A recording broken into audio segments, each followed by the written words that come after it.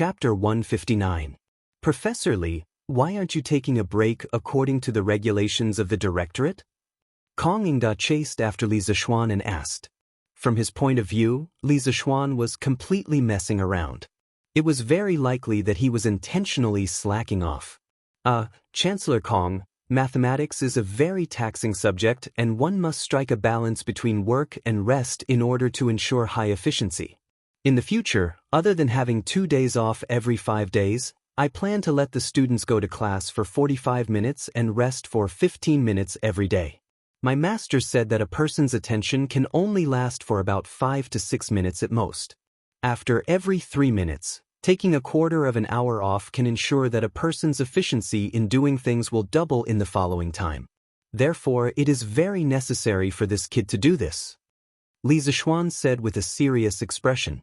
Even though he was indeed slacking off, shouldn't he find an honorable reason to slack off? Hearing this, Kong Yingda glanced suspiciously at Li Zishuan.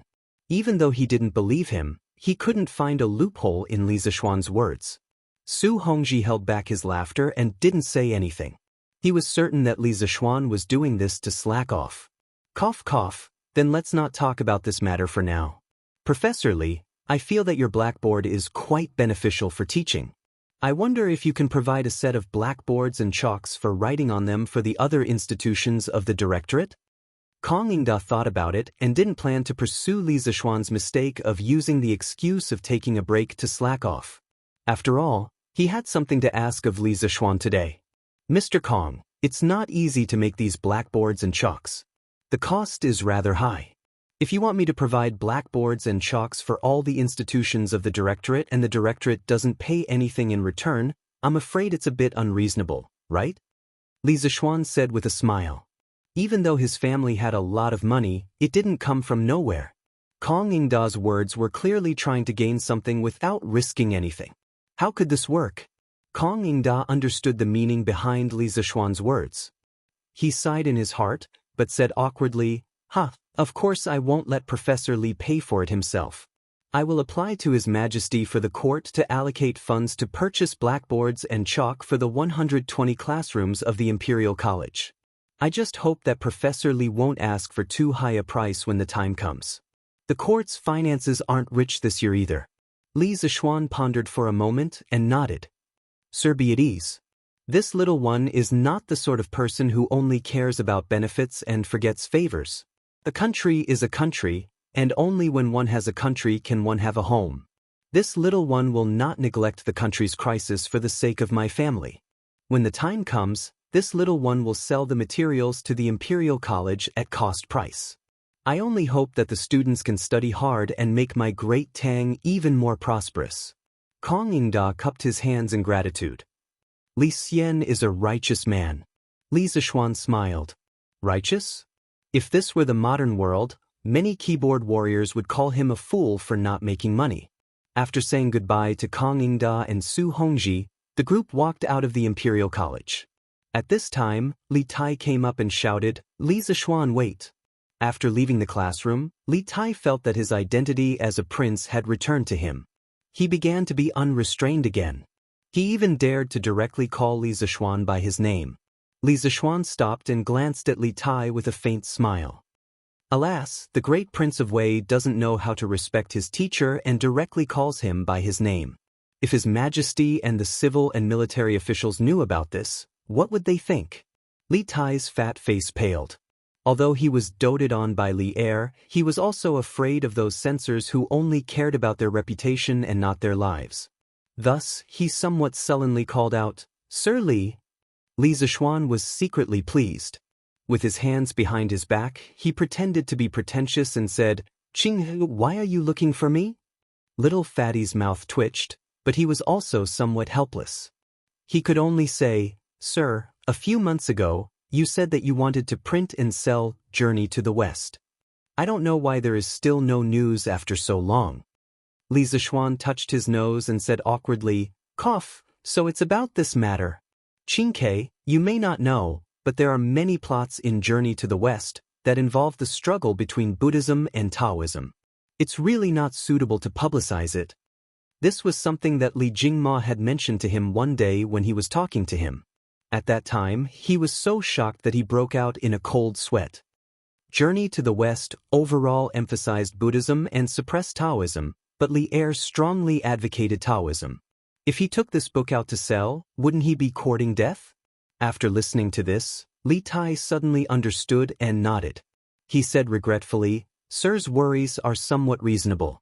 It's just that Journey to the West is such a wonderful novel. It's really a pity that we can't share it with everyone." Li Zishuan said with a smile, "Hee, I've been thinking for a long time recently and have decided to publish another novel called A Legend of a Mortal's Journey to Immortality. It will be narrated by me and written by Iron Egg. After it's finished, I will hand it over to the workshop for printing. Xianxia, if you are interested, you can go and buy it. I guarantee that it will be longer and more wonderful than Journey to the West." Li Tai's eyes suddenly lit up. A Legend of a Mortal's Journey to Immortality? Just the name alone sounded amazing, so he said excitedly, "Sir, how about I write it? My calligraphy has already reached the primary level. Even my father, the emperor, and scholar you have praised it.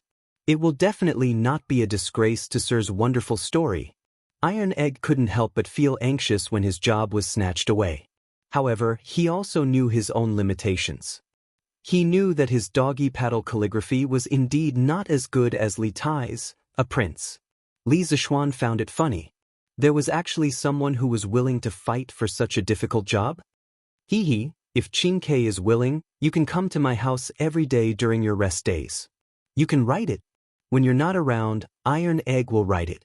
Iron Egg felt relieved. It seemed that his master was still thinking about him. Li Tai said happily, "Thank you very much, sir. Then this student will go to Sir's house tomorrow." With a straight face, Li Zishuan said, "Xianxia, you can't slack off on your studies because of this. Mathematics is the foundation of all learning other than Confucianism. You should first solve the problem that I left behind for you." Li Tai said gloomily, "Yes, sir." After parting with Li Tai, Lan and Iron Egg didn't want to join in the fun with Qing Yaojin and the others, so they went straight home. Li Zishuan asked San Bao and the others to protect Lan and Iron Egg while he rode his horse to the Drunken Immortal Tavern. "Hey, young master, you're here? Master and the other dukes are waiting for you upstairs." When he arrived at the Drunken Immortal Tavern, shopkeeper Lu welcomed him with a smile. Li Zishuan nodded. Today's banquet was mainly to thank Qing Yaojin, Qin Xiong, Yuqi Jingda, and Niu Jinda for their kindness in leading the family to the rescue that day. As the father, Li Jingmo naturally had to personally accompany them to drink. Otherwise, wouldn't that be too disrespectful to the dukes? Li Zishuan handed the reins to the servant and went up to the 4th floor alone. From afar, he could hear Qing Yaojin's hearty laughter. "How brother Jingma is right. No matter how I look at you, you don't look like a businessman at all. Instead, you look more like a group of rough soldiers like us, ha." Chapter 160. Li Jingmo had traveled extensively in the business world for more than 20 years. He had long since mastered the ability to talk to people and ghosts. Therefore, as long as he was willing, he could chat with anyone. Li Jingmo knew that it was impossible to chat and drink with military heroes like Qing Yaojin and Qin Xiong. He had to be forthright. Back then, General Cheng was invincible on the battlefield, causing the enemy to tremble in fear. At that time, I was just a small peddler, but I could often hear stories about General Cheng in the marketplace. Li Jingmo gave Qing Yaojin a little flattery. Old Yuqi, how is it? I, old Cheng, have a greater reputation among the people than you." Qing Yaojin laughed proudly. Everyone in the room was speechless at this shameless old man. "Uncle Cheng, Uncle Qin, Uncle Yuqi, Uncle Niu, I was delayed by some matters at the Imperial College. I'm really sorry to have made you all wait for so long." Li Zishuan pushed open the door and cupped his hands apologetically. School was already a little late today, and after school, he spent half a day chatting with Kong Yingda and the others at the entrance of the Imperial College. As a result, he was a little late when he arrived at the Drunken Immortal restaurant. But he couldn't be blamed. The Imperial College didn't have an alarm or something. No one knew when school was over. It seemed that he would have to assign someone to ring the bell in the Institute of Mathematics. Cheng Yaojin pointed at Li Zishuan and said angrily, "Ha, you really have guts. You actually made us elders wait for you. You're really something. You'll punish yourself with 3 cups later." Niu Jinda also echoed, "Yes, yes, you should punish yourself with 3 cups." Li Jingma looked at his son with some worry. After spending so much time together, he knew that his son wasn't good at drinking. But at this time, he obviously couldn't refute. Li Jingma could only suppress his worry and wait for the changes. Li Zishuan's face did not have the slightest trace of fear. He ordered the waiter to serve the dishes while personally pouring a cup of tea for Cheng Yaojin and the other 3. "Uncle Cheng, you're right. I should be punished for making you wait for so long.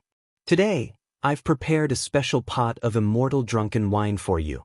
It's stronger than the one on the market. Because this wine is rare, I won't fight with you for it later. I'll punish myself by drinking 3 cups of immortal drunken wine as an apology." Cheng Yaojin looked at Li Zishuan meaningfully, then laughed and said, "That's right. That's right, that's right. Little Xian, you can go and drink the sweet home. You can leave that special immortal drunken wine to me, old Cheng." Niu Jinda and Qin Qiong pointed at Cheng Yaojin and scolded him for being shameless. Li Jingma heaved a sigh of relief in his heart. He was happy that his son had cleverly resolved the awkward situation. When the dishes were served, everyone sat around the table, drinking and chatting merrily. They toasted each other and toasted each other. It was very lively. "Little Xian, today seems to be your first day on duty at the Imperial College. How was it?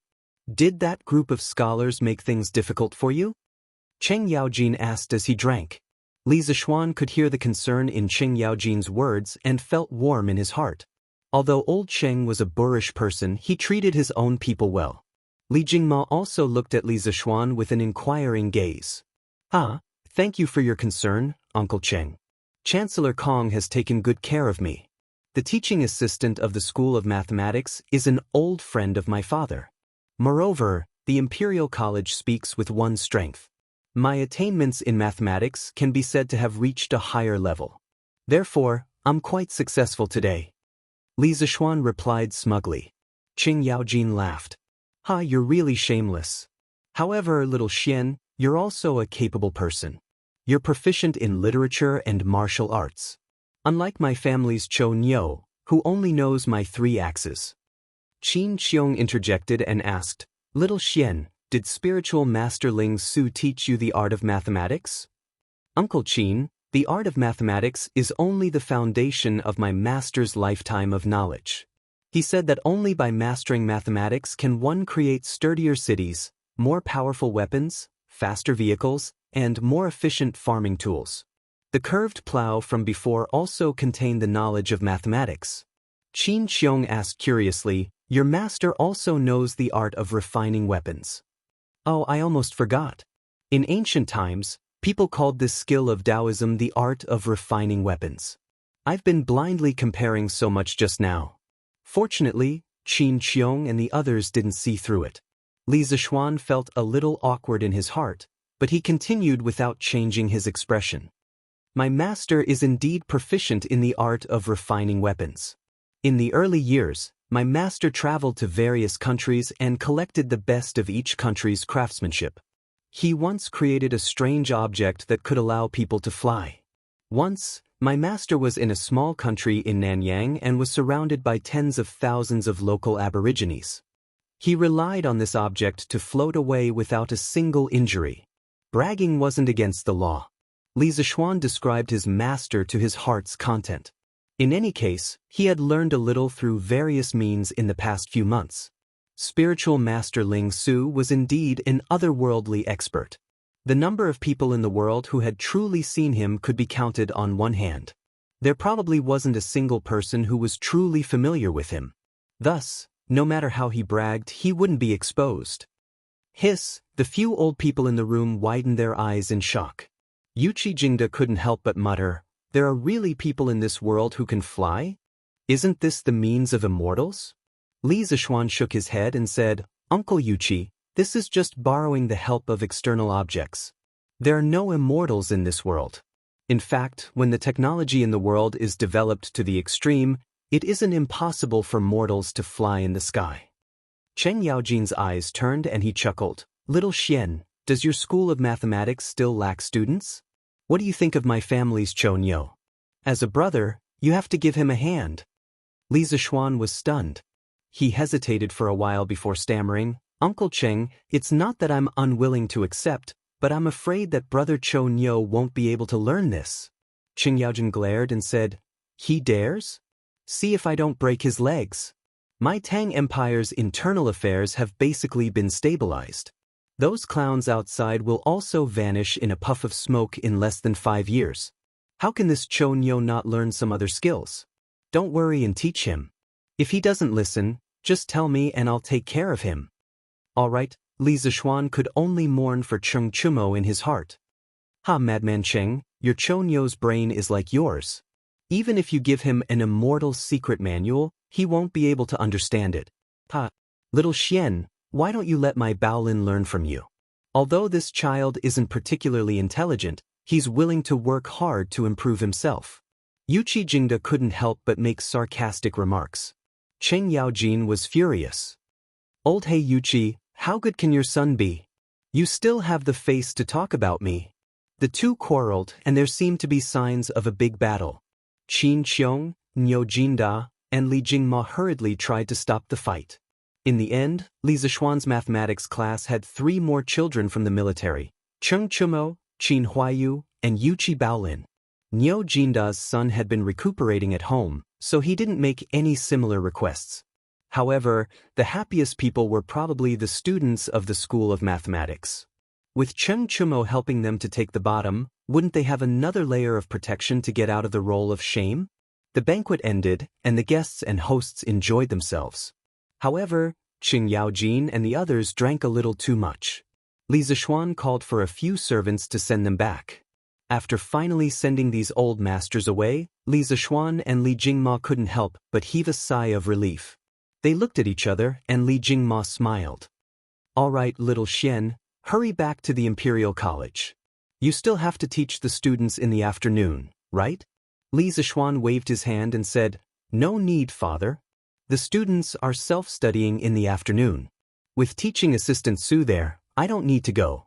Moreover, I'll let the students rest tomorrow and the day after, so I don't need to go. Li Jingma's mouth twitched. No one knew a son better than his father. How could he not know what his son was thinking? He paused and finally said helplessly, then let's go home. The father and son mounted their horses and headed for Yongla Lane. Chapter 161. In the afternoon, Madame Li came to the west courtyard. Iron Egg and Lan went to the Imperial College. Li Zishuan was lying on a deck chair in the pavilion in the middle of the lake in the west courtyard. He opened his mouth and took the grapes that Xiaoxi fed him. Cough, cough, grapes from the grape trellis. Madam. The 2 maids saw Madame Li come over and bowed. Li Zishuan also quickly sat up. Mother. Madame Li smiled and sat down on the bench next to her. Xiaoxi cleverly poured a cup of tea and placed it on the stone table in front of Madame Li. Xian, are you doing well in the Imperial College? Mother, I'm doing well. With my skills, who can bully me? Madame Li rolled her eyes at her son and took a sip of tea. She smiled and said, there is too much. She must go to the Imperial College to cause trouble for you. How can a girl get married in the future if she doesn't learn how to be a seamstress? Mother, there's nothing wrong with Lan learning more. Why must she learn how to be a seamstress? She can just find a tailor to make clothes. Li Zishuan said indifferently. He didn't understand why girls in ancient times had to learn how to be a seamstress. Did she marry to make clothes for her husband's family? Madame Li said angrily, nonsense. If a girl doesn't know how to be a seamstress, which family will want her? Yushi is not bad. I saw a few of her work before and it's better than mine. Hee, how can it be better than mother's? Mother's skills are naturally the best in Chang. This was clearly a trap. If Li Zishuan followed his mother's wishes and praised his wife, there was no guarantee that his mother wouldn't feel jealous. Thus, he shamelessly flattered her. Madame Li was happy when she heard this, but she said, you little sly, trying to make me happy. I've already discussed your marriage with Yushi with Han Lijing. Tomorrow, I'll send a matchmaker to the Han family to propose marriage. Li Zishuan was happy when he heard this. He quickly went forward and poured tea for his mother. Thank you, mother. It just so happens that I have a day off tomorrow. Why don't we go together? A day without seeing her felt like 3 autumns. They had not seen each other for several days. Every night, when it was quiet, he really wanted to hug his wife. Mrs. Li Zishuan pointed her finger at Li Zishuan's forehead. You child, how can you be so ignorant of the rules? How can the groom personally propose marriage? Tomorrow, your father and matchmaker Song will bring people to the Han family to propose marriage. You just stay at home. You and Yushi are not allowed to meet before you get married. Ah! Li Zishuan was dumbfounded. Mother, when will Yushi and I get married? Madame Li laughed and said, Look at how anxious you are, this is just the beginning of the marriage proposal. Later on there is still the ceremony of receiving the bride, asking for the name of the bride, accepting the bride, and then the date of the invitation, setting an auspicious date, and finally the welcoming ceremony. Xian, you have to learn the wedding procedures properly. Don't make a fool of yourself when you get married. Li Zishuan almost fainted as he listened. Did it have to be so troublesome? Couldn't they just have a flash marriage? Mother, then you should set the wedding date earlier. Otherwise, it won't be good if your daughter-in-law runs away. Li Zishuan wiped the sweat off his forehead and hurriedly ran away after saying that. Madame Li looked at Li Zishuan's back as he ran away. She shook her head and smiled dotingly. This child, Xiao He and Xiao Shi, who were at the side, couldn't help but cover their mouths and chuckle. Li Zishuan went out of the mansion and went to the workshop to find Lu Yidao, Lu Dingy. Ever since Li Zishuan bought the original Heavenly Craft Pavilion and poached him, this old man had been idling in the Strange Interest Pavilion. After Yan Xiaoning gave his workshop to Li Zishuan also transferred Lu Yidao to the workshop. This old man usually helped Faubert carve some ornaments on the skateboard in the workshop, so he was free and relaxed. Master Lu, you used to carve all kinds of strange objects. Do you know how to carve words? Li Zishuan motioned Lu Yidao to sit down first and then asked. Lu Yidao smiled and said, Young master, carving words is much easier than carving wood. Of course, I know how to do it. What kind of words do you want to carve? Li Zishuan took out the mathematics book and said, I want to print about 30 copies of this book. I want to trouble you to carve a set of templates. Lu Yidao hesitated and said, Young master, if you want to carve a block plate, it will take a lot of time and effort. It's better to ask a group of poor scholars to copy it. Li Zishuan heard and suddenly understood. There was no movable type printing in the Tang dynasty. Master Lu, I don't want you to carve a block plate for each page. You can use the clay to make blanks of the same size. Carve a single word in reverse at one end. The height of the word protrusion is like the thickness of the edge of a copper coin. Burn it hard with fire and make it into a single movable type of clay. Then, print it according to the content of each page. Good, young master's method is good. In this way, all the books can be printed on a large scale in our workshop and passed down to the future generations. It's really a great merit. Faubert just walked in and heard Li Zishuan's new printing method. He couldn't help but applaud loudly. Manager Fu. Lu Yidao stood up and greeted him.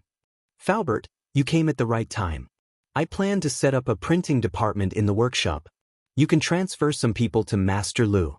In the future, there will be a lot of books for the workshop to print. Li Zishuan said to Faubert. Faubert sat down and said, Yes, young master. Li Zishuan nodded and said to Lu Yidao, Master Lu, set up the printing department as soon as possible. Help me print this book in 2 days. I need it urgently. Lu Yidao took the book from Li Zishuan's hand and replied, Yes, young master. Young master, what are these curved words on the book? And these circles and dots, what do they mean? Why haven't I seen them before? Lu Yidao opened it and was dumbfounded. These are my new arithmetic numbers, arithmetic symbols, and some punctuation marks. Master Lu, you can print according to them. Li Zishuan explained. Lu Yidao scratched his head. Although he didn't understand, he still agreed. He didn't care what it meant. He just needed to print according to it. "Faubert, how's my carriage?" Li Zishuan asked Faubert after Lu Yidao went out. Faubert wiped the sweat on his forehead and said, "Young master, it's not done yet. This carriage is far more difficult than I thought. I think it will take a few more days." Li Zishuan nodded and took out a drawing. He said with a smile, "Faubert, help me make something else." Faubert was a little dizzy when he saw Li Zishuan take out the drawing. He didn't know what his young master was going to do. He took a look and couldn't help but be puzzled. "Young master, what are you going to do with this thing?" "Faubert, this is a custom-made shoe for horses. When the horse wears it, its hooves will never be injured again. The life of the horse will also be greatly increased." Li Zishuan went to see the injury of the white horse at home yesterday. Looking at its hooves that were wrapped in a circle, Li Zishuan suddenly realized that there were no horseshoes in the Tang dynasty. Looking at the white horse's pitiful eyes, Li Zishuan asked someone to measure the size of the horse's hooves. He planned to make a pair of shoes for it. After listening to Li Zishuan's explanation, Faubert suddenly felt a little doubtful. His young master was already so prodigal that it made people's hair stand on end. It wasn't enough for him to make something for himself, but he also wanted to make shoes for the horse. No matter how he heard it, it felt like a fantasy story. "Young master, will this really work?" Li Zishuan smiled and said confidently, "Faubert, just do it. It will definitely work." Faubert felt helpless and could only agree. Chapter 162. As night fell, the pedestrians on the road went home one after another. After a few minutes, the sky was completely dark. Thousands of lights lit up one after another. In the northeast of Chang and city, many squares were close to the imperial palace, so most of them were the residences of high-ranking officials and nobles.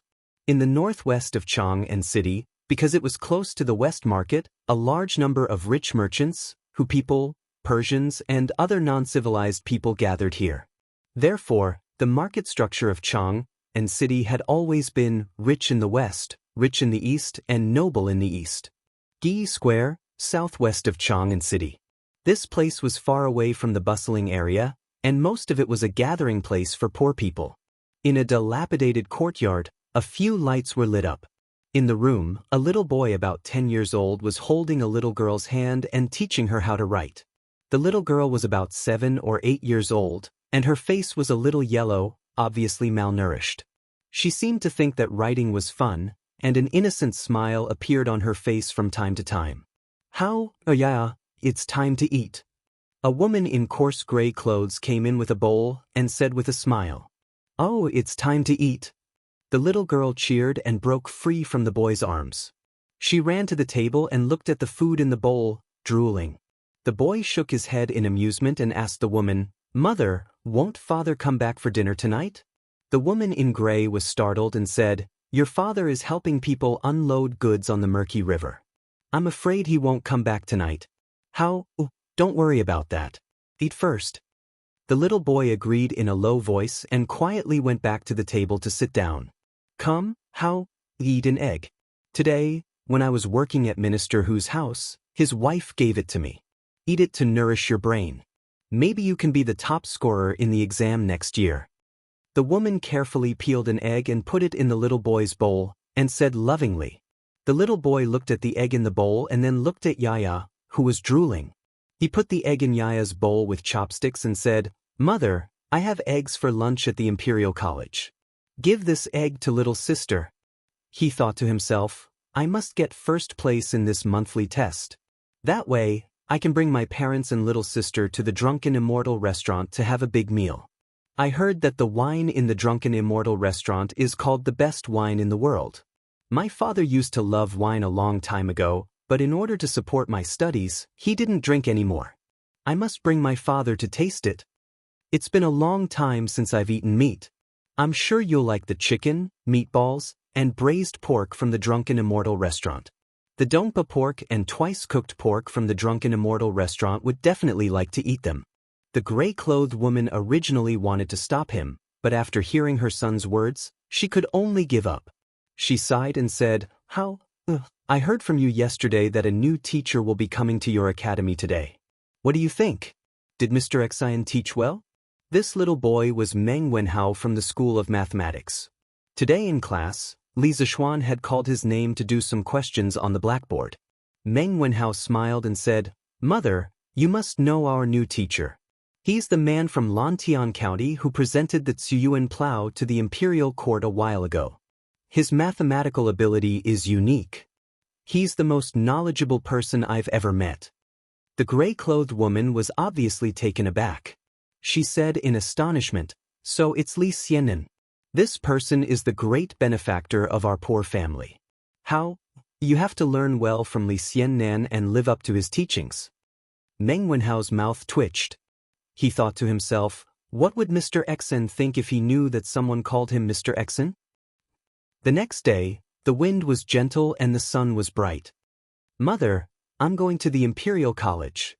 Meng Wenhao finished his breakfast and shouted to his mother who was cleaning up the dishes in the kitchen. The woman walked out and asked, "How, or didn't you say yesterday that you had a day off today? Why do you still want to go?"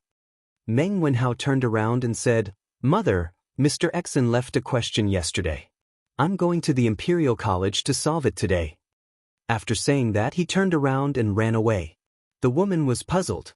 She wanted to ask, but her son had already gone far. At the Imperial College, under the ginkgo tree next to the gate stood a young man in blue. The young man did not move. He raised his head and stared at the top of the ginkgo tree without blinking.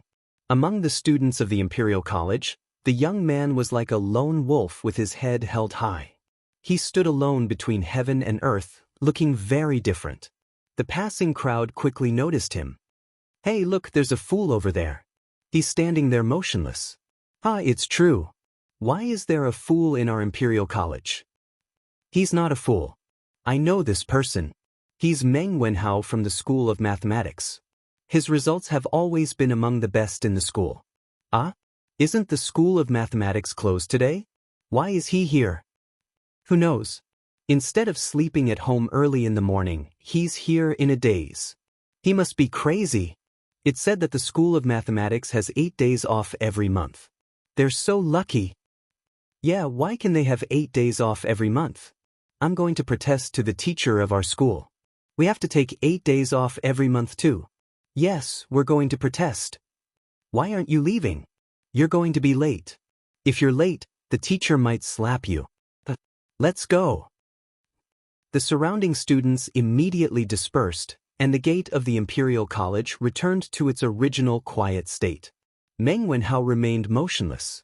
He was not affected by the noise outside at all. If he could answer the question well, he could get 2 extra points in the monthly exam. If he could get these 2 points, he would have a much better chance of getting first place in the monthly exam. Many ideas flashed through his mind, but he rejected them all. No, this won't work either. This is definitely not the best plan. There must be a better one. Meng Wenhao was in a trance. He did not feel the passage of time at all. Kong Yingda passed by him and looked at him. He shook his head and sighed. "Stubborn child, I hope you can get over it soon." After saying that, he didn't bother Meng Wenhao and walked away. Time passed. It was noon in the blink of an eye. Wow, why is Meng Wenhao still standing here? Yeah, he didn't even move his feet. Don't make a mistake while standing. I think there's something wrong with his brain. Let's go.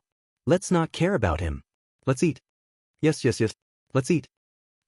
The surroundings fell into silence again. Meng Wenhao's lips were dry and cracked. His body was a little shaky, but he had no intention of moving. He was still in deep thought. Since the morning, he had thought of hundreds of methods in his mind, such as building a ladder, measuring the trunk section by section, tying a rope to the top of the tree, measuring the length of the rope, etc. However, he rejected them all. His intuition told him that these were not the best methods. There must be a simpler way. There must be. I can think of something. Meng Wenhao thought firmly. Chapter 163. Yongla Lane.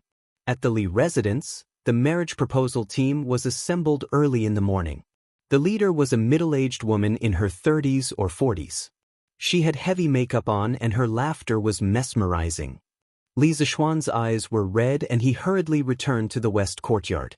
Xiaoxi, you're going too? Li Zishuan asked curiously when he bumped into Xiaoxi, who was in a hurry. Yes, young master. Madam asked Xiaoxi to deliver something to young mistress. Xiaoxi replied with a smile. Li Zishuan laughed and joked, Ha, little girl, you're calling her young mistress so soon?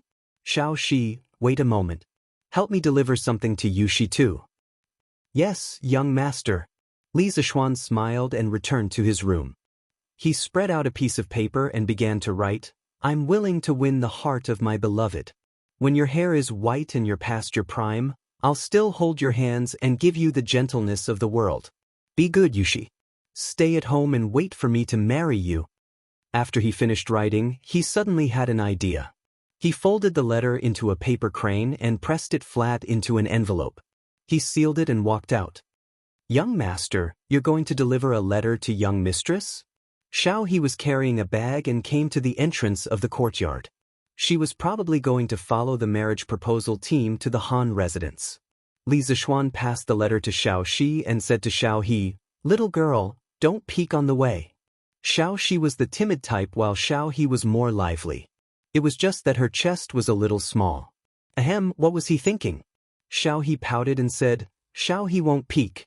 Young master must have written some mushy words of love to young mistress. Xiao He will die of jealousy if I read it. You little brat. Li Zishuan's face turned black and he pretended to knock her head. Xiao He screamed and ran away with Xiaoxi. Tai Chi Palace, Sweet Dew Hall. This was where Li Er would read and deal with government affairs after the morning court. At this moment, Li Zishuan was sitting at the top with a book in his hand. He frowned as he read, Zhao Song, is this Li Zishuan's new mathematics? Why have I never seen these strange words before? Zhao Song stepped forward cautiously and said, Your Majesty, this is indeed a new type of mathematics that Li Xiannan invented. It is said that this book was compiled by him personally. As for the strange words in the book, I don't understand them either. However, I'm sure that Your Highness, Prince of Wei, will be able to understand them. After Prince of Wei finished listening to the lecture yesterday, he even solved a very difficult question that Li Xiannan set. Li Er smiled happily. Great. My Qingke is indeed talented and learns everything quickly. Ha. Zhao Song smiled and said, It's all thanks to His Majesty's teachings. Li Er laughed heartily, accepting the flattery. Your Majesty, the male student from Li County left a question after class yesterday. He said that he wanted the students to figure out a way to measure the height of the 1,000-year-old ginkgo tree in front of the Imperial College. He also said that the student with the best method would get 2 extra points in this month's exam. Zhao Song saw that Li Er was very interested in the matter between Li Zishuan and Li Tai, so he continued. Li Er was stunned and asked, Monthly exam? What monthly exam? Zhao Song explained, Your Majesty, this is the examination system that Li Xiannan set for the School of Mathematics.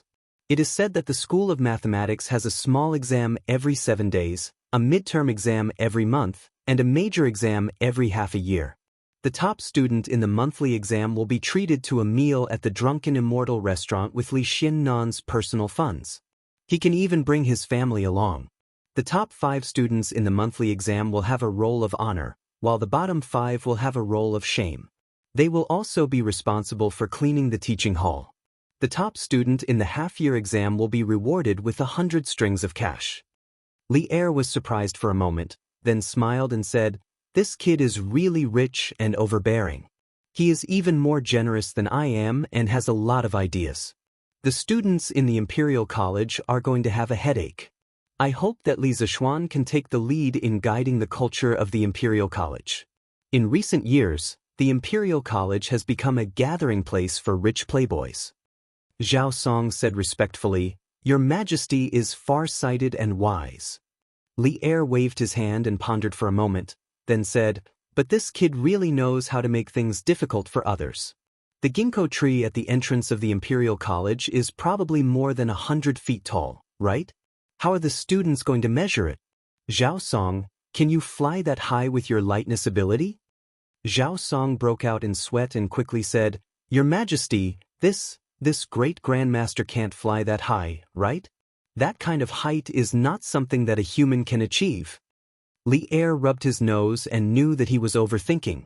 Your Majesty, are you still reviewing the memorials? I have prepared iced sour plum soup for you to relieve the heat. At this moment, Zhang Sun walked over elegantly with a bowl of sour plum soup. Seeing this, Zhao Song quickly retreated to the side and became one with the pillars in the hall like an old monk in meditation. Ha Guanyin, you have troubled yourself. In the future, let the servants do these things.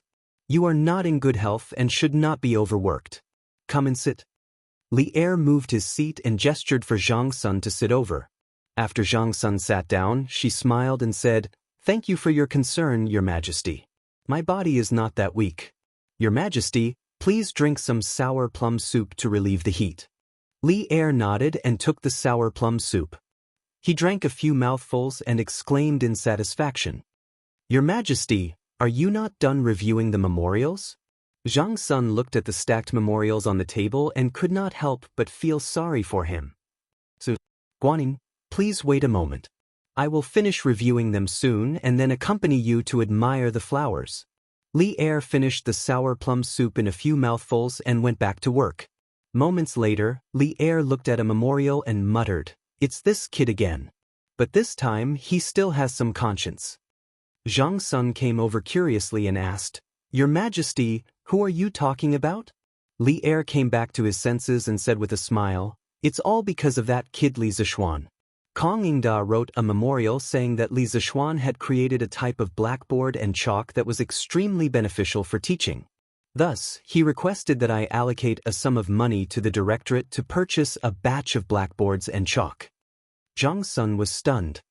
This kid even earns money from you, Your Majesty? Li Er shook his head and said, This time, this kid still has some conscience. Kong Yingda told him that the imperial court's finances are not good this year. Who knew that this kid would take the initiative to give in and only take the cost? How rare! Zhang Sun smiled and said, If that's the case, this kid is quite righteous. Your Majesty, why do you still seem a little unhappy? Li Er looked up and sighed. He said in a deep voice, In the end, it's because the imperial court has no money. They actually let a kid take the initiative to give in. Zhang Sun saw Li Er's gloomy face and knew that he was thinking about the Turkic Khaganate's south last year. The Tang Empire emptied Chang'an's treasury to sign the Wei River Treaty. She comforted him gently and said, These 2 years have been hard for Your Majesty. It's a pity that I, as a woman, can't come out to share Your Majesty's burden. Li Er put his arm around Zhang Sun's waist and said with a smile, Maid Guanyin has helped me a lot. Of course, these world affairs should be shouldered by me. The Turkic Khaganate is just a clown. When the Tang Empire reinvigorates, we will definitely hunt the grassland. Zhang Sun leaned her head on Li Er's shoulder and suddenly thought of something. She looked up and said, Your Majesty, Li Zishuan said that his master predicted that there would be a locust plague next year. Your Majesty, how do you plan to deal with it? Li Er's lofty sentiments and lofty aspirations immediately vanished. He said with a solemn expression, Shu Bao personally vouched for this kid, and this kid said it with certainty. I have to believe him. Otherwise, the consequences will be unimaginable. I'm discussing this with Fang Xianling, Du Ruhui, and the others. I think there will be a solution in a few days. Zhang Sun wondered, Your Majesty, why don't you directly adopt the kid's strategy of raising chickens? Li Er stroked Zhang Sun's long hair and sighed. That kid's method may only be able to take care of his family's farmers. What I want to take care of is the people in the world. The imperial court doesn't have the money to raise so many chickens. For this matter, there must be a detailed plan for the specific areas. Zhang Sun nodded thoughtfully. Chapter 164. Afternoon. I, who can't hold on to love, always watch it slip away. There are so many happy people in the world. Why can't you count me in? Love must be courageous with every setback. Love must be firm and persistent. Every single person has to see through it. If you want to love, don't be afraid of pain. Find someone you love the most, someone you love deeply, someone you want to love, to say goodbye to being single.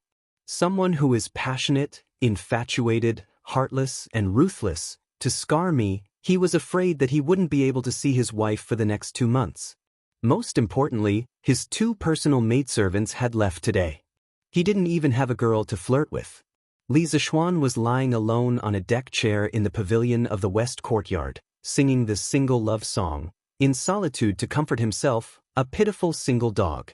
As he sang, Li Zixuan felt like he was letting go of himself. His singing became louder and louder. The servants watched from afar as their young master went crazy. They were hesitating whether or not they should tell the madam. *CK, stop, stop, stop. Stop singing. Suddenly, he heard an angry roar. Li Zixuan subconsciously stopped singing. He opened his eyes and looked to the side. It was Li Tai. The little fatty covered his ears and looked at him with a strange expression. Li Zixuan was speechless. His singing wasn't bad, okay? Why did this fatty look so disgusted? Moreover, this is my house. It's bad enough that you didn't greet me when you came in, but you still have the cheek to look down on me? What? Could it be that Qin Kei's ears have become pregnant after hearing your master singing? Li Zixuan asked with a smile. After dealing with Li Tai so many times, Li Zixuan knew that he couldn't be polite with this little fatty. Otherwise, he would definitely take advantage of him. Li Tai spat and said, "You're the one who got pregnant after hearing it. It's so unpleasant to hear. It's simply obscene. The person who wrote it is really vulgar. It's a disgrace to the refined." Li Zixuan was so angry that he casually threw a grate from the stone table and scolded, "This brat actually called such a classic song of the later generations obscene and cliched. You brat, you're the one who's insulting the educated. Is this how you talk to your teacher?" Fatty's mind went blank. He dodged the sneak attack and retorted, "This isn't the Imperial College. Don't put on airs. You say that I don't respect my teachers, but what proof do you have?" This damn fatty actually acted shamelessly. Li Zixuan didn't know what to do with him. Who asked him to have such a good father? Li Zixuan thought viciously. "I'll remember this and see how I'll deal with you the day after tomorrow." "Then may I know the reason for your highness' visit today?" Li Zixuan said indifferently with an unapproachable look. Li Tai finally remembered the purpose of his visit. It seemed that he had a favor to ask. He was so focused on bickering with Li Zixuan that he forgot about the proper business. This was bad. Their relationship was strained. How was he going to continue the discussion? "Ah, the song you sang just now was really beautiful. Tai is deeply impressed." Li Tai had never flattered anyone before. When he really needed to, he was incomparably stiff.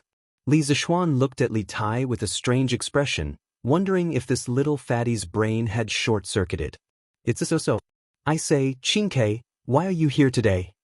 Li Zixuan thought for a while and decided to listen to what this little fatty wanted. Li Tai's mouth twitched.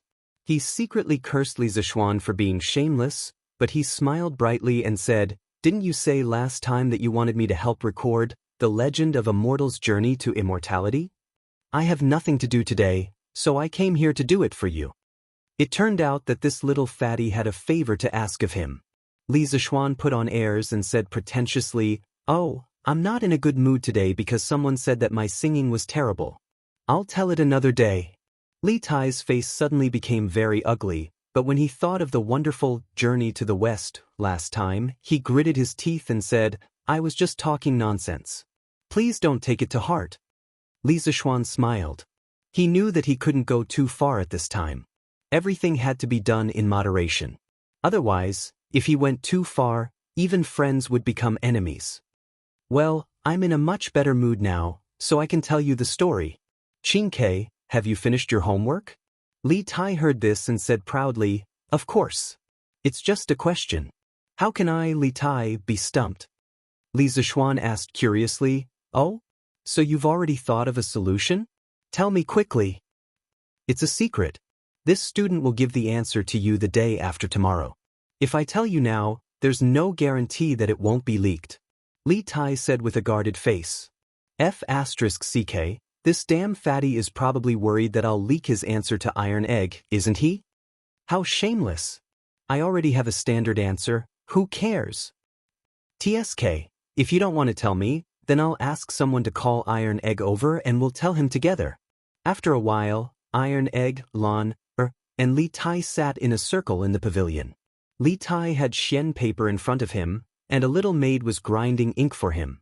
Li Zishuan felt that the way Iron Egg looked at him today was a little strange, but he couldn't put his finger on it. It could only be considered as a man's intuition. After everyone had arrived, Li Zishuan closed his eyes and began to recall the legend of a mortal's journey to immortality that he had read in his previous life. This book could be called a divine book in his previous life. It was the founder of the mortal flow, and it was also the best and longest work of the mortal flow. Unlike Journey to the West, Legend of a Mortal's Journey to Immortality was a web novel. It focused on fast food culture, and the language was plain. The main advantage was that the plot was attractive. Li Zishuan wasn't sure if this type of web novel would be popular in ancient times. Today was a good time to test it out. In the time it took to drink a cup of tea, Li Zishuan had recalled most of the plot in the first volume of Legend of a Mortal's Journey to Immortality. On one hand, he really liked this novel in his previous life. On the other hand, his current mental strength was incomparable to that of ordinary people. The benefits of having a strong mental strength were not only reflected in mental calculation, but also in memory. Green Sparrow, are you ready? Li Zishuan looked at Li Tai and asked. Li Tai squeezed the brush in his hand and said excitedly, I'm ready, I'm ready. Li Zishuan nodded and began to narrate. The first time we returned to the village at the edge of the mountain. Dumbo's eyes widened as it stared straight at the black roof made of straw and mud. The old quilt covering its body was now a dark yellow, and its original appearance was unrecognizable, with a faint moldy smell wafting from it. The person next to him was his second brother, Hanju. He was sleeping soundly, and there were intermittent sounds of snoring coming from his body. Li Tai frowned as he listened and jotted down notes. This beginning is too plain. It's not as exciting as Journey to the West at all. Although that was what he thought, Li Tai didn't interrupt him. The excellent education from the royal family urged him to continue listening patiently. Chapter 165. Under the Pavilion. From time to time, Li Tai would frown slightly. Naturally, Li Zishuan would notice this. He could understand this. The beginning of A Mortal's Journey to Immortality was indeed not outstanding. This could be seen from its early results. But there's a saying that goes, if you can endure loneliness, you can hold on to prosperity. Although the system of Mortal was based on Xiao Qian's masterpiece, Misty Journey, in the novels before Mortal, the cultivation system was only the background of the story. The main characters all leveled up very quickly, and the story still relied on other contradictions to progress. Just like World of Warcraft, leveling up was only a small part of the story. However, in Mortal, leveling up was the main content. Every small improvement was incomparably difficult, but it could also make the reader deeply immersed in it, unable to extricate themselves. The entire story revolved around how to take every step to level up. Through accumulation step by step, the legend of Mortal was finally created. As the story went deeper and deeper, Li Tai also discovered the strengths of Mortal. Unlike Journey to the West, which was unconstrained and passionate, the main plot of Mortal only revolved around Han Li's cultivation and leveling up. Every step was filled with setbacks. As Li Tai listened, he could not help but put himself in the shoes of the character. The Seven Mysteries sect, the eternal spring arts that seemed ordinary on the surface, but contained profound mysteries, and the small mysterious bottle that Li Zishuan had accidentally picked up. All of these tempted Li Tai to continue listening. Li Tai's fat right hand held the brush as it danced on the paper. He didn't feel the slightest bit tired. His heart was completely immersed in another world as he listened to Li Zishuan. Even Li Tai was like this, not to mention Iron Egg. The main character of Mortal had the same name as him. Moreover, their family circumstances were very similar. Thus, after listening to the story twice, Iron Egg was already completely immersed. It was as if he was Han Li in the novel, following the ups and downs of the plot, with twists and turns. Lan, on the other hand, had no interest in this story. After listening to it for a while, she felt that Han Li wasn't as interesting as Sun Wukong. After bidding farewell to Li Zishuan, she returned to the backyard. Li Zixuan also breathed a sigh of relief. Previously, he had only asked Iron Egg to come over. He did not expect Lan to come over as well. Many of the later parts of the novel were not suitable for her to read. It was good that the little girl had left. Han Li dripped a drop of green liquid on a green 3-crow grass, turning it into a yellow 3-crow grass with a 100-year medicinal effect. A few days later, he dripped another drop of green liquid on it, and it actually became another 100 years old. Seeing that this method was indeed effective, Han Li repeated the same method for the next 2 months. Every time a new green liquid was produced from the small bottle, he would drip it on the 3-crow grass. And the 3-crow grass lived up to his expectations. Its leaves gradually turned from yellow to yellow-black, and then from yellow-black to black. Finally, when its leaves were completely black and shiny, it became a rare 1,000-year-old 3-crow grass in the world.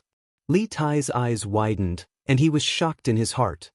So this mysterious bottle can infinitely accelerate the maturity of spiritual herbs. This is really amazing. Han Li will definitely be able to completely turn the tables this time. Iron Egg's breathing quickened as he listened. He was as excited as he was when he obtained the mysterious bottle. Okay, that's all for today. Li Zixuan clapped his hands and did not want to continue. He had been talking for almost an entire afternoon, and his throat was smoking. You're done so soon? Li Tai was dumbfounded. He had just gotten into the role, and now it was over. What was this? Iron Egg's face was also full of regret, but he did not raise any objections. Li Zixuan said angrily, "It's already so late. What are you still talking about? Qingke, go back quickly. Be careful, the market will be closed soon." Li Tai waved his hand indifferently and said, "It doesn't matter. If worst comes to worst, I'll just stay at Mr. Li's house tonight. Sir, please tell me 2 more times, or I won't be able to sleep tonight." A large part of the reason why he chose to go to Li Zixuan's class in the School of Mathematics was that it was convenient for him to listen to Li Zixuan's story. After reading Journey to the West, he had been out of books for a long time. Today, he had finally fulfilled his wish. He had just satisfied his craving, but now it was abruptly stopped. How could he stand it? At this time, not to mention that the market was closed, even if it was raining blades, he would not be willing to leave. Li Zixuan's face darkened when he heard this. He roared in his heart, "What the f***ck, if worst comes to worst, you'll just stay at my house tonight? This damn fatty is really thick-skinned.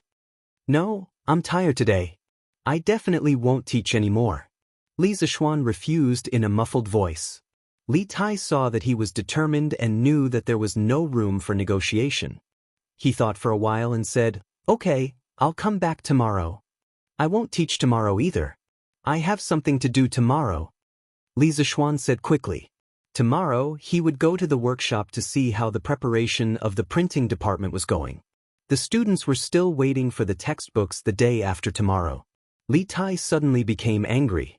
He wanted to curse on the spot, but when he thought of the consequences, he shrank his neck and said sullenly, "What can you do? Are you lying to me again?"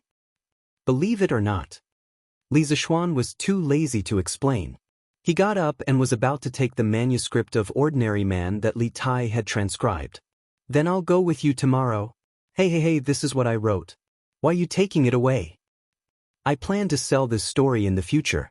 You can only listen to it. You're not allowed to take it away, so as not to leak the secret," Li Zixuan said with a smile.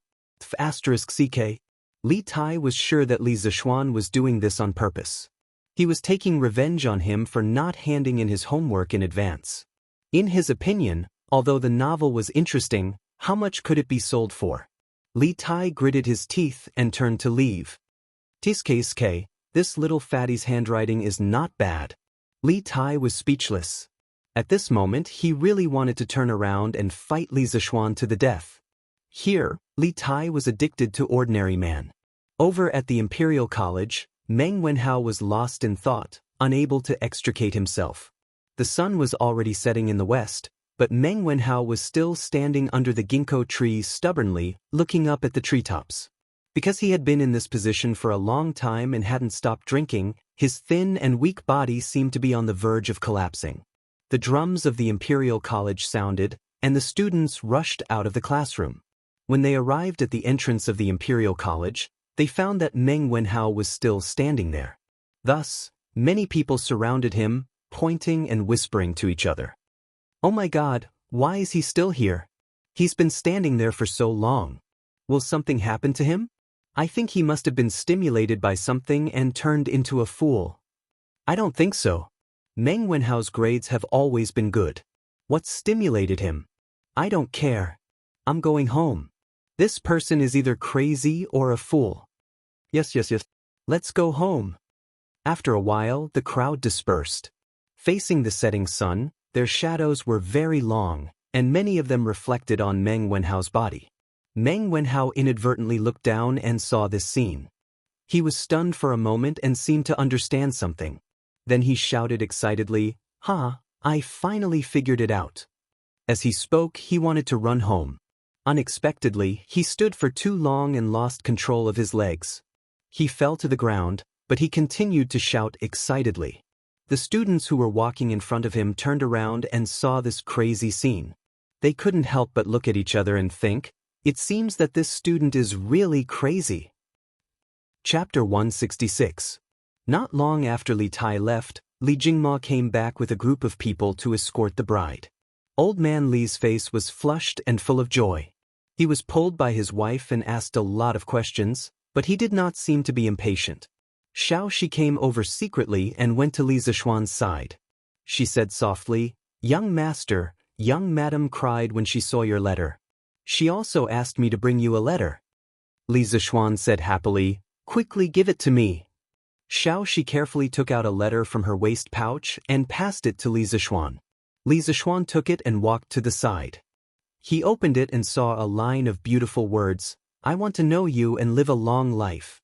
The mountains have no edges, the heaven and earth merge, the river runs dry, the winter thunder rumbles, the summer snow dares to be separated from you." This was a Han folk love song called Xianxia. Li Zishuan used mushy words to express his love to Han Yushi.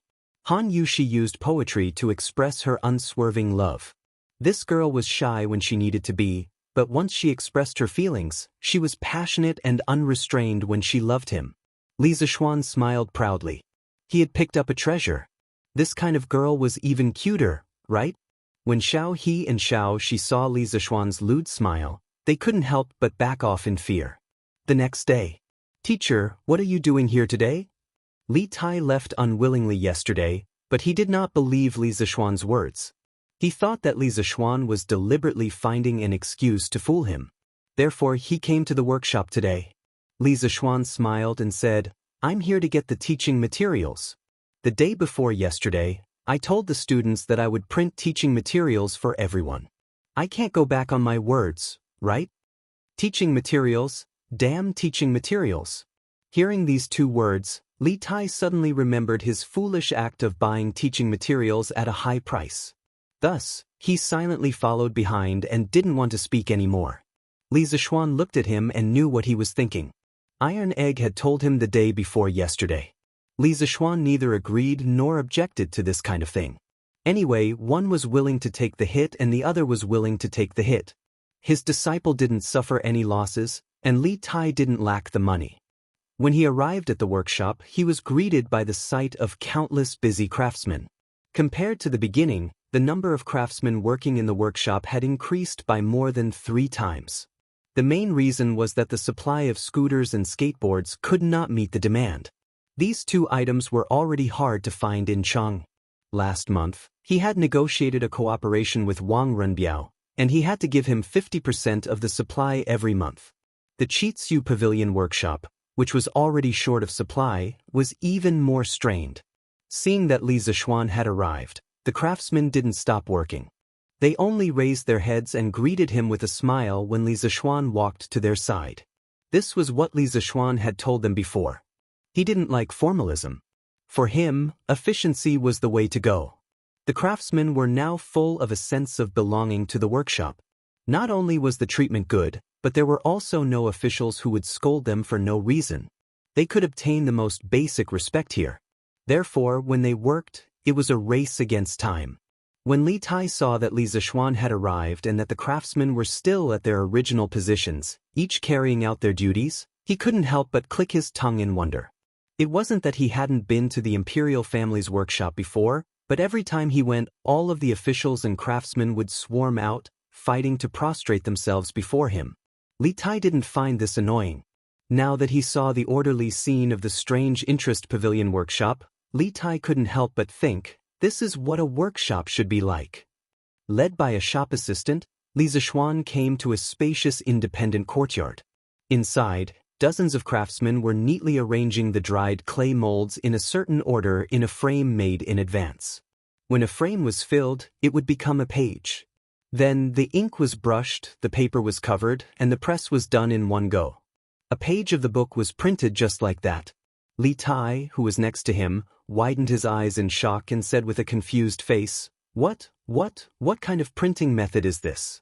Why haven't I seen it before? Li Zixuan laughed and said, Qingke, there are many things you haven't seen. Learn from me. Ha. After that, he left the confused Li Tai and went straight to find Louis Dao.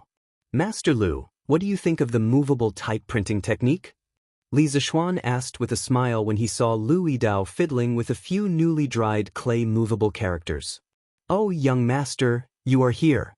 This movable type printing technique is really magical. It just avoids the shortage of engraving plates. As long as enough individual movable characters are prepared in advance, they can be combined at any time. It greatly speeds up the plate making time. After the movable type plates are printed, they can be dismantled and reused.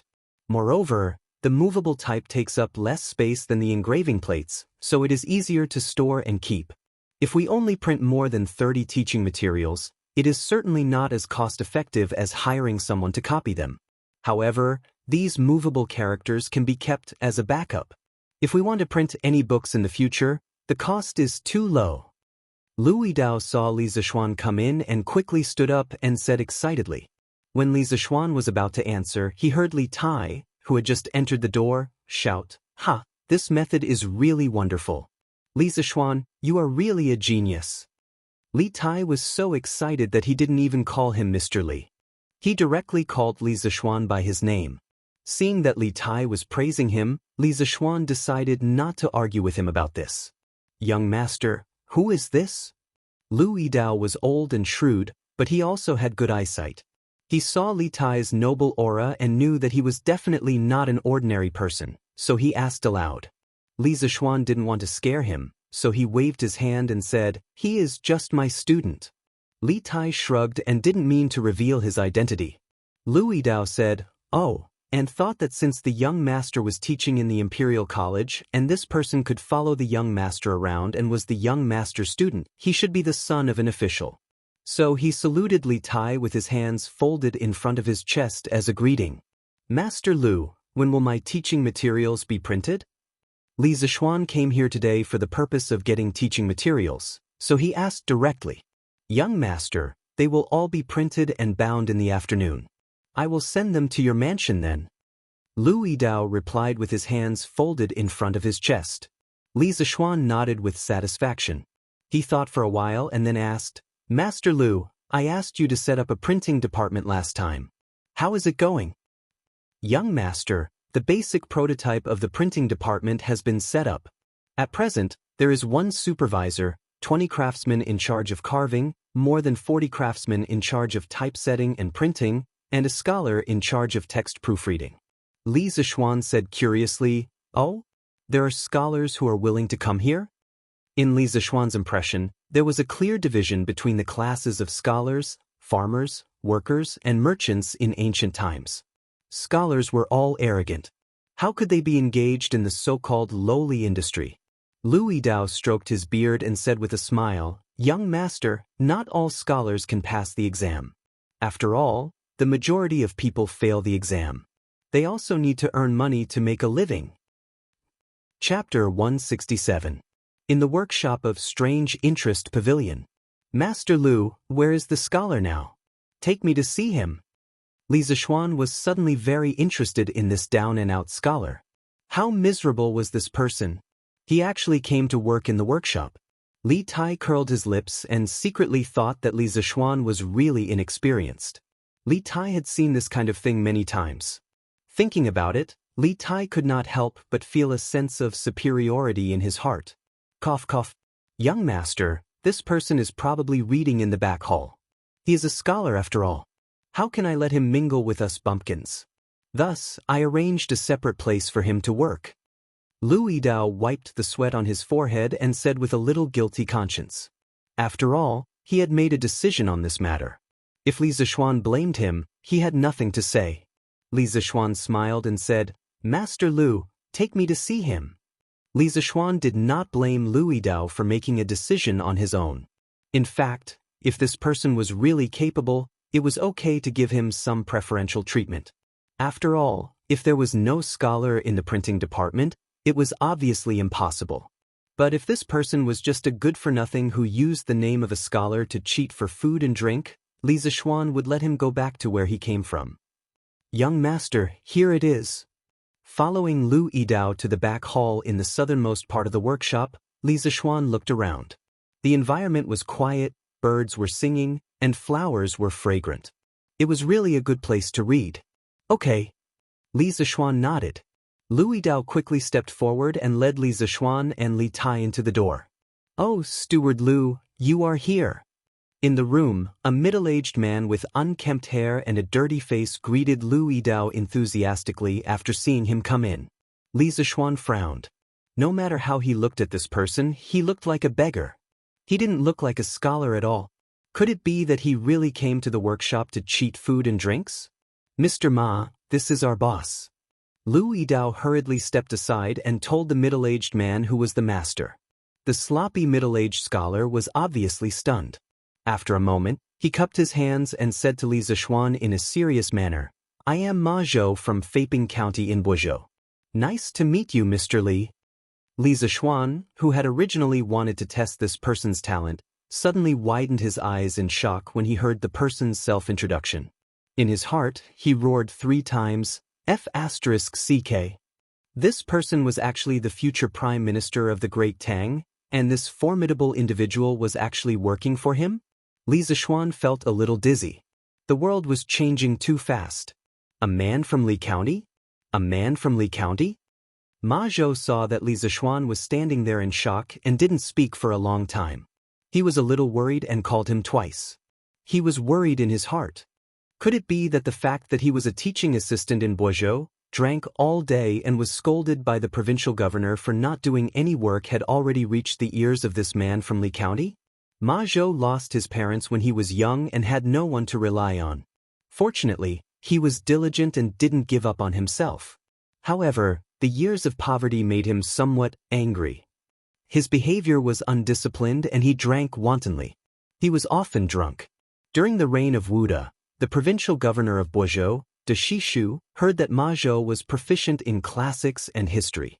He was knowledgeable and talented, so he hired him to be a teaching assistant in Buzhou. However, this fellow's work ethic was obviously problematic. He drank all day and didn't take teaching as his job. He was paid but didn't do any work. He only knew how to drink and look drunk all day. Deceptive reprimanded him a few times, but Ma Zhou didn't change. He still did things his own way. Finally, one day, Ma Zhou drank and messed things up again. Deceptive couldn't take it anymore and heavily reprimanded him. This time, the reprimand was very heavy. Ma Zhou lost face on the spot. Thus, in a fit of anger, he took off his official robe and handed it to his student. He asked him to return the provincial governor's robe. Then he laughed to the sky and left Buzhou. When this fellow left Buzhou, he was very confident. However, when he left Buzhou, he was dumbfounded. He didn't have any money for travel. Fortunately, he met a few important people on the way. After a few turns, he arrived at the capital, Chang. However, his money for travel had already been used up. However, he had to find a job. After finding a few jobs at the academy, he had nothing to do. The money they gave him was too little. It wasn't even enough for him to drink. Thus, this fellow quit his job and continued to look for jobs. As a matter of fact, he happened to come across the workshop of Strange Taste Pavilion. The pay was very generous. Thus, he didn't care about being reserved as a scholar and eagerly ran over. Oh, Mr. Ma, right? How did Mr. Ma recognize me? Li Zishuan reacted and casually asked. Ma Zhou smiled and said, the scooters of Strange Taste Pavilion are not only popular in Cheng, they are also gradually becoming popular in other provinces and counties. The divine plow of curved yuan also originated from Strange Taste Pavilion. It was greatly promoted by the current emperor. Countless people in the world have benefited from it. Nowadays, who doesn't know the name of Strange Taste Pavilion? Who doesn't know the owner of Strange Taste Pavilion? Just now, when Steward Lu called you owner, I guessed that you were the man from Lantian County. Li Zishuan had only asked casually. He didn't expect Ma Zhou to beat around the bush with so many twists and turns. He thought to himself that when this person was smart, he really wasn't vague at all. Mr. Ma is smart. I wonder if Mr. Ma is satisfied with this job? Satisfied. Ma Zhou nodded repeatedly. However, he heard Li Zishuan's tone. It seemed that he had the intention of raising his pay. Then he rolled his eyes and added, it's just that there's no wine to drink in this workshop. It's really a fly in the ointment. Li Zishuan rolled his eyes. In his previous life, he had heard that Ma Zhou was addicted to alcohol. Now, it seemed that it was true. As long as Mr. Ma has real talent and can help me with something, I'm willing to give you some good wine. Li Zishuan purposely kept him in suspense. Ma Zhou's eyes lit up. He thought to himself that there was hope. He quickly asked, is owner's words true? Li Zishuan smiled and said, of course it's true. I wonder if Mr. Ma has heard of Drunken Immortal? If Mr. Ma is willing to do his best to help me, I'll give you an extra pot of Drunken Immortal every month in addition to your salary. How about it? A pot of Drunken Immortal? Ma Zhou couldn't help but swallow a few mouthfuls of saliva. Not only had he heard of Drunken Immortal, he had also smelled it. Of course, he couldn't afford to drink it. When he first came to Chang'an, the first thing he did was to find out where the best restaurant in Chang'an was. In the end, when he arrived at Drunken Immortal, he was dumbfounded when he saw the price of the wine and dishes. With a few hundred copper coins in his wallet, he couldn't even afford a plate of chicken, let alone a liter of Drunken Immortal. Therefore, he could only pretend as if nothing had happened and tell the waiter that he had gone to the wrong place. Then he silently left. When he walked to the door, he suddenly smelled the strong fragrance of wine on the tables of other diners. As a result, this guy couldn't take another step. He stood at the door of Drunken Immortal for the whole day, smelling the Drunken Immortal. At this time, he heard Li Zishuan say that he could provide him with an extra pot of Drunken Immortal every month. His heart trembled a few times. This was worth 50 strings of coins, which was dozens of times more than his basic salary. However, he had never met Li Zishuan before. Why would he give him such a generous offer? After being excited for a while, Ma Zhou immediately calmed down and became vigilant against Li Zishuan. What does owner want me to do? I'll make it clear in advance. Although I'm poor, I will never commit crimes, break the law, or go against reason. No matter how much money you give me, I will never do it. Sweat, the offer was too generous. The other party thought that he had bad intentions. Li Zishuan was sweating in his heart. It was hard to be a good person these days. Mr. Ma, don't worry. What I want you to do is definitely not against the law or against reason. It's just that. Chapter 168. What do you mean? When Ma Zhou heard the first half of Li Zishuan's words, his eyes lit up. However, when he heard that Li Zishuan did not continue, he felt as if 100 claws were scratching his heart. He was annoyed that Li Zishuan was deliberately keeping him in suspense. Li Zishuan smiled and did not answer. Instead, he changed the topic and asked, what do you think of the movable type printing technology in this workshop? When Ma Zhou heard about printing technology, he immediately became excited and said excitedly, of course it's good. That's great. With the movable type printing technology, the cost of books will be greatly reduced. In the future, all the poor scholars in the world will be able to afford to read books. Lord Zhu, you are doing a great deed. Li Zishuan was puzzled and asked, what? Do you mean that books are very expensive now? Scholars can't afford them?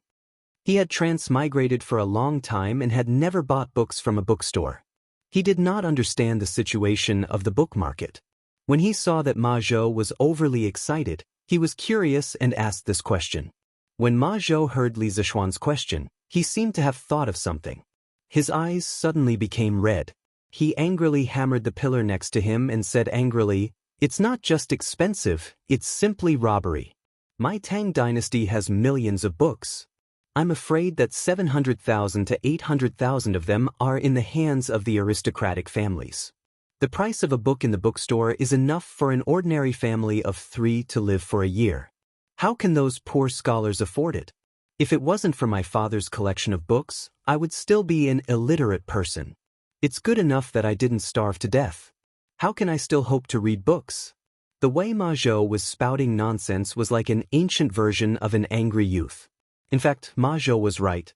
The book trade in the Tang dynasty was very active. Bookstores were all over the country. Because engraving printing was not popular, books were still handwritten. Therefore, the price was relatively expensive. Generally, each volume cost more than 1,000 copper coins. Yi Meng of the Southern Song dynasty summed up the price of books before the Tang dynasty in one word: expensive. He said, "Before the Tang dynasty, all books were written and there was no way to print them.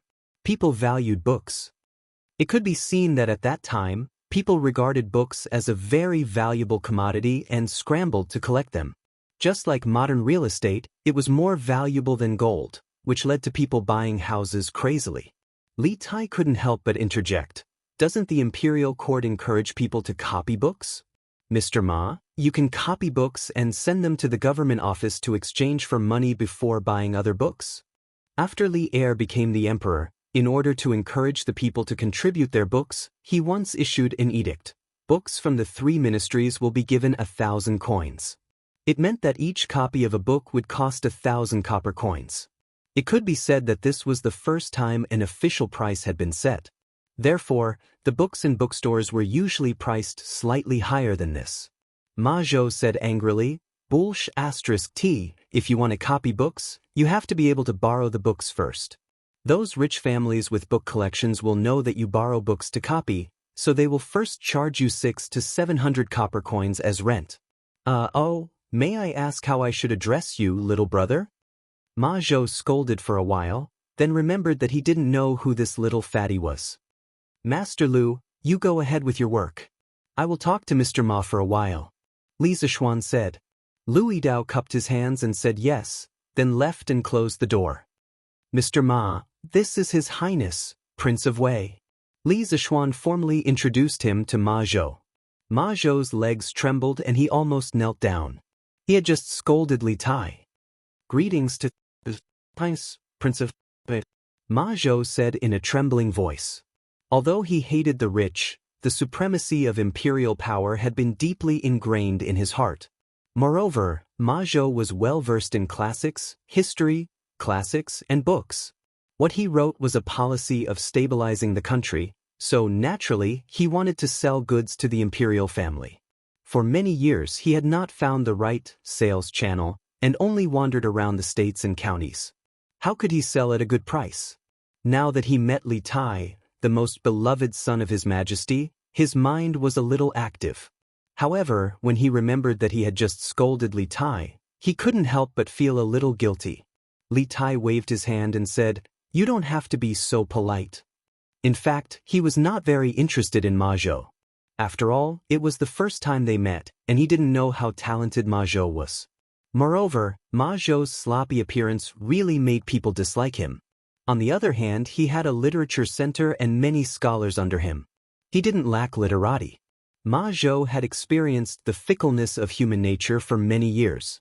Naturally, he could see that Li Tai was not interested in him. He couldn't help but sigh in his heart. It was better to do his job well and not bite off more than he could chew. Li Zishuan smiled and said to Ma Zhou, "Mr. Ma, when I first set up this printing department in the workshop, I thought that it would be more convenient to print books in the future. That's why I invented movable type printing." Ma Zhou and Li Tai were speechless. This was a very strong reason. To set up a printing workshop for the convenience of printing books, how rich must your family be? However, after meeting Mr. Ma today and hearing Mr. Ma's words, I decided to make this printing department bigger and stronger. In the future, the printing department will be renamed the Ministry of Culture. Not only will we print classics, but we will also publish our own books to open the minds of the people. Moreover, I have a way to reduce the cost of paper. The ultimate dream of our Ministry of Culture is to let everyone in the world be able to read and read. Brother Ma, I wonder if you are willing to help me sincerely? Li Zixuan looked at Ma Zhou and said sincerely. These words weren't completely a bluff. Previously, he set up the printing department only for his own convenience. However, now that Ma Zhou was in charge of the printing department, if he still wanted to use the printing department to print books for himself, it would be a waste of Ma Zhou's talent in governing the country. In the future, the printing department must be transformed into a cultural export department. Ma Zhou's eyes widened and his breathing quickened.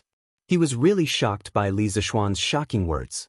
Let everyone in the world be able to read and read. What a great dream this was. Angry youth, angry youth. In addition to being fond of scolding others, he also had a characteristic of being impulsive. Ma Zhou lived up to his name as an angry youth. I'll do it. As long as I can let everyone in the world be able to read and read, Lord Zhu, even if you don't give me a single salary, I, Ma Zhou, will do it. At this moment, Ma Zhou had completely forgotten about the ethics of being a scholar and not engaging in a lowly profession. He just wanted to roll up his sleeves and go all out. Good. Brother Ma, you are so bold. Don't worry, with me here, this dream is definitely not just a dream. One day, it will be realized by us. Brother Ma, not only will you be famous for thousands of years, you will also be rich. Li Zixuan's heroic spirit rose as he laughed heartily. Li Tai looked envious and interrupted, Sir, why don't you count me in? Tai has many scholars under him. Perhaps they can help you. As a member of the royal family, Li Tai also had his own position. Li Tai was now wantonly suppressing the aristocratic families and promoting poor officials. Therefore, Li Tai himself did not like people from aristocratic families. Li Zixuan's Ministry of Culture was a very good weapon to deal with aristocratic families. Li Zixuan did not think about these twists and turns. He thought for a moment and nodded. Okay, then I will give Xianxia 30% of the Ministry of Culture shares. Xianxia, remember to bring 3,000 strings of cash to buy shares in the future. Selling books at a low price would affect the interests of many people. Li Zixuan wanted to pull a prince into the car as a shield. Li Tai vomited blood and said, 3,000 strings of cash? Why don't you go rob someone? I can send a few scholars to help you. Can you ask for less money? Li Zixuan waved his hand and said, There's no need. Brother Ma's talent alone is enough. Xianxia, if you think it's too expensive, then forget it. Master will go find Gao Ming. I think Gao Ming will be willing. Nonsense, if Ma Zhou could be a thinker, how could he not be talented? He did not care about the scholars under Li Tai. Maybe they would all be arrogant and not do anything when they came. I am willing. Brother Zixuan, I am willing to pay 3,000 strings of cash for 30% of the shares. Li Qingxian's shout came from outside the door. Li Zixuan was speechless. Speak of the devil, Li Qingxian must have been eavesdropping outside for a while. As soon as he finished speaking, Li Qingxian pushed the door open and entered. He then looked at Li Zixuan excitedly. Chapter 169. A few days ago, Li Zixuan heard that Li Zixuan had created a new type of mathematics in the Imperial College. Furthermore, Li Tai had also received praise from Li Er for this. Thus, he wanted to come to Yongla Lane to look for Li Zixuan for a textbook to see what this new type of mathematics was all about. In the end, he was informed by the Li residence's servants that Li Zixuan was in the workshop. Thus, he came looking for him. Some of the old people in the workshop knew Li Qingxian, so no one dared to stop him. They even pointed the way for him. When Li Qingxian arrived at the back hall, he happened to hear Li Zixuan's bold words. Then he heard about the investment and hurriedly called out. If it were 2 months ago, he definitely wouldn't have been able to take out 3,000 strings of cash. However, he had 30% of the shares in Strange Interest Pavilion. Last month's dividends amounted to more than 2,000 strings of cash. Now, he could be considered to be quite wealthy. After tasting the benefits, Li Zishuan needed someone to work with. How could Li Qingqian refuse? Li Tai glared at him and said, "Big brother, I came here first. How can you snatch it from me?" Li Qingqian smiled and said, "Isn't it because you think it's expensive, Qingke? I can only do it for you." Ma Zhou's legs trembled and he almost peed himself. Another great person had come. He couldn't help but think that his boss's background was really strong. "Student Ma Zhou greets Your Highness the Crown Prince."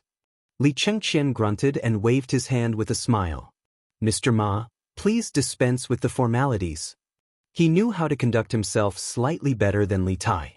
When he heard Li Zishuan's tone outside the door, he seemed to be very respectful to Ma Zhou. Thus, he also gave some face to Li Zishuan and addressed Ma Zhou as Mr. Ma Zhou. Ma Zhou was instantly overwhelmed by the favor. To be addressed as Mr. by the current crown prince was such an honor. Li Tai said unhappily, "Who says I think it's expensive? Isn't it just 3,000 strings of cash? I can afford it, Mr. Li. I'll get someone to send 3,000 strings of cash over tomorrow." Since young, the little fatty had always liked to compete with his big brother, Li Qingqian. At this time, how could he be willing to fall behind? He calculated in his mind. If the Prince of Wei's residents were to raise money from everywhere, they should be able to gather 3,000 strings of cash. If that was not possible, they could also sell some books. When Li Qingqian heard this, he said anxiously, "Little Xian, you can't favor one and discriminate against the other. This solitude is also willing to fork out money to cooperate." Li Zishuan shook his head and laughed. "Your Highness, why are you here today?" Li Qingqian was a little embarrassed. After all, he had been eavesdropping outside for a while. "Ahem, I originally wanted to borrow a textbook from you today to see your new mathematics. I didn't expect you to not be at home, so I came here to look for you." Li Zishuan nodded, thought for a moment, and said, "Since both your highnesses want to participate, how about this?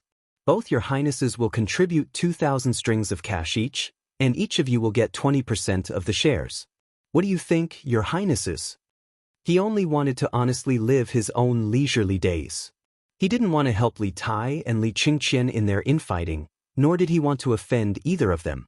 Of course, if possible, Li Zishuan hoped that the two of them could live in harmony. Li Tai and Li Qingqian looked at each other. They both knew that this was probably the best solution, so they nodded in agreement. "Okay, then this department will be officially named Qitzu Culture. The three of us will be in charge of it. I hope that everyone will work together to make all the people of the Tang Empire able to afford to read as soon as possible." But no matter what grudges the two of them had before, now that they had a common interest, they could not help but be of one mind. "Next, I will be in charge of improving the paper-making technology and reducing the cost of paper. Qingke heard that you have a rich collection of books. Tomorrow, Brother Ma will go to your place to choose dozens of fine books. We will first print these books and sell them. I'll buy a store next to the Strange Interest Pavilion to sell books." Li Zishuan thought for a moment and said. Li Tai smiled and said, "Okay, I will go back today and tell the servants. Ma Zhou, you just need to come over tomorrow." Ma Zhou cupped his hands and said to Li Tai, "Thank you, Your Highness." Li Zishuan took 2 steps and said, "In addition to printing some unique copies of ancient books, we also have to produce our own books. Relatively speaking, this is a huge project. Let me tell you an idea first, you can refer to it." Li Chengqian asked curiously, "Xiaoxian, you plan to write the books yourself?" Li Zishuan nodded and said, "Currently, the aristocratic families control most of the education resources. If the children of ordinary families want to read and write, they have to pay a high price. I plan to organize people to produce a dictionary to teach people how to read and write." Li Tai smiled and said, "Mr. Li, the book you mentioned already exists. Now, every bookstore sells Shuo Wenjie."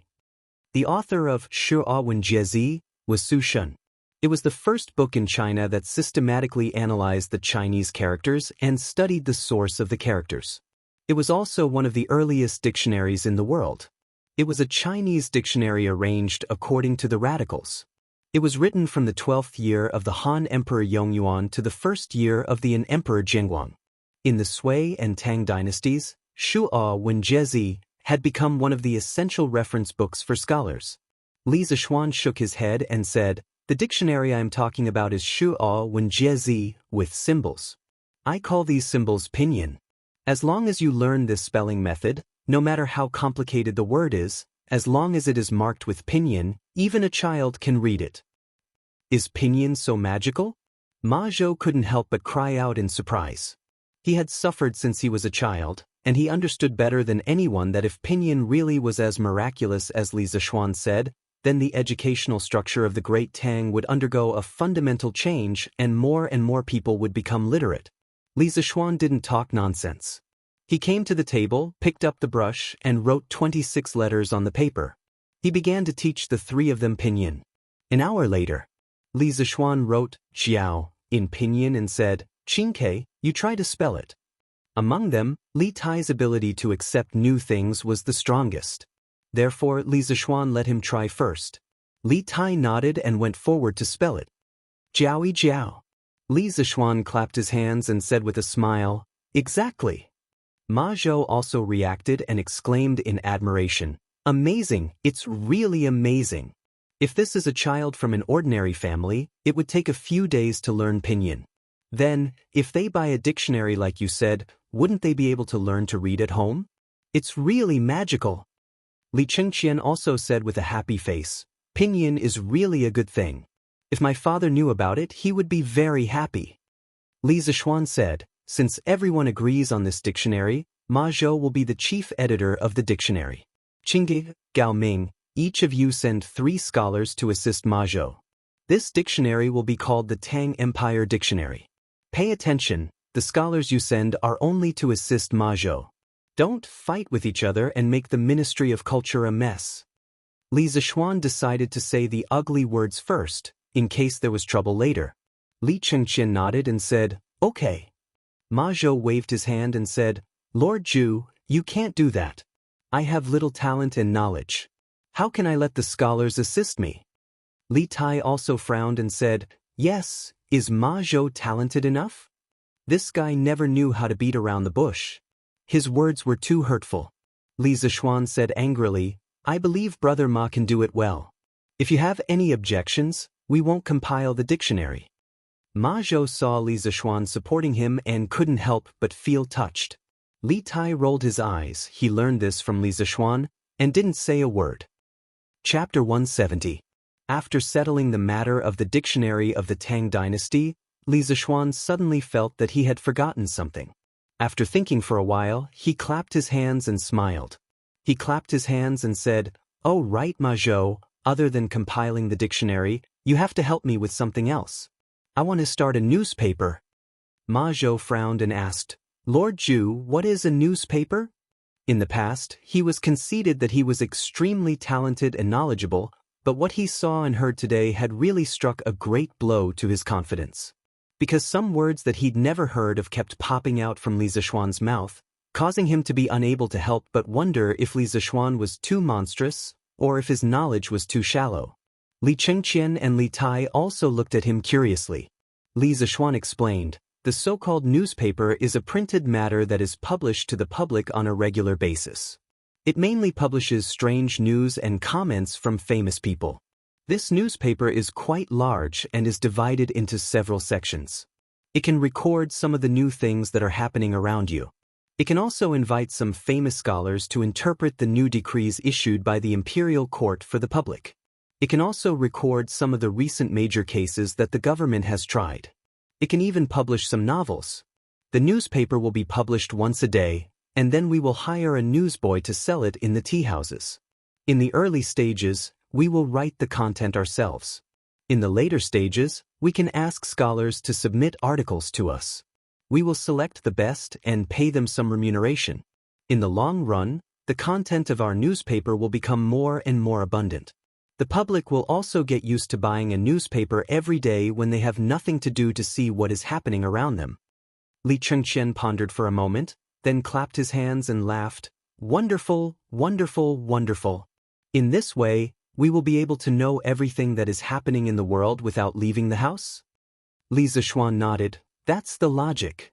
Li Tai laughed. This is good, this is good. This way, we can read novels in the newspaper in the future. Li Zishuan was speechless. He was worried that once the newspaper was published, the Prince of Wei would become a shut-in who only knew how to read novels every day. Ma Zhou cupped his hands and said, Don't worry, Lord Zhu. This Ma will handle this matter as soon as possible. Li Zishuan thought about it again and said, Brother Ma, you can put more effort into the other sections. I'll be in charge of writing the novel section first. You'll have to work hard for the next few days. Write down the content I just mentioned and give it to me. I'll do the typesetting for the first issue. For the next few issues, you just have to copy it. Ma Zhou was just about to agree when Li Chengqian beat him to it. Little Xian, you have a new novel? Li Zishuan nodded and said, I just started writing it recently. It's called The Legend of a Mortal's Journey to Immortality. Here, this is the manuscript. As he spoke, he took out a stack of manuscripts from his sleeve. His other purpose for coming here today was to ask Lu Yidao to arrange for someone to print the first few chapters of the novel, and then sell it as a serial book. As a result, now that he had Ma Zhou, Li Zishuan planned to create big news and directly launch a newspaper. He believed that with the addition of this wonderful novel in the early stages, the sales of the newspaper would definitely get better and better. Li Chengqian hurriedly took it excitedly and glanced at it. He immediately exclaimed, Wow, I haven't seen you for a few days. Little Xian, your handwriting has become so good? Oh no, why does this handwriting look a little familiar? Li Tai smiled proudly and said, I wrote this myself. Of course my handwriting is good. Calligraphy was one of Li Tai's strengths that he was proud of. At this time, when he heard Li Chengqian's praise, the little fatty couldn't help but grin even though he usually didn't get along with his big brother. Oh no wonder, no wonder. Qingke, your calligraphy has improved again. Li Chengqian nodded in understanding and casually praised Li Tai. As the big brother, he still had this kind of bearing. Ha, you flatter me. The little fatty's face was full of pride. He didn't know the meaning of modesty at all. Li Chengqian smiled and looked at the thick stack of manuscripts in his hands. He thought for a moment and said, Little Xian, I wonder if I can take these manuscripts back to read? He wanted to read them now, but with so many manuscripts, it was obvious that he wouldn't be able to finish reading them in a short period of time. He could only take them back and read them slowly. Li Zishuan nodded and said, Yes, Your Highness. Just remember to send someone to deliver them after you've finished reading them. But the few of them discussed the future direction of strange culture. Li Tai and Li Chengqian said goodbye. The two of them usually had a lot of things to do. They weren't like Li Zishuan, the rich second generation, who could wander around all day. At this time, only Li Zishuan and Ma Zhou were left in the room. Li Zishuan smiled and asked, Brother Ma, are you more confident now? Ma Zhou laughed heartily and said, Of course. I really didn't expect Lord Zhu to be able to get in touch with the Crown Prince and Prince Wei. With the help of the two of you, our strange culture will definitely succeed. Li Zishuan nodded and looked into Ma Zhou's eyes for a while before saying he stared at them for a while and said, Brother Ma, if this succeeds, not only will you and I be famous for eternity, but you will also have a bright future and wealth in the future. I hope Brother Ma can settle down and do things honestly before strange culture takes off. Don't think about anything else. Ma Zhou's heart trembled. He knew that Li Zishuan's words were a warning to him. He didn't expect Li Zishuan to see through his previous thoughts. He quickly cupped his hands and said, Lord Zhu is right. I will definitely do my best. He also understood that he had nothing now. Prince Wei and the Crown Prince would definitely look down on him. Li Zishuan could help him now. No matter what, he had to be worthy of Li Zishuan. Instead of going out to curry favor with others, it was better to stay here and do a good job. When the time came and his name was known, he wouldn't have to worry about his future. Li Zishuan nodded with satisfaction. He walked to the table and pondered for a moment. He said, I wonder if Brother Ma has a family in Chang'an? Ma Zhou sweated and said, Cough, cough. I have been poor since I was young. I haven't married yet. Li Zishuan was speechless. Ma Zhou looked like he was at least 26 or 27 years old. In modern times, there was no problem.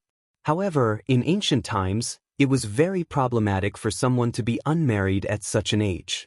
Alas, he could only blame himself for not caring about his appearance. His image was too poor. Then where is brother Ma staying now? Ma Zhou was even more embarrassed. He coughed embarrassedly and said, "Cough, cough, cough. I used to stay in an inn. However, I used up all my traveling expenses a few days ago. I've been staying here for the past 2 days." Li Zishuan looked around. There wasn't even a bed in the room. This Ma Zhou probably slept on the table at night. The future prime minister of the Tang Empire was actually living such a miserable life. Li Zishuan frowned and said, "How can this be? I'll ask Faubert to rent a house near the workshop for brother Ma. A person can only work more efficiently when he has a good rest." Ma Zhou hurriedly cupped his hands and thanked him gratefully. After chatting with Ma Zhou for a while, Li Zishuan pushed the door open and left. Chapter 171. After exiting the back hall, he bumped into Faubert. Li Zishuan briefly told him about the newly established Strange Culture Department and asked him to cooperate with Ma Zhou's work more in the future. He also repeatedly told him to improve Ma Zhou's treatment so that he could work in the workshop with peace of mind. After explaining, Faubert gave Li Zishuan 2 things. One was a horseshoe, and the other was the blood transfusion syringe that Li Zishuan asked him to make a long time ago. "Young master, this is the horseshoe and syringe that you asked me to make before. This horseshoe is quite easy to make, just follow the blueprint. As for the syringe and needle, I tried my best, but this is the best I could make." Faubert handed the things to Li Zishuan and said with a bitter smile. Li Zishuan took a look and suddenly his forehead was full of black lines. This F***king needle was almost as thick as a matchstick. Was it trying to stab someone to death? If it was a little thicker, it would be almost as thick as a human's blood vessel. The syringe was nothing to complain about. In this era, there was no rubber. Li Zishuan also thought for a long time before he suggested Faubert to wash the animal intestines, sterilize it with alcohol, and then rinse it with distilled water. Then connect it to the syringe to replace the syringe. His previous set of equipment could not only be used to concentrate wine, but also to make distilled water. Li Zishuan also understood that the process of making this set of blood transfusion equipment was very troublesome. After all, every step had very strict requirements for the operator. It could not be contaminated. Therefore, he never urged Faubert for so long. But now, this syringe really made him a little dissatisfied. "Faubert, can this syringe be thinner? Like the thickness of an embroidery needle?" Li Zishuan asked somewhat unwillingly. Faubert smiled bitterly. "Young master, this is already the thinnest needle we can make. Don't think that embroidery needles can be made very thin. They are made with an iron rod and then slowly polished. Your needle is made with an iron pipe and then polished. At most, it can only be this thin. If it is any thinner, I'm afraid it will break in the middle." Li Zishuan did not want to force Faubert anymore. In the end, the industrial foundation was too weak. Many professional mechanical equipment workshops did not have, and it was all done by hand. It was not bad to be able to make it like this. If it was painful, then so be it. He believed that Faubert should be able to endure this pain. "All right then. Thanks for your hard work, Faubert." Li Zishuan waved his hand, took the horseshoe and syringe, and went home. When he got home, Li Zishuan went straight to his study to prepare a set of papermaking equipment. The current papermaking technology of the Tang Dynasty was still passed down from the improved papermaking technology of the Eastern Han Dynasty. At that time, he used tree bark, hemp, rags, fishing nets, and other raw materials to make paper. Compared to the paper made from plant fibers before the Eastern Han Dynasty, the cost of this paper was indeed much cheaper. However, because the papermaking process was completely manual, the cost was still very high, and it was not something that ordinary people could afford. In the relevant history books of the Tang Dynasty, it was recorded that Huai Su practiced calligraphy with a wooden board and became a master of cursive calligraphy. When Bai Ji was young, he wrote one stroke at a time. He did not dare to be careless because a piece of paper was a few days' worth of food. Thus, it could be seen that the price of paper in the Tang Dynasty was still very high. Li Zishuan planned to draw a set of long net papermaking machine. This was a patent that the British brothers Fourlinear bought from the inventor of the paper-making machine and gave it to Tang Jin to improve the design. In 1803, they successfully made the first long net paper-making machine that could make paper, also known as the Fourlinear paper-making machine. Its main feature was that it had a conveyor belt-shaped part made up of endless nets. It was composed of the wet part, including the headbox, shaper and press part, and the dry part, drying, calendaring, and coiling. At that time, the power source of this paper-making equipment relied on the steam engine that had improved. However, with the current industrial foundation of the Tang dynasty, there were still many difficulties in making a steam engine. Therefore, Li Zishuan made some changes. In the transmission and refining parts, some linkage structures were added so that this part could be replaced by animal power. Compared to the current traditional papermaking workshop, not only would the speed and efficiency of papermaking be greatly improved, but the cost would also be lower. For other people, drawing such a complicated set of blueprints would take at least 2 to 3 days. However, Li Zishuan was different. He had abnormal mental strength that exceeded that of ordinary people, as well as skillful control of his strength. When he drew the blueprints, he did not stop at all. He was completely like a printing machine. After nearly 2 hours, Li Zishuan finally straightened his body. He shook his sore wrist and let out a long breath. Looking at the stack of blueprints in front of him, he smiled with satisfaction. Then he called San Bao and asked him to send it to the workshop and pass it to Faubert. "Young master, you told me not to let anyone disturb you while you were drawing. In the end, you were drawing until now. You didn't even have lunch. I'll get the kitchen to cook for you." At this time, Xiaoxi ran over and said with a distressed expression. Only then did Li Zishuan look at the sky. It was already past lunchtime. He then remembered that when he came back, he did tell Xiaoxi not to let anyone disturb him while he was drawing. Who knew that he had been drawing for so long that he even forgot to eat lunch? His stomach also let out 2 goo-goo sounds of protest. "Sigh, I'm not qualified to be a rich second generation. How can a rich second generation starve?" Li Zishuan criticized himself in his heart. He looked at Xiaoxi's beautiful face and said, "Okay, Xiaoxi, go quickly. I'm starving." Xiaoxi obeyed and left. Li Zishuan admired the little girl's delicate back and could not help but sigh. "It's so good to have a little girl like her by my side. Clothes will be handed to me, food will be served to me. The most important thing is that she's beautiful.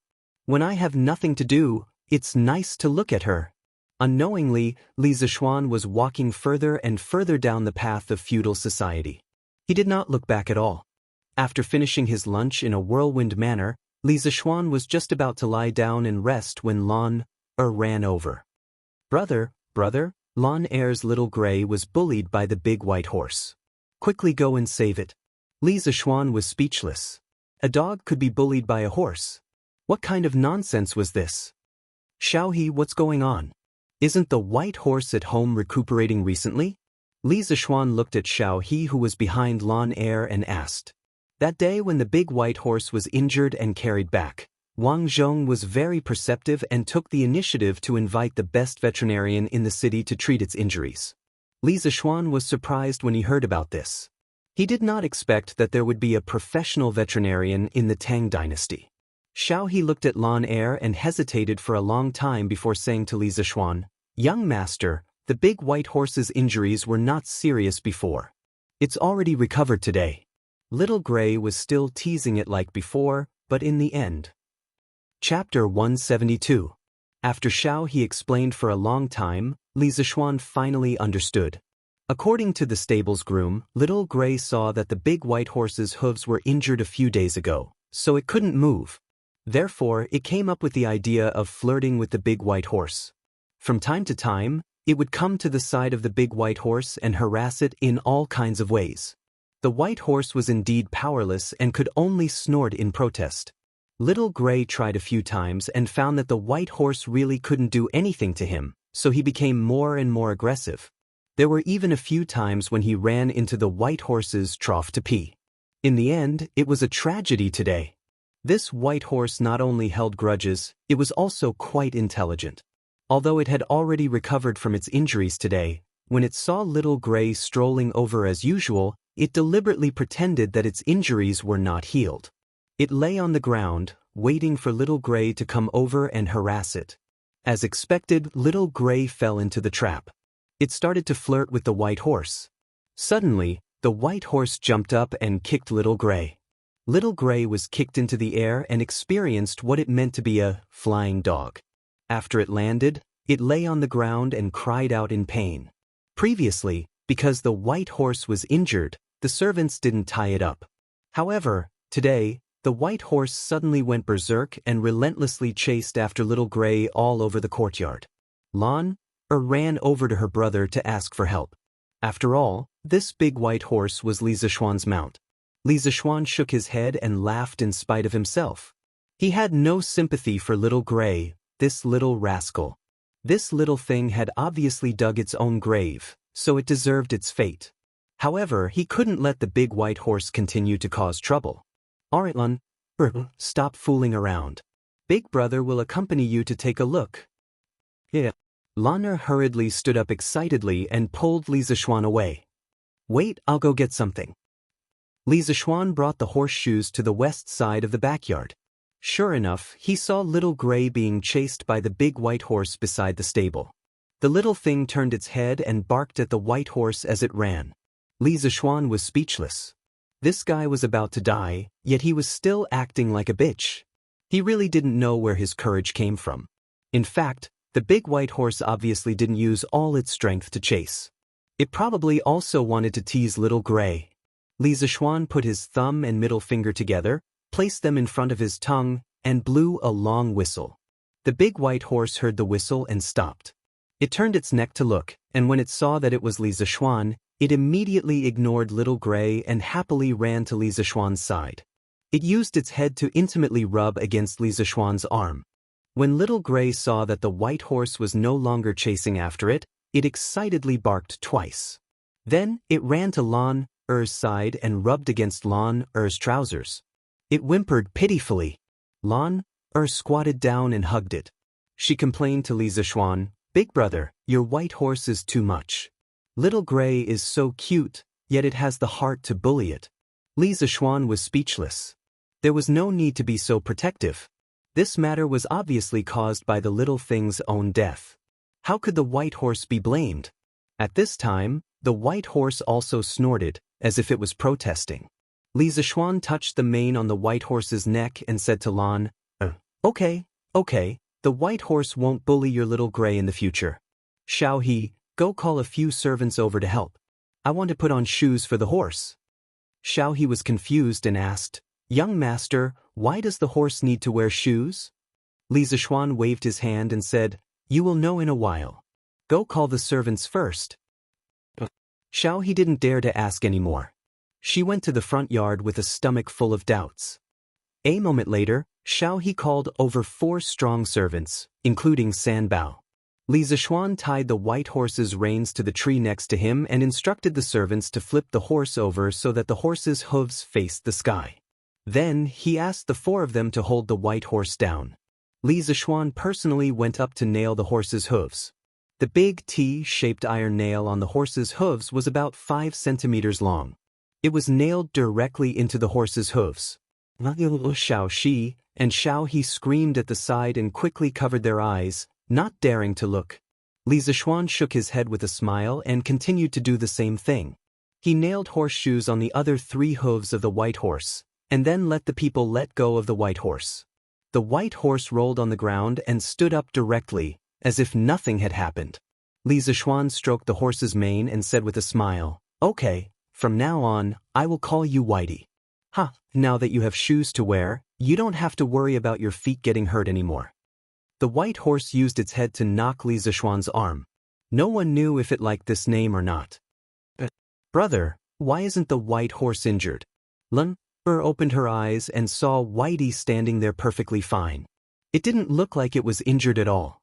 She couldn't help but ask curiously. Li Zishuan stroked Lan Er's little head and said with a smile, "Of course it's fine. Brother is just putting on shoes for it, not killing it." In fact, the dark part of the horse's hooves was a very thick layer of hard cuticle. There were no nerves or blood vessels in it, so the horse didn't feel any pain at all. The reason why Whitey was injured on the road last time was mainly because it was running too fast. The vines directly pierced through the cuticle and hurt its flesh. Lun made an "oh" sound, but still didn't understand. But why is brother putting on shoes for it? Then why do you have to wear shoes? It hurts my feet if I don't wear shoes. If a horse doesn't wear shoes for a long time, it will also hurt its feet. Whitey was injured because of this last time. After wearing shoes, Whitey can run on all kinds of terrain and won't have to worry about pricking its feet anymore. In fact, the hard cuticle on a horse's hooves was equivalent to a human's fingernail. Naturally, the fingernail would be worn down when the foot rubbed against the ground. However, the fingernail would also continue to grow, so a natural balance was maintained. If a human broke this balance, for example, by keeping a horse in a soft field, the fingernail would grow wildly. At this time, if a horse was loaded with heavy objects and ran for long distances, its fingernail would be quickly worn down and split open.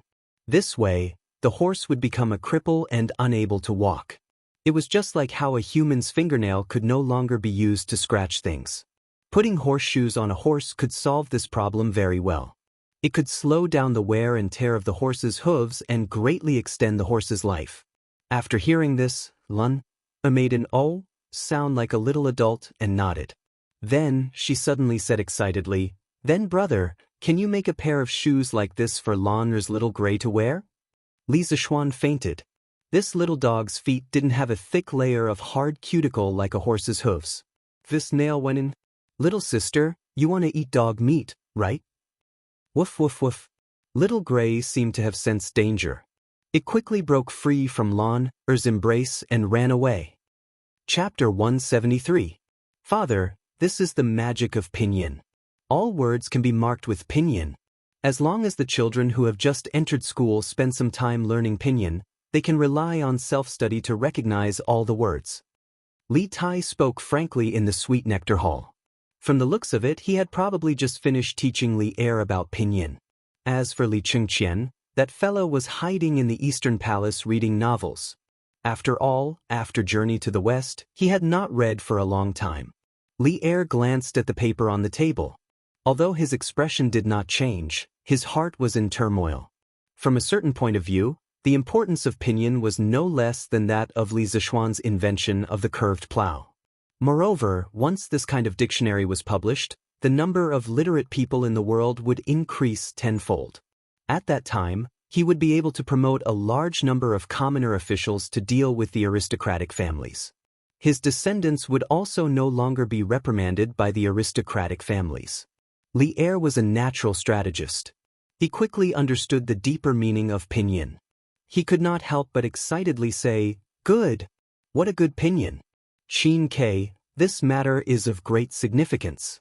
You and Xingqian must pay attention. If you do not have enough people, we can have Kongingda transfer a group of professors from the Imperial College to assist you." Li Tai smiled and said, "Many thanks, father, but I and Big Brother have more than enough people." The father and son chatted for a while more before Li Tai clasped his hands and excused himself. He also had to go back and choose people to help Ma Zhou write the dictionary. Li Er looked at Li Tai's plump back and smiled warmly. A moment later, his eyes suddenly focused and he said, "Zhao Song." "Present. Send someone to hurry Li Zishuan. Why hasn't he presented the locust control strategy we had him write last time? Could it be that this kid forgot?" Li Er said, somewhat exasperated that Zhao Song had failed to meet his expectations. "Yes, father." Zhao Song held back his laughter and slowly retreated. He had never seen anyone who dared to stand Li Er up. However, Li Er only reprimanded him and did not punish him. From this, it could be seen that Li County's male emperor favored him greatly. The moon hung in the treetops, and the occasional meowing of a few cats on the roof could be heard. In the western courtyard of the Li residence, the study was still brightly lit. Xiaoxi was waiting on Li Zishuan as she gracefully grinded the noodles for him. The candlelight shone on the little girl's beautiful face, making her look even prettier. The fragrance of a girl who had just finished bathing also filled the air. In the dead of night, the candlelight shone brightly. A single man and a single woman were in the same room, but there was no ambiguous atmosphere. Li Zixuan also did not experience the pleasure of having a beautiful woman join him. He was bent over a few tables and writing at a rapid speed. In the afternoon, Li Er sent a eunuch over to Li Zixuan to urge him to write, which gave Li Jingma and his wife a big fright. Li Zixuan's father sternly scolded Li Zixuan and told him that no matter what, he had to write the memorial that Li Er requested. Although Mrs. Li loved her son, on this matter, she still chose to stand on the same side as her husband. Li Zixuan was embarrassed by the scolding. If the eunuch did not rush him today, he would have forgotten that Li Er asked him to write a detailed plan for curing locusts. You can't blame me for this. I have been busy with classes recently. In the study, Li Zixuan wrote while venting his resentment in his heart. Swish, swish, swish. Only the sound of the brush rubbing against the paper and the light breathing of the two people could be heard in the room. After half an hour, Li Zixuan put away his brush and stretched his waist. He laughed and said, it's done. Xianxia, let's sleep. Young master, young mistress is not married yet? How can you do this? Xiaoxi's hand that was grinding the ink trembled. Her other hand quickly covered her chest as she said anxiously with a blushing face. Cough cough, I meant to say that we should go back to our own rooms to sleep. Little girl, what are you thinking? Do you want to sleep with me so badly? Li Zixuan placed his hand on his forehead and was speechless. However, when he saw Xiaoxi's blushing face, he suddenly had the intention to tease her. No way. Xiaoxi was anxious. She quickly packed up her ink slab and brush and was about to run away. Li Zixuan laughed behind her. Xiaoxi, don't forget to get someone to send this memorial to the palace tomorrow. I know. Look, this, The Legend of a Mortal's Journey. Although the beginning is plain and not as exciting as Journey to the West, the more you read, the better it gets. I feel like I am like Han Li, embarking on the long and difficult path of cultivation. In the East Palace, Li Chengqian held the manuscript of The Legend of a Mortal's Journey and praised it. After a few minutes, he said in annoyance, Why is it gone? This mysterious little bottle just came out and it's gone? Did Li Zixuan purposely stop writing at this point? Li Chengqian's annoyed look was similar to how people in the modern world would feel when they met some unscrupulous author and the story was cut off at the climax. The helplessness of love and hate. However, you can't blame Li Zixuan for this. He wrote 20 to 30 chapters in half a day. It's already very productive, all right? What else do you want? Your Highness, it's getting late. You should rest. Li Chengqian's personal maid carefully bowed and said. Li Chengqian looked at the sky and nodded. He handed the manuscript to the maid and said with a smile, All right, I'll go to sleep now. Yan Er, call a servant tomorrow and have him send this manuscript to Ma Zhou of the Strange Taste Pavilion Workshop. After reading more than 20 chapters of The Legend of a Mortal's Journey, Li Chengqian still wanted more. However, at the same time, he was also looking forward to Ma Zhou quickly producing the newspaper. When that time came, everyone in Chang and would be trapped like him. It was so hard to wait for a new chapter. Li Chengqian's mentality of wanting to drag everyone down with him was very similar to those unscrupulous readers in the modern world who had been tricked many times. Yan Er took the manuscript and hurriedly bowed and said, Yes. The next day, after breakfast, Li Zixuan and Iron Egg went out of the house to school. Lan Er had a temper when she woke up today and didn't come with them. Li Zixuan didn't force her. When Lan Er cried and shouted that she wanted to go to the Imperial College to attend classes, Li Zixuan had already guessed that this little girl would slack off for 3 days and dry her net for 2 days. Although this little girl didn't persist for 3 days, it didn't matter. He didn't expect this little sister of his to be knowledgeable and become the top scorer in the exams. Iron Egg carried more than 30 textbooks and walked behind Li Zixuan with difficulty. This couldn't be considered as Li Zixuan abusing a child, okay? This was also a kind of training for Iron Egg. After all, Iron Egg had persevered for so many days. He could still carry this weight. Oh, sir. Hello, sir. As soon as Li Zixuan entered the Imperial College, he happened to meet 2 students from the School of Mathematics and Mathematics. Being greeted respectfully by the students made Li Zixuan feel a little smug. His vanity was greatly satisfied. He clasped his hands behind his back and pretended to be a master. He nodded pretentiously and said, Then he directly passed by them and rushed to the School of Mathematics and Mathematics. Senior Iron Egg, come here, let me help you carry the books. Let me help you too. The two students were shocked by Li Zishuan's arrogance. After a while, they came back to their senses. Seeing that Iron Egg had memorized so many books, they hurriedly came over to help. This was Sir's first core disciple. If they had a good relationship with him, they might be able to get some exam questions from him in the future.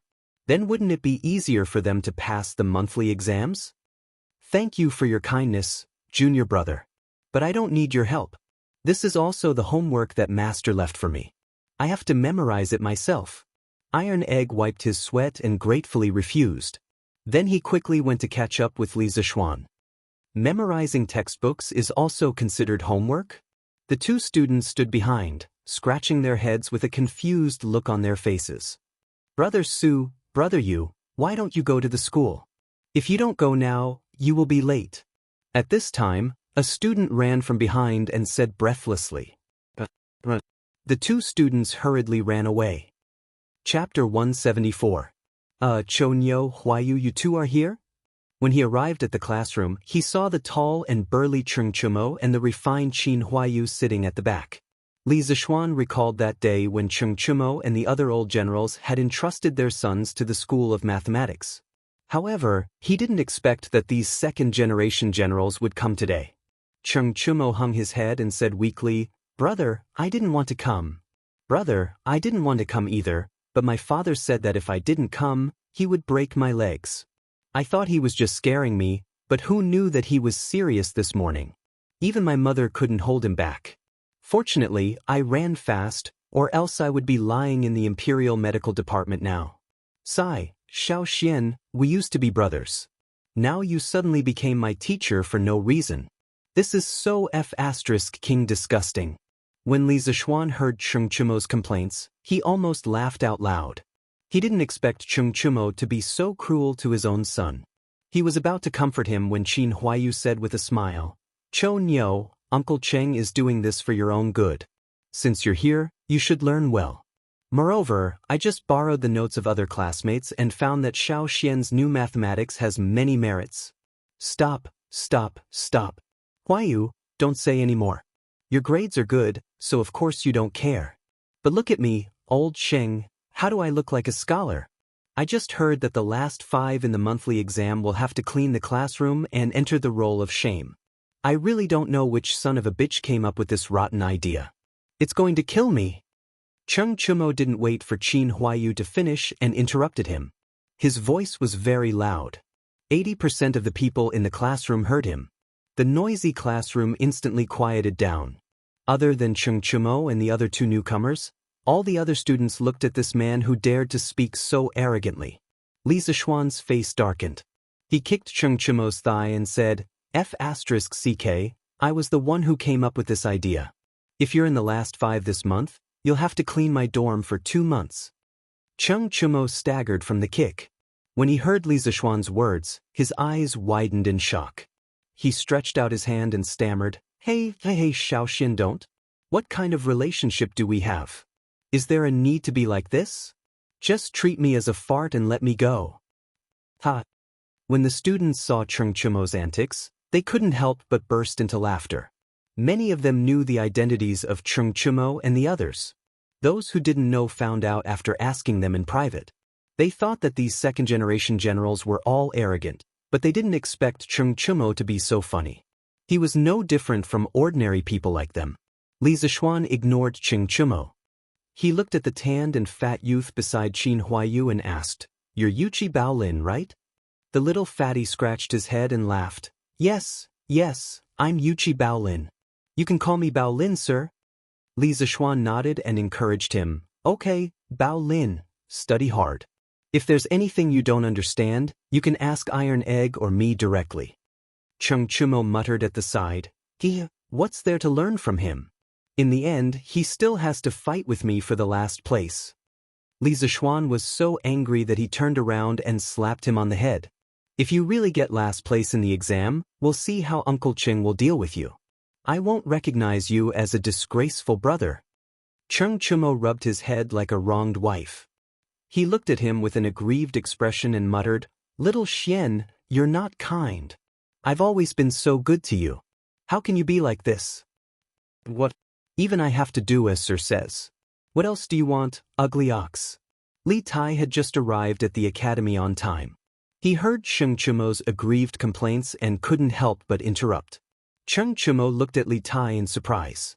He opened his mouth and wanted to say something, but in the end he didn't say anything. He held his forehead with his hand and sighed. It seemed like he had completely accepted his fate. "All right, let's start class. Students, take out your homework. Iron Egg, go collect your homework and pass it to me." The sound of a bell and drum came from outside. Li Zishuan had hired a night watchman to ring the bell for the academy. When the bell rang, Li Zishuan started a new day of classes. "Yes, master." Iron Egg stood up and collected the homework one by one. He had just handed out new books to all the students when he arrived in the morning. In addition, he was Li Zishuan's eldest disciple, so the students treated him very well. After a while, Li Zishuan took everyone's homework and skimmed through it. After a while, he frowned and shouted, "Wang Meng, get up." Wang Meng sat down and waited for Li Zishuan to praise him. He had thought for a long time before coming up with the homework. However, judging from Li Zishuan's tone, it was obvious that he wasn't going to praise him. Wang Meng stood up in shock and stuttered, "Yes, sir." "Tell us, what method did you write in your homework?" Wang Meng sweated and said, I wrote that if you saw the ginkgo tree down, then connect a few rulers on the ground to measure the height of the tree, you would be able to get the height of the tree." Ha! The students burst into laughter after hearing this. Cheng Chumo was also amused. He laughed and shouted, "Brother Wang Meng, with you here, it seems like I don't have to be the last in the exam." Ha! Li Zishuan asked everyone to be quiet. He looked at Wang Meng and said, "Now do you know that you were wrong? The reason why I'm teaching you mathematics is so that you can apply what you've learned in your daily life. I don't want you to be like before, relying on brute force for everything." Wang Meng hesitated for a while and said, "But my dad said that when he was doing carpentry, he used this method to measure the length of the tree trunk." Li Zishuan was speechless. After wasting a lot of time with Wang Meng, Li Zishuan finally convinced this one-track-minded guy. Then he began to evaluate the winners of the homework. All the students perked up and listened attentively. After much deliberation, I think that Meng Wenhao did the best homework. His method was to measure the length of the shadow of the person and the tree at the same time. Then he multiplied the length of the shadow of the person and the actual height of the person to get the true length of the ginkgo tree. Other than Meng Wenhao, Li Tai's method was also outstanding. He made the person's eyes stick close to the ground and then moved a ruler until the top of the ruler was in a straight line with the person's eyes and the tip of the tree. Then, according to the ratio of the distance between the person's eyes and the ruler's distance, he multiplied the length of the ruler to get the true height of the ginkgo tree. Both of their methods were the smartest and the best. However, I think that Meng Wenhao's method is simpler and more accurate. He deserves to be first. Let us give a round of applause to these two students. Chapter 175. Clap, clap, clap. Regardless of whether it was sincere congratulations or fake flattery, there was still a warm round of applause in the classroom. Meng Wenhao clenched his fist and was so excited that his face was red. He did it, he really did it. His hard work for the day was not in vain. At this moment he really wanted to shout to the sky. Ku Shiqing, who was sitting not far away from him, looked at him in surprise. At the same time, a sense of crisis rose in his heart. At present, the waters in the School of Mathematics were getting deeper and deeper. It would not be easy to get first place in the exams like before. Li Tai sat in the front and was a little depressed. This method was discussed by him and a few mathematics experts for a long time before they came up with such an answer. He was very confident that he would get first place, but he did not expect that there would be an accident. However, he was also very impressed with Meng Wenhao's answer. Hence, the unhappiness in his heart quickly dissipated in the warm applause. Li Zishuan stood in front and looked at Meng Wenhao. He was a little emotional. He did not expect this child to be able to think of such an answer. He really could not underestimate the wisdom of the ancients. The applause gradually stopped and Li Zishuan began a new day of teaching. What was different from the previous time was that today's class would have a 15-minute break every 45 minutes. This made the students more energetic in class, and the class was livelier than before. Li Zishuan believed that as time passed and they got used to this way of teaching, their learning progress would be much faster than before. Taiji Palace, Sweet Dew Hall. After the morning court, Li Er gathered Zhang Sun Wuji, Fang Xianling, and Du Ruhui to the Sweet Dew Hall to discuss the plan to eliminate the locusts. Li Er knelt on the seat of honor while Zhang Sun Wuji, Fang Xianling, and Du Ruhui knelt on the cushions below. Li Er looked up and asked lightly, "How are the three of you thinking these few days? Do you have any countermeasures for next year's locust plague?" Zhang Sun Wuji took the lead and said, "Your Majesty, since Your Majesty has already firmly believed that there will be a locust plague next year, I think that the most important thing now is to increase the storage of food in case of emergency." Li Er nodded and looked at Fang Xianling and asked, "What do you think?" "Your Majesty, I estimate that the Ministry of Revenue doesn't have much money left. I'm afraid that it will be difficult to deal with this locust plague. I'm afraid that Brother Fuji's plan won't work." After some thought, Li Er explained just how difficult the imperial court situation was. It's true that the Bureau of Revenue currently has no more than 4 million strings of coins left. Adding on the various expenditures, we can only use a little more than 1 million strings of coins. Relying on this amount of money to buy food will not be enough for the people of the Great Tang to survive the plague of locusts. Du Ruhui could not help but say, "Your Majesty, this old subject did not think that the finances of the imperial court would be so tight.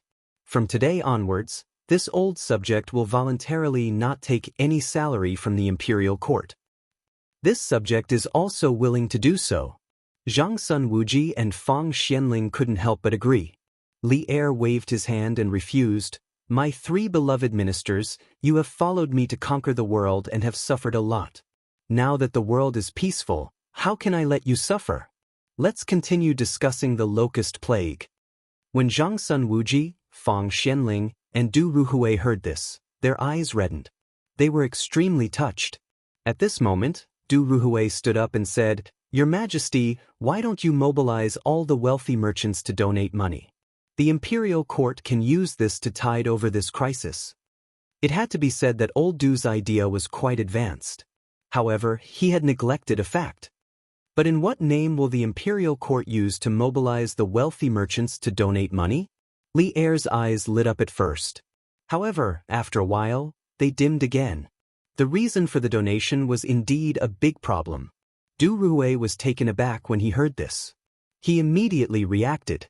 The prophecy of the locust plague could not be made known to the world. Naturally, they could not use the name of the locust plague to get people to donate money. However, if that was the case, what convincing excuse could they find? The hall fell into silence. The three important ministers all calmed down and pondered carefully. Li Er was a little disappointed. He did not expect that the three ministers he relied on the most were also at a loss. Was there really no other way? "Your Majesty, Li Xianxia has asked Duke Lu to send in a secret memorial." At this moment, a chamberlain ran in with a memorial in his hands. He bowed and reported to Li Er. Li Er perked up and scolded jokingly, "This brat finally sent the memorial over. Quickly hand it over. If it's not written well, I will not let him off easily."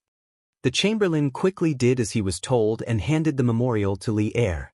Zhang Sun Wuji, Fang Xianling, and Du Ruhui looked at each other. They were very surprised by Li Er's reaction.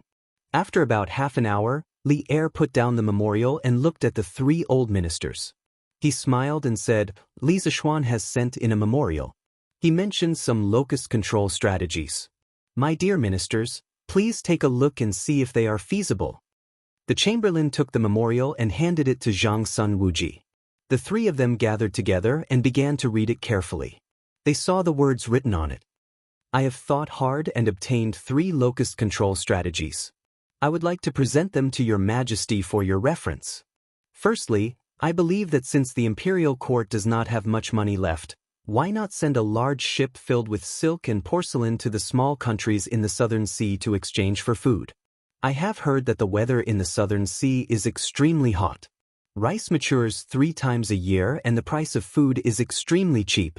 Those uncivilized people have never seen such beautiful silk and exquisite porcelain of our great Tang. A bolt of silk can be exchanged for 5 dan of food.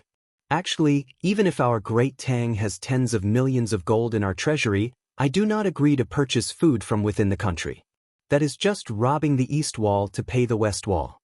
It is no different from some grain merchants hoarding food in advance. In the end, the ones who will starve are the local people. Secondly, I believe that the imperial court can issue a decree to encourage the people to raise chickens, ducks, geese, and other poultry through tax reduction. When the number of these poultry reaches a certain level, it can guarantee that the crops will not be harmed by the locusts when the locusts come. What the imperial court has to pay is just a portion of the tax for the coming year. Otherwise, when the locusts come and the people are unprepared, all the crops will be eaten by the locusts. At that time, not only will the imperial court not be able to collect 10% of the tax, they will also have to fork out additional money to provide relief. Thirdly, I suggest that Your Majesty issue a decree to allow the officials of the various provinces of Great Tang to set up warehouses to store the food collected this year. When the locusts come next year, the various provinces will open the warehouses to provide relief. This will prevent the transportation of food and huge losses during the journey. I have thought for half a night and came up with these 3 strategies. If there is anything wrong with them, I hope that Your Majesty will not blame me. A child's words carry no harm. A child's words carry no harm. Zhang Sun Wuji, Fang Xianling, and Du Ruhui originally thought that Li Zishuan's words were very reasonable. However, when they saw the last sentence, they almost laughed out loud. To dare to write such a joke in a secret memorial to Li Er, this kid is really bold. Chapter 176. Within the Sweet Dew Hall. Li Er saw the expressions of the 3 ministers and knew what they were thinking. He smiled helplessly and said, "What do you think of Li Zishuan's 3 strategies for controlling locusts?" Zhang Sun Wuji stepped forward and said, "Your Majesty, I don't know much about the situation of the small countries in the Southern Sea. As for the poultry's ability to exterminate locusts, I also have my doubts. However, I feel that Li Xinnan's 3rd plan is very feasible." Li Er nodded and said with a smile, "Li Zishuan said that the situation of the small countries in the Southern Sea is true. A few years ago, I saw in some of the previous dynasties' nautical records that the rice in some of the countries in the Southern Sea does indeed ripen 3 times a year. The local grain prices are also very cheap. As early as the Sui dynasty, the imperial court had already started to establish maritime communications with Taiwan. Based on historical records, the Sui dynasty had at least 3 voyages to Taiwan Island. They were in the 3rd year of Day, 607, the 4th year of Day, 608, and the 6th year of Day, 610. From this, it could be seen that the shipbuilding and ocean navigation technology of the time were extremely advanced in the world. Fang Xianling couldn't help but say, "Since there is such a country, then I think that Li Zishuan's first strategy is completely feasible. The imperial court can send the navy to escort the caravan to Nanyang in exchange for food." The latter half of Li Xinnan's words aren't wrong. If we were to purchase rations from the other regions of Great Tang, the locust plague would inevitably lead to a shortage of rations. Thus, importing rations from outside is the best choice. Li Er nodded with relief and smiled. In that case, I will order Li Shaogong, Prince of Hejian, to prepare a navy in the near future.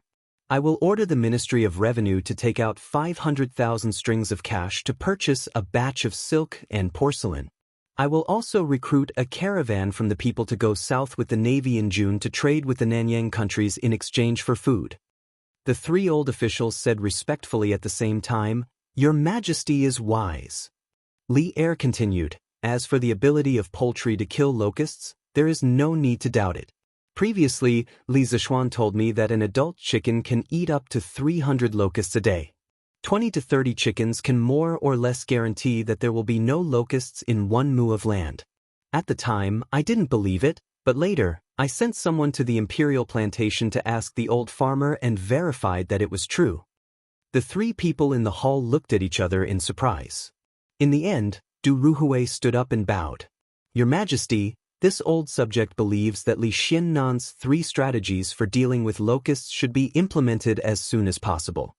With such a talent in the younger generation of my great Tang, a golden age is certain to continue. This old subject congratulates Your Majesty. Your subjects congratulate Your Majesty. Fang Xianling and Zhang Sunwuji also cupped their hands and praised. The two of them were shrewd old men. They knew that Li Er had been worried about the next generation of talents of the empire. At this moment, they could make Li Er happy. Not only did it not violate their principles, but it could also harmonize the relationship between the ruler and his subjects. Wasn't it killing 2 birds with 1 stone? Ha! Li Er laughed heartily. Du Ruhui's words had struck a chord in his heart. He swept away the gloominess from a few days ago and smiled. Minister Du is right. The great Tang will have to rely on these young people in the future. People of our generation are already old. Since the 3 of you agree, then the 3 of you should cooperate with me to implement the 3 strategies for dealing with locusts as soon as possible. This subject obeys the decree. At noon, the mathematics school was about to start classes. The Imperial College had its own canteen. After all, there were many students from outside the city. Of course, the Imperial College did not force the students to eat in the canteen. Therefore, many students from the city chose to go home for lunch. Huayu, how is Uncle Qin's health recently? After class, Li Zishuan found Qin Huayu and asked. Qin Huayu was still thinking about the lessons in the morning. Unlike Cheng Chumo, who had been fooling around outside since he was young, the Qin residence's upbringing was extremely strict. Qin Huayu had been ordered by Qin Qiong to study hard at home since he was young. Therefore, although he was the 2nd generation of a military family, he was more like a gentle scholar. This was the first time he had heard of this new mathematics class. Even now, he was still immersed in it. Li Zishuan saw that he was in a daze and repeated it again. Qin Huayu was instantly awakened and said in astonishment, "Ah? Oh, thank you for your concern.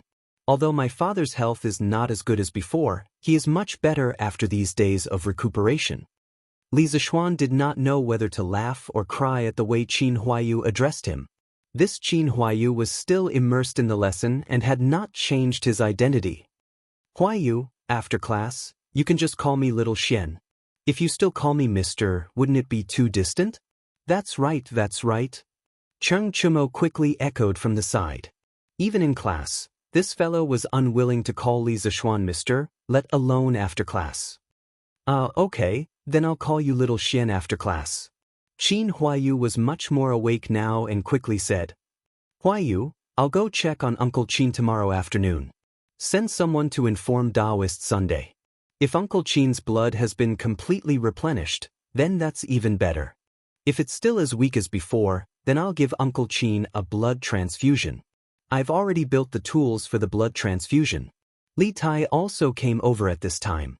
Hearing this, his eyes widened and he said in disbelief, "Little Xian, this blood transfusion can be used to treat illnesses? How come I've never heard of it?" Li Zishuan looked at him indifferently and said, "Qing, why are you so impudent and not calling me Mr. anymore?"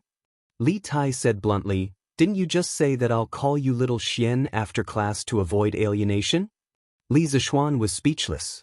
This little fatty really didn't treat him as an outsider. "That's right, Little Xian. I heard from my dad that you're going to give Uncle Qin a blood transfusion. Unfortunately, you didn't have the tools before. This time I have to go and see." Cheng Chumo said excitedly. I'll go too. Li Tai was also very curious about this novel treatment method. "You too still have class tomorrow," Li Zishuan said unhappily. Cheng Chumo curled his lips and said, "Then why don't you have class tomorrow? In the future, you too will have self-study in the afternoon. Assistant lecturer Su will be in charge. If you have anything you don't understand, you can ask Mr. Su." Li Zishuan expressed that his reason for being lazy was very good. Su Hongji's foundation and talent in mathematics were originally very strong. In the end, Li Zixuan's new mathematics still had a lot of shadows of traditional mathematics. Su Hongji was able to comprehend by analogy. After studying the textbooks for a few days and asking Li Zixuan about some doubts, he had already digested most of the elementary mathematics. Therefore, Li Zixuan dared to be so lazy. Cheng Chumo, Yuqi Baolin, and Li Tai were all speechless. After a while, Cheng Chumo rolled his eyes and said smugly, "I'm going to be sick tomorrow and need to apply for leave in advance. Even Chancellor Kong can't say anything, right?" Li Zixuan kicked Cheng Chumo's butt and said unhappily, "You brat, why don't you go to heaven?" Chapter 177. Come over here. After lunch, Madame Li mysteriously waved for her son to come over. Li Zixuan curiously walked over and asked, "Mother, what's the matter?" Madame Li lovingly smiled and said, "It's a good thing. Yesterday, your father asked a matchmaker for Han Yuxi's birth characters. Mother will go to Xiandu Temple tomorrow and find a Taoist priest to match your birth characters." Li Zixuan was overjoyed and said with a smile, "Really? That's great. But mother, what if that Taoist priest says that Yuxi and I are not compatible?" Ba, nonsense. My son is handsome and elegant. The Han family's daughter is also dignified and beautiful. She is educated and reasonable. How can the two of you not be compatible? Madame Li lightly knocked on her son's head and said unhappily, "Oh, then I'll have to trouble you, mother." Li Zixuan rolled his eyes and rubbed his head. He replied and quickly went to the West Court. "Shall she come over?" In the main hall of the West Court, Li Zixuan sneakily asked Xiaoxi to come in. "Young master, it's still daytime. What do you want to do?" Xiaoxi looked at Li Zixuan and thought of something bad. Furthermore, Li Zixuan said those words last night. The servant girl immediately crossed her arms and looked at Li Zixuan vigilantly. She refused to go in. Now that Li Zixuan was about to get married, if he messed around with the servant girls, it was hard to guarantee that the future young mistress would not make things difficult for them. Although Xiaoxi had a good impression of Li Zixuan, she was very clear about what she should and shouldn't do. Li Zixuan stared at her and said, "What are you thinking? If you don't come in, I will definitely eat you up tonight." When Xiaoxi heard Li Zixuan say that, she knew that she was thinking wrongly. She quickly agreed and walked in. "Young master, what's the matter?" "Something big. Tomorrow, my mother is going to the Xuandu Temple to match Yuxi and me. You should follow her and take the opportunity to give that fortune-telling Taoist some money. Let him pick something nice to say. Tell him that if he dares to talk nonsense, I will smash his Taoist temple." Li Zixuan finally got a wife who was as beautiful as a fairy. He didn't want these weird Taoist priests to cause any more trouble. Puchi. When Xiaoxi heard this, she couldn't help but cover her mouth and giggle. "Young master, how can you do this? Aren't you cheating?" At the same time, Xiaoxi was a little envious. If young master could care about her so much in the future, she would be willing to die. Li Zixuan rolled his eyes and snapped, "What's wrong with cheating? Those Taoists of the Jianghu were always talking nonsense. How many of them could be accurate? My master's fortune-telling was accurate, but he never told people's marriage. He would rather destroy a temple than ruin a marriage. Do you understand?" Actually, Li Zixuan was overthinking this matter. Normally, Taoists would match people's birth characters. Regardless of whether the man and woman were suitable for each other, they would usually pick something nice to say. Very few Taoists would purposely break up people's marriages. If that was the case, the grudge would be too big. It wouldn't be in line with their principle of keeping a low profile to make a fortune. Hence, most of the time, the so-called matching of birth characters was just a formality to let the elders feel at ease. Xiaoxi stuck out her tongue mischievously. She felt that no matter what she said, her young master was right. Hence, she stopped arguing and smiled. "All right, young master. Xiaoxi will do it tomorrow." Li Zixuan grinned and said, That's right, that's right.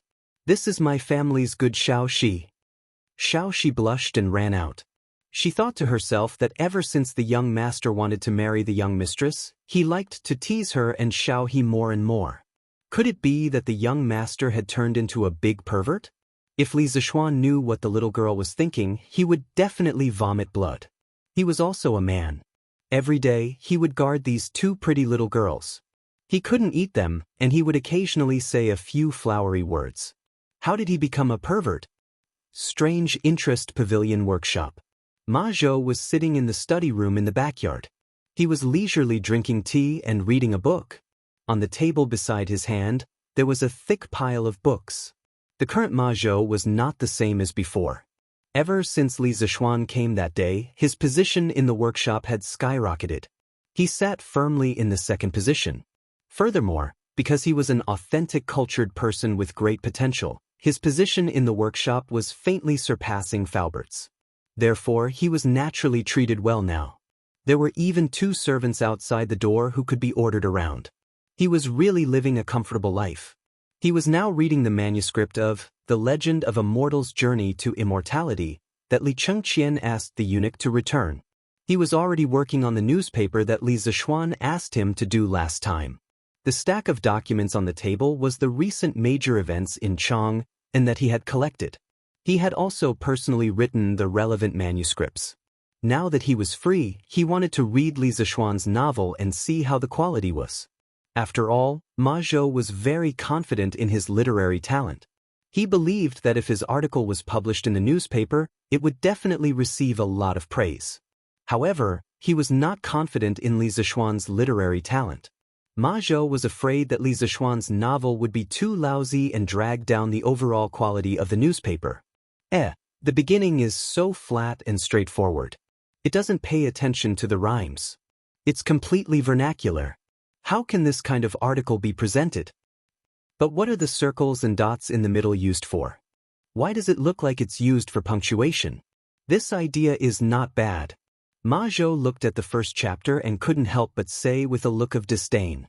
However, he was still very interested in Li Zixuan's punctuation. Forget it, let's read the next chapter. After thinking for a while, Ma Zhou still patiently continued reading. Cultivation?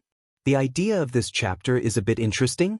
Ma Zhou had never read a Xuanhuan cultivation novel. The first time he saw the world structure and the cultivation system, he couldn't help but be deeply immersed. At this time, he didn't care about the literary talent of the article. Exciting! This eternal spring art is so powerful. How did Li Xiannan come up with it? Why is this bottle so strong that it can't be broken? This bottle has a great origin. It can actually accelerate the ripening of spiritual herbs. Won't Han Li be able to level up quickly in the future? How did it end so quickly? At first, Ma Zhou was still disdainful of Li Zixuan's literary talent. In the end, he was quickly immersed in the novel and dreamlike plot. Unknowingly, he finished reading more than 20 chapters, and it was obvious that he was still somewhat unsatisfied. Although the beginning of the story is flawed, the more I read, the more exciting it is. The owner has completely created an unprecedented new world. It's really too novel and too interesting. Ma Zhou touched his chin and muttered to himself. After a while, he looked at the press release he wrote before and his heart wavered. Should I also write this article in vernacular? No, wouldn't that be too lacking in content? But I keep feeling that there's something missing. At this moment, Ma Zhou began to hesitate and feel conflicted. Forget it, I'll take it and ask the owner.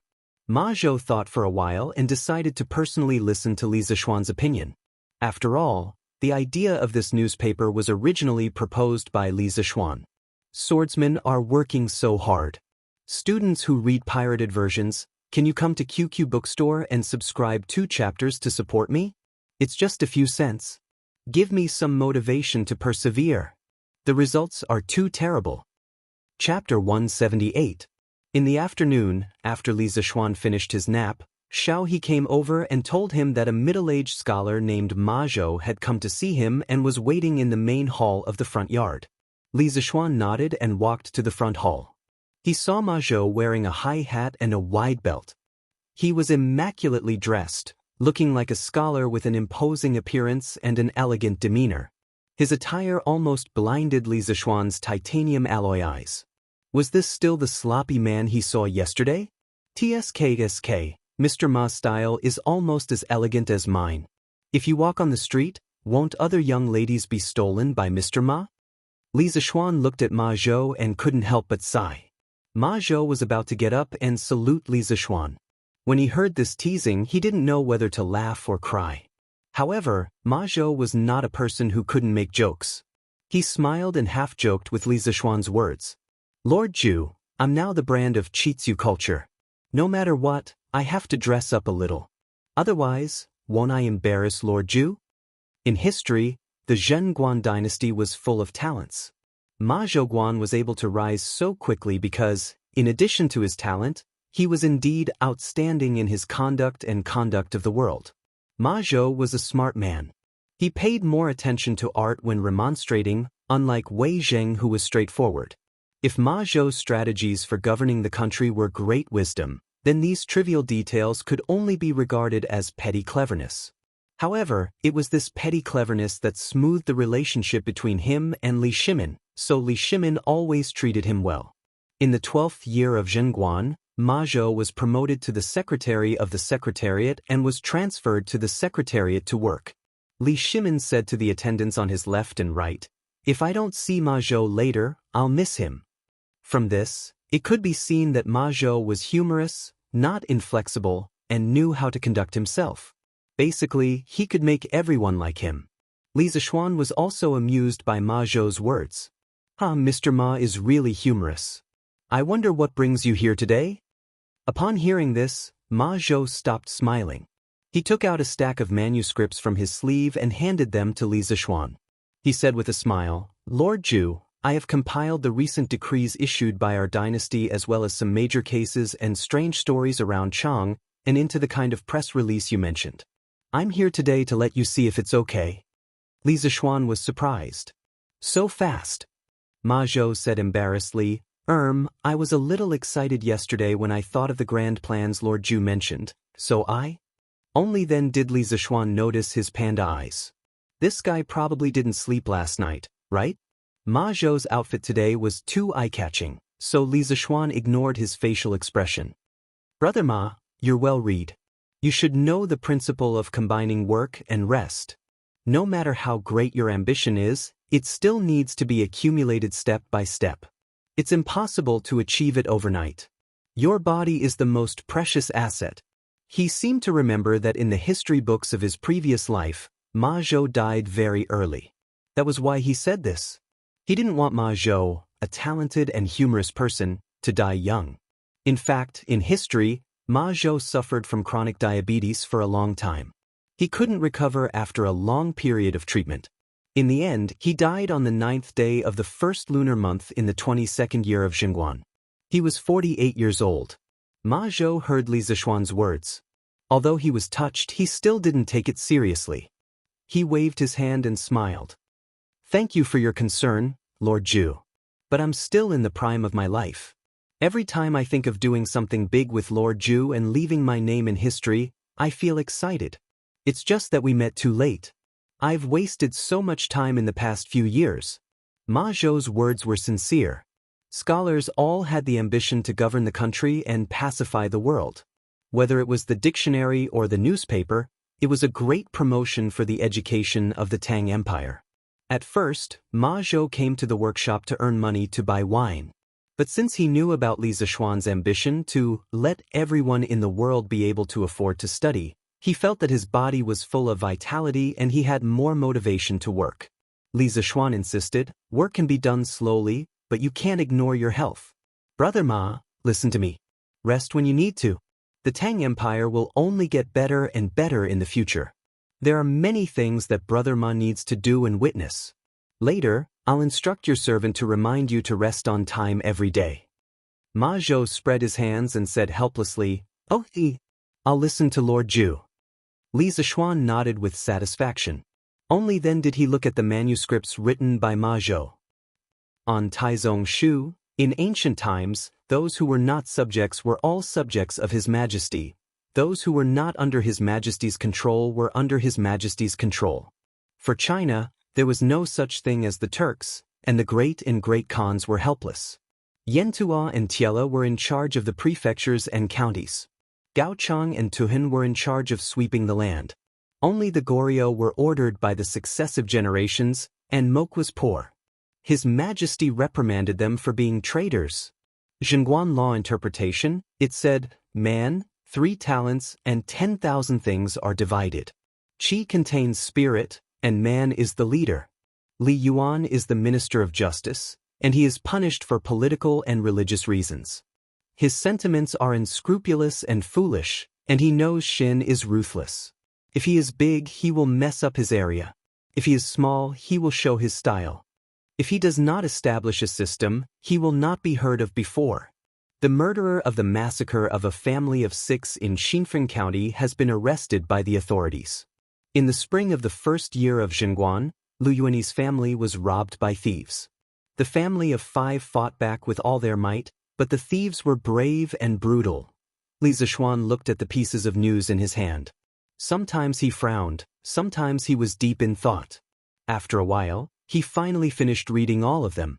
Then he put down the manuscripts in his hand and looked at Ma Zhou. Brother Ma, I have a few suggestions. See if they are feasible. If you think they are not, we can discuss it in detail. Ma Zhou nodded and said, I have the same idea. Lord Zhu, please tell me. I am all ears. Li Zishuan stretched out a finger and said, First, I think that you should add punctuation marks in all of your manuscripts. This will make it easier for the readers to read. As for what punctuation marks are, I believe that Brother Ma has already roughly understood part of it from my A Record of a Mortal's Journey to Immortality. Later, I will systematically teach you the usage of all punctuation marks. Ma Zhou cupped his hands and said, I have indeed seen these marks before. At that time, I also guessed that they were used to punctuate sentences. I didn't expect it to be true. In this way, if we add these marks to the newspapers in the future, it will indeed have a good effect. Li Zishuan agreed and said, Exactly. The same sentence can be punctuated in different ways.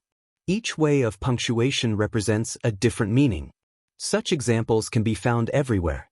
Only by introducing punctuation marks can we reduce a lot of unnecessary ambiguity. Chapter 179. In the main hall of the Li estate, Li Zishuan continued to speak with assurance. He extended a second finger and said, Secondly, I think we need to figure out the audience of the newspaper.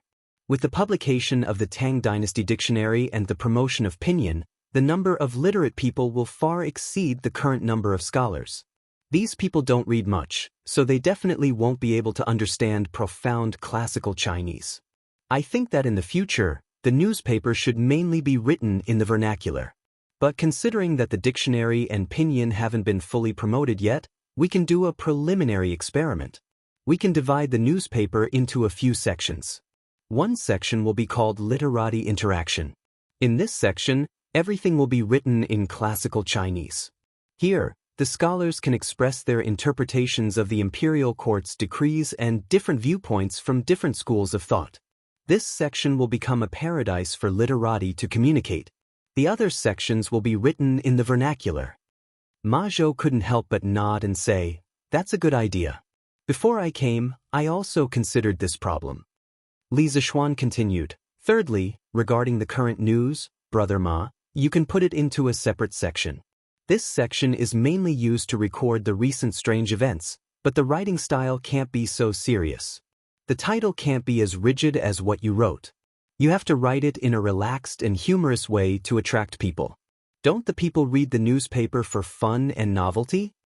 Ma Zhou worked so hard to write the news article for so long. Many of the words were carefully crafted by him. In the end, he was criticized as worthless by Li Zishuan. He was a little embarrassed and his stubborn temper almost flared up again. But this time, he forced himself to hold it back. He was a little unconvinced and asked, Then Lord Zhu, how do you think I should write it? Li Zishuan smiled. He could also see that Ma Zhou still had a little temper. But it was normal for literati to be arrogant. He didn't mind too much and said, As for how to write it in a way that will attract people, Brother Ma has to figure it out yourself. But I can provide Brother Ma with an example. For example, you can start by writing, Why did a 90-year-old woman die naked on the streets? Why did hundreds of female donkeys scream in the middle of the night? Why did the underwear of the courtesans of Hundred Flowers Tower get stolen? Who was the perpetrator of the serial rape and killing of sows? Why did the old nun's door get knocked every night? Was it a person or a ghost? What was behind the accidental deaths of hundreds of female dogs? Behind all this, was it the distortion of human nature or the decay of morality? Was it the eruption of sex or the helplessness of thirst? Stay tuned for the 8th issue of Datang Daily. Pooh! Li Zixuan was really full of surprises. Before he could finish, Ma Zhou felt dizzy and almost spat out a mouthful of blood. Where's your integrity? My Lord Zhu, where is your integrity? Ma Zhou felt that he had no integrity when he put down his pride as a scholar and shamelessly went to work in the workshop. However, he did not expect that there would be a scholar who was even more shameless than him. Ma Zhou now had some doubts. Was he too thin-skinned before? Lord Zhu, is it really okay to write like this? Will we be drowned by the saliva of all the scholars in the world? Ma Zhou looked like he was going to vomit blood and asked gloomily. It was as if he was saying to Li Zixuan, "Are you sure you're not King kidding me?" Li Zixuan deliberately ignored Ma Zhou's expression and said matter-of-factly, "Why not? Brother Ma, don't you think that the people will be more interested in reading if you write like this? As for the scholars' saliva, Brother Ma, you don't have to worry at all. If they want to scold us, let them. Only when there is controversy can we become more and more famous. Their saliva will only make our newspaper more popular. Moreover, in the future, our newspaper will definitely have the absolute power of public opinion. When that time comes, I'll see who dares to scold us." Ma Zhou wiped the cold sweat on his forehead. Why did he feel like he had fallen into a pit of fire? Moreover, it was the kind of pit that was 10,000 meters deep. He could not jump out even if he wanted to. "Lord Zhu, do you really want to write like this?" Ma Zhou hoped that Li Zixuan would change his mind and not make things so shocking. Li Zixuan insisted, "Yes, just write in this style. There's a trace of exaggeration in the humor. Once people start reading, they can't stop even if they want to." "All right then." Ma Zhou could only agree helplessly. He cursed in his heart, "Is that a trace of exaggeration? It's simply too exaggerated." Li Zixuan thought for a while and continued, Then the novel section at the end of the newspaper will be called Dehua Jianghu. In the early stage, I'll use my Legend of a Mortal's Journey to Immortality to cover it. Every issue will have 4 chapters serialized. Later on, if the Ministry of Culture receives some high-quality novels, then they can be serialized together. Brother Ma, what do you think of my Legend of a Mortal's Journey to Immortality? Can I put it in the newspaper? Ma Zhou said awkwardly, "Ahem, of course. This Ma has also read this novel. Although the beginning is a little plain from the last few chapters, this Ma has never heard of the huge world built in this novel and the cultivation system mentioned in the book. This Ma is simply unheard of. It is really too novel. I believe that when the time comes, there will be many people who will like to read it." Li Zixuan said proudly, "Of course, the story will only get more and more interesting. Brother Ma, you definitely won't be able to imagine it. Then when the novel is published, will the author write your name, Lord Zhu?" Ma Zhou suddenly thought of a very important question. Li Zixuan pondered for a moment and smiled. "There's no need to write my real name. I'll give myself a pen name. In the future, everyone who contributes can give themselves a pen name.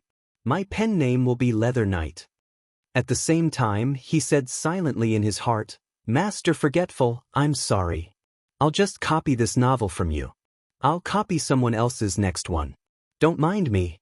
I'll be taking your novel to the Tang dynasty." "You're welcome." Ma Zhou's face was full of doubts and asked, "Lord Zhu, what's the meaning of the 3 words Leather Knight?" Li Zixuan looked up. His gaze seemed to penetrate the roof, through the sky, and rushed out of the horizon. He sighed deeply and said, "This is because I miss a person. A very great person. Without him, perhaps I wouldn't be who I am now." 2017. In a small rented house in Tiandu, a failed web novel author was crazily typing in front of the computer. Behind the Word document, there was clearly a program code that he had just finished running. Suddenly, he sneezed 3 times. Choo, choo, choo.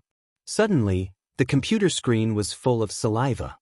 He took a piece of tissue paper to wipe the computer and cursed, F***C, it must be that old woman, the landlord, scolding me again. I just told her to pay the rent a few days later. Did she have to do this? Li Mansion. When Ma Zhou heard Li Zishuan's strange words, he couldn't help but be puzzled. Isn't Lord Zhu's father called Li Jingma and his mother called Yuzhu? There isn't anyone called Leather Knight? Then why did Lord Zhu say that without Leather Knight, there wouldn't be him? Could it be? Ma Zhou suddenly opened his eyes wide in horror. He felt that he had discovered something incredible. But Li Zishuan saw this and slammed the table. He said angrily, "What are you thinking? When my master was alive, he said that he liked the 3 words Leather Knight very much." Ma Zhou was obviously thinking the wrong way.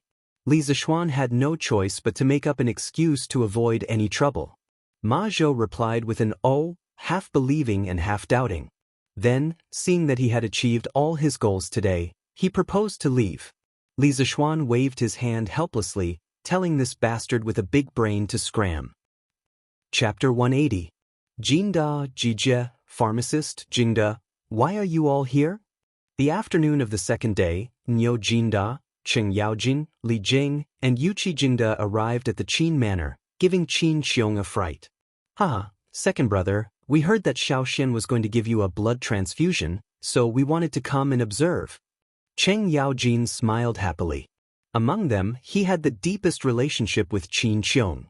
They were all friends who had gone through life and death together. Thinking that there was hope for his good brother's illness, Cheng Yaojin felt even better than killing hundreds of enemies. That's right. I've never heard of such a strange thing like stealing blood to save people. Today, I'm here to broaden my horizons and see if this method can be used in the army in the future. Shu Bao, please don't blame me for coming uninvited. Li Jing stroked his beard and smiled reservedly. Qin Xiong waved his hand and said, "Pharmacist, you're treating me like an outsider. Come in and sit. Housekeeper, serve tea." The group sat down in the front hall under Qin Xiong's instructions. Maids and servants came to serve tea. Madame Qin also knew that Li Zishuan was coming today to treat her husband, so she waited in the front hall. Yuqi Gong took a sip of tea and looked at Qin Xiong and asked, "Shu Bao, your complexion looks much better than usual. Can you still get on a horse and fight?" Compared to half a month ago, Qin Shubao's complexion was indeed much better. At the very least, he looked more like a healthy normal person. Qin Xiong waved his hand and said with a smile, "Jingda is joking. Although I can move freely now, but if I get on a horse to fight, I'm afraid I won't have the strength to do so. I can't compare to Jingda, Jijie, you two have great martial strength." Niu Jinda comforted him. Shu Bao has been on a horse all his life. It's good that he can live peacefully. Now that my Tang Empire is going to be peaceful, Shu Bao can stay at home and enjoy life. Isn't that a good thing in life? Qing Yin also patted his chest and said, "Yes, yes, yes. I can fight in the war. Second brother, you can't fight with me." Qin Xiong shook his head. He looked to the north and sighed. The Turks in the north have yet to be wiped out. How can this old man retire at home in peace? Li Jing frowned and said, "Shu Bao, you don't have to be too worried. The Turks aren't united. Last year, they took advantage of our great Tang's internal weakness to send their troops to the Wei River. As long as we prepare for war for 2 years, we won't be afraid of the Turks. Master, Daoist Sun and Daoist Li are here." At this moment, a servant came in and cupped his hands. Qin Xiong stood up and said excitedly, "Please, please." A moment later, Li Zishuan and Sun Simiao walked in together. Behind Sun Simiao was Hu Jingjing. Li Zishuan had also asked the young lady at the door. Hu Hanyun and Hu Guiyuan's injuries had all been treated and they had already returned home. They had originally wanted to go to the Li family to kowtow and thank Li Zishuan for his kindness, but Li Zishuan had been in class at the time, so they gave up on the idea. After the few people in the room greeted Sun Simiao, Cheng Yaojin began to scold Li Zishuan. "Good lad, you made all of us wait for you. You're getting more and more arrogant."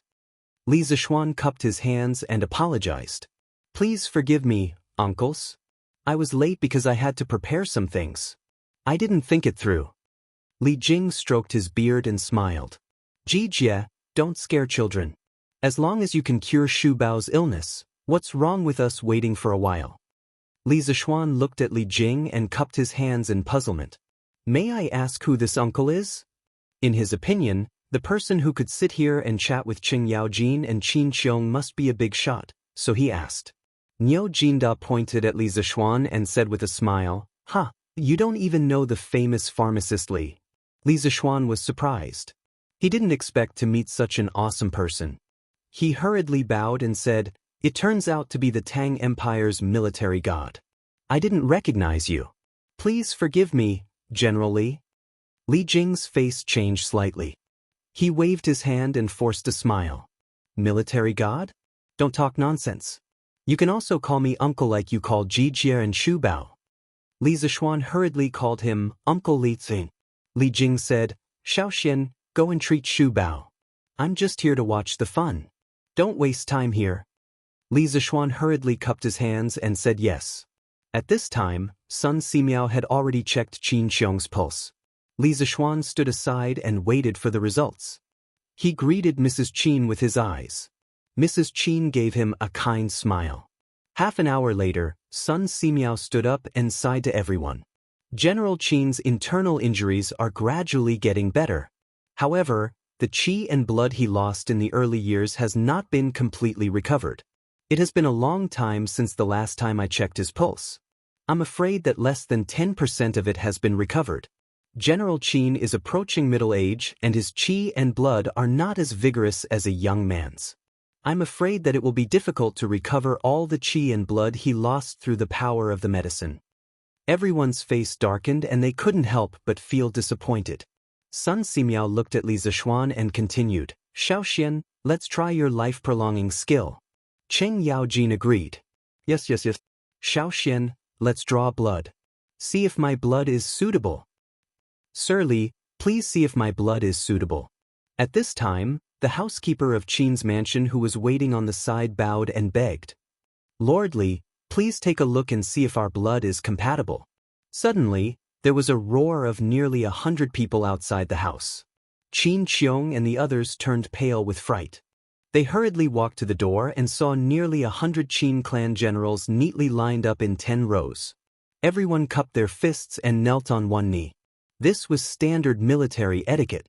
The news that Li Zishuan was going to give Qin Qiong a blood transfusion had already spread among the servants of Qin's mansion. Correspondingly, they already knew about the theory that Li Zishuan had mentioned last time. How could they not help when their master was in trouble? Moreover, most of them had accompanied Qin Qiong in his early years and fought all over the world. Later, because of the battles, they were left with disabilities. Qin Qiong saw that some of them were lonely and had no one to rely on, so he took them in as his family soldiers. After so many years, he had been supporting them.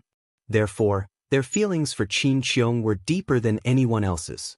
Moreover, according to Li Zishuan, taking a little blood wouldn't kill anyone. What was there to be afraid of? At this moment, Qin Qiong felt as if he had returned to the battlefield. These were all brothers who would die for him. At this moment, he couldn't help but tear up. Zhuang Qi, what do you want to do by bringing them here? Hurry up and go back. Family head, I, Zhuang Qi, did everything I did today willingly. If it wasn't for you, I would have starved to death on the side of the road. Now that you are in trouble, forget about taking a bit of my blood. Even if you want my life, I'm willing. The leader, Zhuang Qi, clasped his fists at Qin Qiong and said loudly, Yes, master, we are all willing. We are all willing. Lord Li, please draw my blood. I have the most blood. When the other family soldiers heard Zhuang Qi's words, they all shouted out. In an instant, the front yard of Qin's mansion was filled with roars. Li Zishuan was also moved by the brotherhood on the battlefield. Just as he was about to step out and persuade Qin Qiong, he heard a heroic laugh from outside the door. It is said that men on the battlefield are loyal. The family soldiers of Qin's mansion are all indomitable and loyal men. Please support me with a legal subscription. The author is about to vomit blood. Chapter 181. Following this forthright laugh, Li Er, dressed in a bright yellow uniform, strode in with large strides. Everyone was shocked and knelt down. "Your Majesty!" Li Er waved his hand and laughed. "Rise? Ha! Shu Bao, I heard from Qin Ke that Li Zishuan is going to give you a blood transfusion this afternoon, so I came to take a look. Shu Bao, you won't mind me being an uninvited guest, right?" Qin Xiong bowed. "I wouldn't dare." Qin Xiong was both gratified and happy that Li Er had personally come to see him. He had stayed out of the Xuanwu Gate incident last year because he did not want to participate in the tragedy of killing his brother and seizing the throne. It had nothing to do with his position. He had always been on Li Er's side. But from the rewards of the officials after the incident at Xianwu Gate, everyone thought that Qin Xiong had lost the favor of the emperor and would no longer be valued. Usually, only Qing Yaojin and Yo Jinda, these former battle brothers, were willing to come to the Qin Fu. Now that Li Er came out of the palace to see Qin Xiong, to a certain extent, it dispelled some of the rumors. Qin Xiong didn't care about these rumors, but he was still happy that Li Er came to see him personally. Don't just stand there, continue. Don't delay Shu Bao's treatment because of me." Li Er didn't rush everyone to do what they were supposed to do. Li Zishuan looked and said to Qin Xiong, "Uncle Qin, since these men are willing to donate blood for you, why don't we start the blood test first?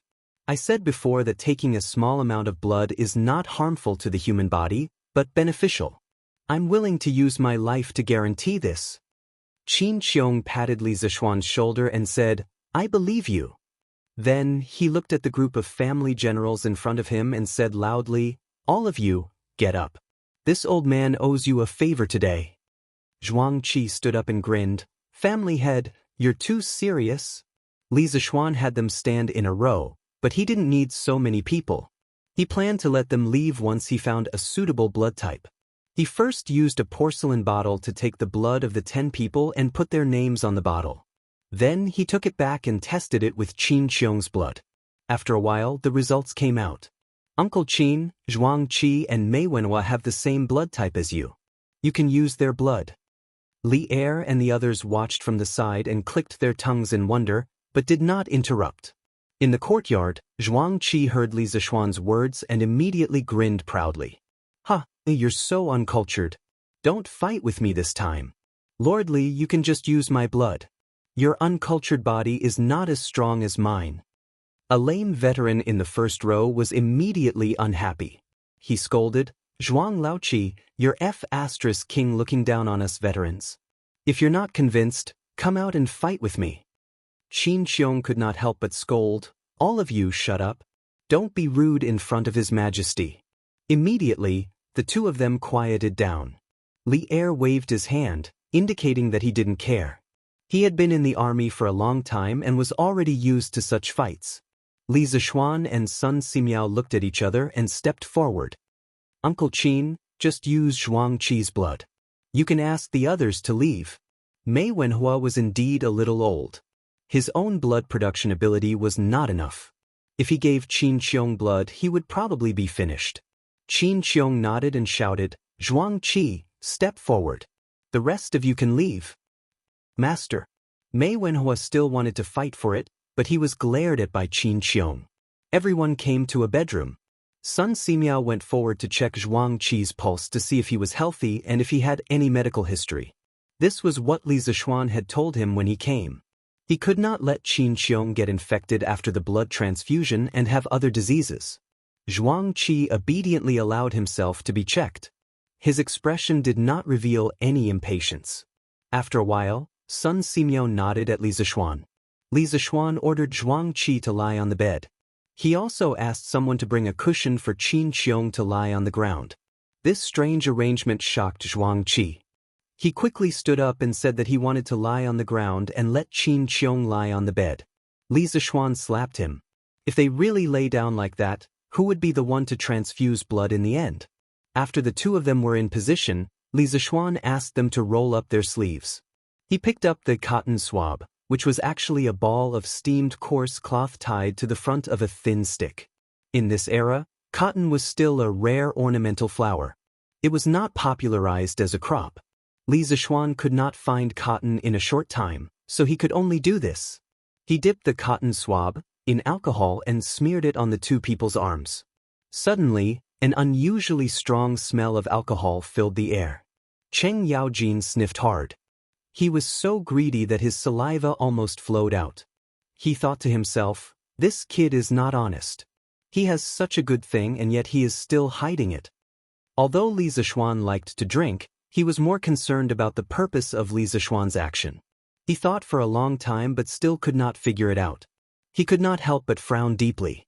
Sun Simiao did not have any scruples.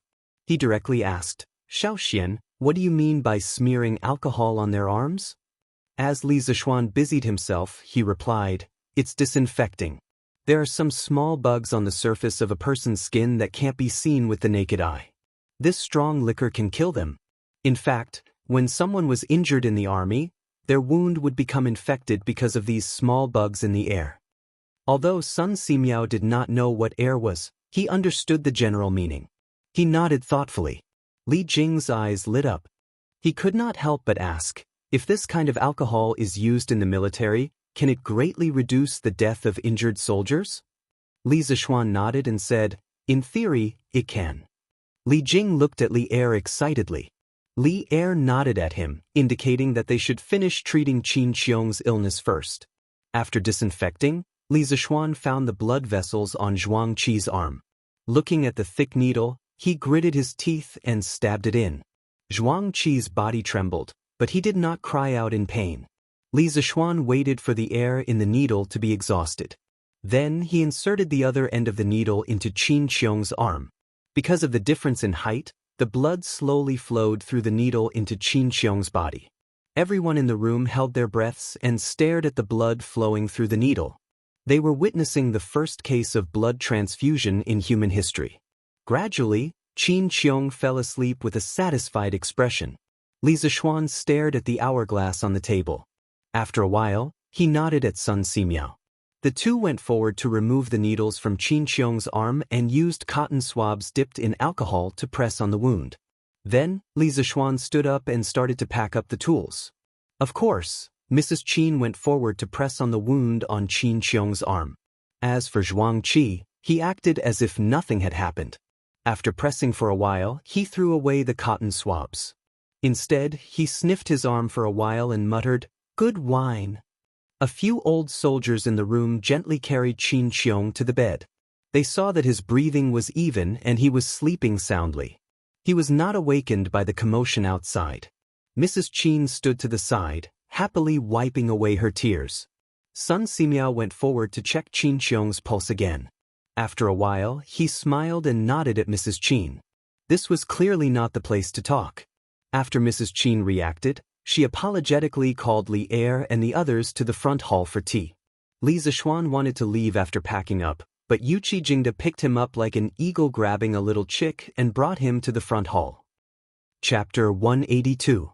Li Zishuan, can this strong liquor really prevent the wound from getting infected and suppurating as you said? In the main hall of Qin's mansion, Li Er sat alone in the seat of honor while the others sat below in an orderly manner. Li Zishuan was tired for a long time and finally sat down to rest. When he heard Li Er's question, he really did not want to move, so he directly sat on the stool and cupped his hands to Li Er. Indeed, when my teacher treated the wounds of the farmers who were bitten by wild beasts, he would use strong liquor to disinfect them. If your majesty does not believe me, you can test it in the Imperial Medical Department first. Li Er nodded. Li Jing then stood up and cupped his hands to Li Er.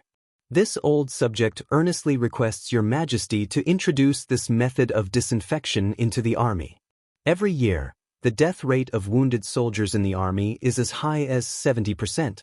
Many good men did not die on the battlefield, but died from infection. This old subject is truly distressed. Li Er quickly said, I also understand the situation that the pharmacist mentioned. Li Zishuan, how much of this strong liquor do you have in your winery? He wanted to directly take the method of brewing the strong liquor into the imperial court's possession. After all, this strong liquor had become an extremely important strategic resource in terms of its effect. However, there were still shares of the Chung family in it. If he did so, it would not look good. Li Zishuan suddenly had a good premonition. He felt as if he was being targeted by a tiger. He cautiously said, "Your Majesty, this strong liquor has no other use except for disinfection. Therefore, the winery only has a few bottles. I made it on the spot." Li Er stared and said, "What do you mean by no other use except for disinfection? You really don't know the severity of the situation. Just by disinfection, you can save the lives of many good men in the Tang Empire." He shook his head and muttered, "Can this liquor be brewed in large quantities and supplied to the army?" Li Zishuan thought for a while and asked, "How much of this disinfection liquor does the Tang Empire need every year?" Li Er did not know this. He looked at Li Jing and threw the question out. Li Jing was also a little confused. He knew how many injured soldiers there were every year, but how would he know how much strong liquor was needed? There are about 15,000 injured soldiers in the army every year. Little Xian, calculate how much hard liquor you need. Li Jing could only throw the question to Li Zishuan. Li Zishuan calculated carefully. After a while, he said, "Your Majesty, I have roughly calculated that the army needs to store about 600 liters of liquor every year to ensure that it is enough." Li Er nodded and slapped the table, saying, "Good. Then your winery will provide 600 liters of hard liquor to the Ministry of War every year. As for the price," Li Zishuan rushed to say, "at least 8 rounds per liter." Li Er was so angry that he almost slammed the table. "Nonsense. You have the nerve to earn money from saving the lives of those soldiers." Li Zishuan felt wronged and said, "Your Majesty, this is really the cost price. This disinfection liquor is more than twice as strong as the immortal drunken wine. Think about it, the immortal drunken wine is already sold for 5 rounds per liter. If you sell it for less than 8 rounds per liter, I will really go bankrupt." What he said was not entirely a lie. In modern times, alcohol was indeed very cheap, but industrial alcohol was generally obtained through chemical synthesis, not through fermentation and distillation of grains. In the Tang dynasty, 8 rounds per liter of medical alcohol was really not expensive. Li Er said angrily, "Nonsense. How can this little liquor make you go bankrupt? Don't be unreasonable. 6 rounds per liter." Li Zishuan almost vomited blood. This Li Er was really not a good person. He was a robber, a robber. Xianxia stood up and snorted, "Your Majesty, the cost of this liquor is indeed very high. 6 rounds per liter is really going to be a loss." The Cheng family had shares in this winery, so of course Cheng Yaojin would jump out and complain. Li Er saw that Cheng Yaojin was also pretending to be pitiful, and he suddenly had nowhere to vent his anger. "Fine, 8 rounds per liter it is. If you dare to cut corners, I will teach you a lesson." Li Er flicked his sleeves and left. All the big shots had seen what they wanted to see, and Qin Qiong was now sleeping. It was not appropriate for them to stay any longer, so they all said their goodbyes. Only Li Zishuan, Sun Simiao, and Cheng Yaojin were still there. Sun Simiao looked at Madame Qin and said, "General Qin's pulse is stable, and his body is no different from a normal person. Madame Qin, please don't worry." Madame Qin sincerely thanked him. "Thank you, Dr. Sun." Sun Simiao waved his hand, looked at Li Zishuan, and said, "Xiaoxian, I have never heard of the small insects in the air that you mentioned. Can you tell me in detail some other day?" Chinese medicine focused on the 5 qi and 6 qi, the balance of yin and yang, and the integration of heaven and man. Li Zishuan's theories had really broken Sun Simiao's understanding of medicine. He seemed to have seen the door of a new world, waving at him. Li Zishuan said with a smile, "Of course. If you want to hear from me one day, I will tell you everything. In fact, these small things that can't be seen with the naked eye can be seen with some tools. When I make this tool in the future, I will invite you to come and see it together." Sun Simiao said in surprise, "There is such a strange thing? That's great. As the saying goes, hearsay is false, but seeing is believing. If you can really make that kind of tool one day, you must send someone to inform me. Even if I'm thousands of miles away, I must rush back to take a look." Li Zishuan nodded and said, "Don't worry, Taoist Sunday. I will definitely inform you." Only then did Sun Simiao say goodbye with satisfaction.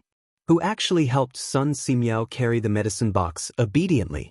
She smiled sweetly at Li Zishuan and waved goodbye. Then, She turned around and left with Sun Simiao. When Li Zixuan saw that everyone had left, he also wanted to say goodbye. However, he heard Madame Qin say, "Xiaoxian, don't be in a hurry to leave. Auntie has something to say to you." Li Zixuan stopped and respectfully said, "Auntie, please go ahead." Madame Qin said with a smile, "Why are you still standing? Sit down. Sit down and talk." Li Zixuan obeyed and sat down. Cheng Yaojin was about to leave, but when he heard Madame Qin ask him to stay, he sat down with Li Zixuan. Madame Li looked at Li Zixuan and couldn't help but say with emotion, "Xiaoxian, your Uncle Qin's illness is all thanks to you. Otherwise," Li Zixuan quickly waved his hand and interrupted, "Auntie Qin, please don't say that. The Qin and Li families are like family. This is what I should do." Madame Qin smiled happily and said, "Ha, you are right. I heard that you are going to marry Yushi. This girl is my adopted daughter. From now on, our two families will really be one family." Cheng Yaojin's eyes widened.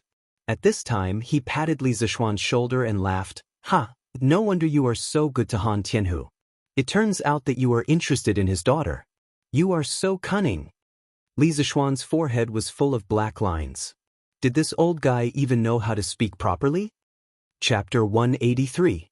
When Mrs. Qin heard Cheng Yaojin's nonsense, she glared at him angrily. Cheng Yaojin often chatted and laughed with Qin Qiong, but he still had some respect for this sister-in-law. Sensing Mrs. Qin's angry gaze, Cheng Yaojin laughed awkwardly. Then he consciously removed his left hand from Li Zixuan's shoulder and returned to his seat. Mrs. Qin smiled in satisfaction. She looked at Li Zixuan and said with a loving expression, "Between you and Yushi, one is Auntie's nephew and can be considered a talent. The other is my adopted daughter and is also naturally beautiful. You two are a match made in heaven. Auntie is very happy that the two of you can be together. Yushi, this girl, her mother passed away early and is also a pitiful child. Our Qin family can be considered half of her family now. I love her very much. In the future, you can't bully that girl, otherwise, I won't let you off." Sweat. Li Zixuan finally remembered that Mrs. Qin could be considered half of his mother-in-law. He hurriedly cupped his hands and promised, "Don't worry, Auntie. Yushi and I are truly in love. After we get married, I'll only love and dote on her. I won't dare to bully her." Mrs. Qin heard this and beamed with joy. "Ha, that's a good boy." Wiping the sweat off his forehead, Li Zixuan finally left the Qin family. Although Mrs. Qin was only half of his mother-in-law, she wasn't easy to deal with. Li Zixuan's ears almost grew calluses from listening to her nagging. When Cheng Yaojin left, he gave him a hand and walked out of the Qin family. "Ha, how are you going to thank me this time?" On the street, Cheng Yaojin patted Li Zixuan and laughed loudly. Li Zixuan thought for a moment and said, "This time, I have to thank Uncle Cheng properly. Otherwise, our winery would have to pay at least 1,000 strings of coins for the 600 liters of liquor His Majesty ordered. Of course. Kid, you have to treat me to a good drink on your wedding day. Use the liquor you disinfected Shu Bao today." Cheng Yaojin laughed proudly. There were only a few people in the Tang Empire who could face Li Zixuan directly. Li Zixuan almost knelt down when he heard Cheng Yaojin's words. "Boss, you dare to drink medical alcohol? You must be tired of living." Uncle Cheng, you can't drink this disinfectant liquor. You have to tell His Majesty to strictly forbid the soldiers from drinking disinfectant liquor. This stuff can kill people," Li Zixuan said solemnly. Only now did he realize that he had forgotten to tell Li Er about this matter. Most of the heroes in the army loved to drink. It was hard to guarantee that there wouldn't be drunkards who had designs on this medical alcohol. If this person didn't die on the battlefield and instead died of alcohol poisoning, then Li Zixuan's sin would be great. Hearing how serious his words were, Cheng Yaojin stopped smiling and asked, "Are you serious?" "Absolutely. All right, I believe you. Your worries aren't unfounded. I will write a letter to His Majesty tomorrow to clarify this matter." Li Zixuan heaved a sigh of relief and cupped his hands. "Thank you, Uncle Cheng." Li Residence West Courtyard. "Xiao Shi, come over quickly." Li Zixuan saw Xiao Shi holding a piece of cloth and looking like she was going to the front courtyard, so he quickly called out, "Young master, What's the matter? Since they were outdoors, Xiaoxi wasn't worried that Li Zishuan would do something beastly in broad daylight. Thus, she quickly walked over and asked, Xiaoxi, what did the Taoist priest say when my mother went to the Taoist temple this morning? Although there was a legitimate reason, cheating wasn't something to be proud of. Li Zishuan asked softly. Xiaoxi smiled and replied, Young master, so you are still worried about this matter. Don't worry, Xiaoxi secretly gave the Taoist priest 200 coins when old madam wasn't paying attention. Afterwards, the Taoist priest told old madam that young master and young madam are a match made in heaven. Young madam is a blessing for her husband. After marrying her, young master will definitely be promoted and the Li family will have many children and grandchildren. Old madam was overjoyed. When old madam came back, she said that she will go to the Han family tomorrow. After a few days, she will set an auspicious date and young master will be able to get married officially. That's great, Xiaoxi, you did well. When I, young master, get married, you will be greatly rewarded. Li Zishuan resisted the urge to carry Xiaoxi and twirl her around. He could only clap his hands and laugh excitedly. Xiaoxian, who is this Xiaoming? Big brother, I must beat this son of a bitch to death. The next morning, Li Zishuan had just finished teaching everyone and was preparing to go home for lunch when Xianxia chased after him from behind and asked angrily. Li Zishuan was confused by the question and asked curiously, What's wrong? This kid is really hateful. Look at him pouring water into the pond and then pouring water out. Does this son of a bitch have nothing better to do? Isn't he making things difficult for me, old Ching? Also, this kid is always forgetful. He even forgot to bring his things to school. It's fine if he went back to take his things, but he actually asked me, Old Cheng, when will he meet his mother? How the hell am I supposed to know? Also, you see, Chen Chimo pointed at the few math problems that Li Zishuan had set in the textbook and kept complaining about Xiaoming's crimes. Looking at this guy's crazy look, he was probably tortured by these few problems. Li Zishuan was sweating profusely in his heart. Why was this idiot's brain always wired differently from other people? Wasn't it because he wanted to save time and effort when he was setting the questions, so he directly changed all the application questions to Xiaoming? Does this guy have to be like this? Chonyo, how can you understand it like this? Xiaoming is just a code name. The reason why Mr. set this problem is to let us learn how to solve this kind of problem, not to let you care about who the problem is. Qin Huayu, who was following behind, heard Xianxia's funny words and couldn't help but help Li Zishuan to explain with a smile. Li Zishuan gave this guy a kick. He said unhappily, Did you hear what Huayu said? You don't think about proper things and only think about crooked ways. If you continue like this, I'll pay a home visit to the Cheng residence and talk to Uncle Cheng about your recent studies. Although Cheng Chimo didn't know what a home visit meant, he roughly understood after hearing the second half of the sentence. He immediately jumped up and said, F***, Xiaoxian, are you still my brother? How can you do something so immoral? What? You can't win a battle of words, so you want to fight? Come, we brothers haven't sparred in a long time.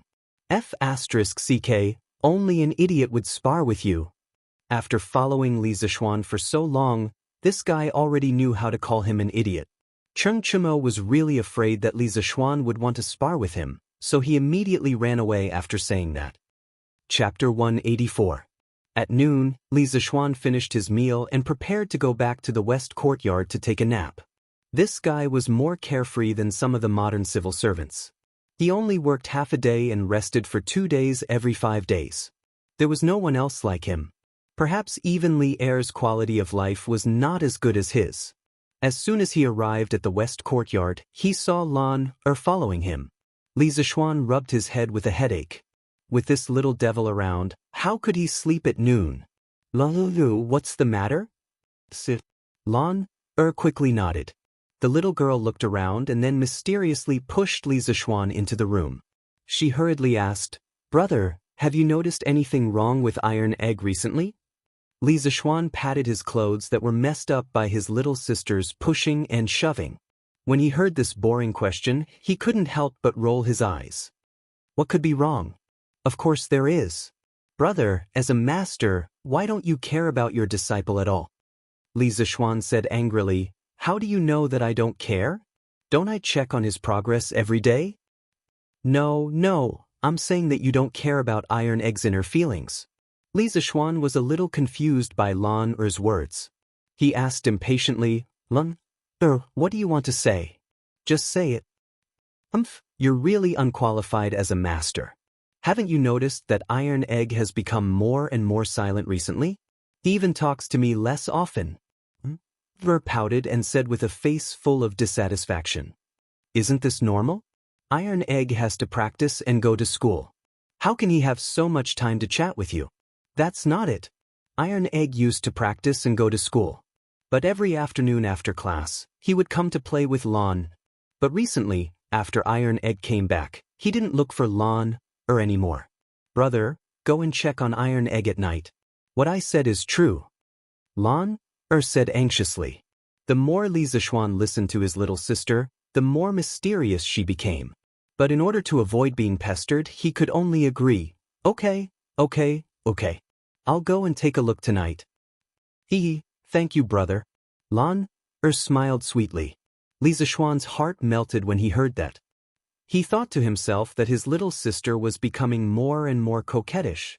After Lan Er achieved her goal, she did not cause any more trouble in the west courtyard. Li Zishuan's ears finally had some peace. He moved the recliner to the entrance where he could feel the cool breeze. Then, he put on the eye mask that he asked Xianxia to sew for him and laid down on the recliner, taking a beautiful afternoon nap. After an unknown amount of time, Li Zishuan felt a few drops of cold water dripping on his face. He subconsciously wiped his face, thinking that it was raining. He instantly woke up and saw Lan Er holding a dripping towel, laughing mischievously beside him. Oh, Lan Er, didn't I just promise you? What else do you want? Stop fooling around. Let me sleep for a while more. Li Zishuan was about to throw a tantrum when his afternoon nap was interrupted. However, when he saw his little sister's innocent smile, his temper instantly died down. However, he still said unwillingly, Brother, don't sleep anymore. Faubert sent someone over to say that the new car you asked for is ready. Quickly accompany Lan Er to sit in the beautiful new car. Lan Er grabbed Li Zishuan's arm and kept shaking it. She was like a little sparrow chirping in Li Zishuan's ear. Li Zishuan was just thinking that if Lan Er was still here, he would tell her a ghost story to scare her away. However, when he heard that the new car was ready, he immediately sat up and said excitedly, Lan Er, where's the new car? Has it been sent over? It's still in the workshop. Faubert said that he wants you to go over and see if there's anything that needs to be changed. Brother, bring Lan Er along. Previously, Li Zishuan had told her about the new car a few times. According to Li Zishuan's description, Lan Er had always been looking forward to the new car. Now that she heard that the new car was ready, how could she hold herself back? Li Zishuan laughed heartily and stood up. He rubbed Lan Er's head and said with a smile, All right, I'll bring you along. Ignoring Lan Er's cheers behind him, Li Zishuan went out and asked Xianxia to get a basin of water to wash his face. He instantly felt refreshed. Sanbao brought Dabai over. Li Zishuan carried Lan Er and got on the horse. He laughed loudly and said, Let's go. Let's go look at the car. I can't afford a BMW, Mercedes-Benz, or Ferrari in the modern era. Then I'll make my own luxury car in the Tang dynasty. Li Zishuan thought proudly in his heart. Accompanied by the clatter of the horse's hooves on the ground, the siblings arrived at the workshop in a short while. When they walked into the workshop, they saw a huge four-wheeled carriage that was about 12 feet long and 3 feet wide. The sides of the carriage were angular and there were some exquisite carvings. The dark red paint on it gave people a sense of low-key luxury. Compared to the current 4-foot-long and 2-foot-wide ordinary carriage, this luxury car looked like a huge beast from afar. Moreover, it had 4 wheels, so it looked more stable. Li Zishuan was very satisfied just by looking at its appearance. Only then did he have the time to look around the carriage. He discovered that other than Uncle Fu, Yan Xiaoning had also come today. This guy had not been seen for a while, so he did not know where he went. Hey, Brother Xiaoning is here today. It's rare. We haven't seen each other for a long time. Brother Xiaoning, how have you been? Li Zishuan held Lan's hand and walked over quickly to greet Yan Xiaoning. Yan Xiaoning said with a bitter face, "The workshop has been so lively recently. Of course, I wanted to come and take a look. However, some time ago, His Majesty ordered the Ministry of Works to mass-produce curved plows and promote them to other provinces and counties. The Ministry of Works is short of manpower. My father recruited temporary craftsmen from the public and took me to be a supervisor. I was released today and heard that you made something good, so I came to take a look." Li Zishuan looked at this poor kid sympathetically and patted him on the shoulder. He smiled and said, "It's good that you're here. You're the technical director of our workshop. Without you, our workshop's progress has slowed down a lot." Yan Xiaoning's mechanical talent was undeniable. He was even better than Faubert. In the future, he could become a god. With such an awesome engineer, Li Zishuan was very assured about the workshop's future development. Yan Xiaoning could not help but roll his eyes. He had just jumped out of the pit that his father had dug for him. Why did he feel that he had jumped into Li Zishuan's pit? This kid was obviously treating him as a coolie. However, he still had 10% of the workshop's shares. This counted as working for himself, right? Yan Xiaoning's mood improved a little when he thought of this. He was too lazy to care about Li Zishuan. He came over and pulled Lan. He smiled gently and said, "Let's go, Sister Lan. Brother Xiaoning will take you to see the new carriage." The two of them jumped directly into the carriage. Li Zishuan was immediately stunned and hurriedly cried out, "Hey, this is my carriage." After saying that, he hurriedly chased after them. Chapter 185. After entering the carriage, Li Zishuan looked at the interior furnishings. Even though this was designed by him, he was still shocked. He saw two single sofas placed on both sides of a small long table. Due to the hot weather recently, Faubert specially placed a bamboo mat on top of the sofa to make it look cooler. Li Zishuan secretly praised Faubert's quick-wittedness. Behind the long table, there was a long sofa. It was about 2 feet wide and 8 feet long. It looked like it was just enough for one person to rest on. If there were two people, then they could only lie on top of each other. Li Zishuan suddenly had an unhealthy thought in his mind. Faubert was quite thoughtful. He even placed a bamboo mat on top of the sofa to make people want to lie on top of it and sleep. In the innermost part of the carriage, there were 2 compartments side by side. Li Zishuan pushed open the door and looked inside. He found that one was the bathroom and the other was the water storage room. The water storage room's container was a large rectangular iron can. It looked like it was specially designed to save space. The iron can could store about 70 to 80 pounds of water.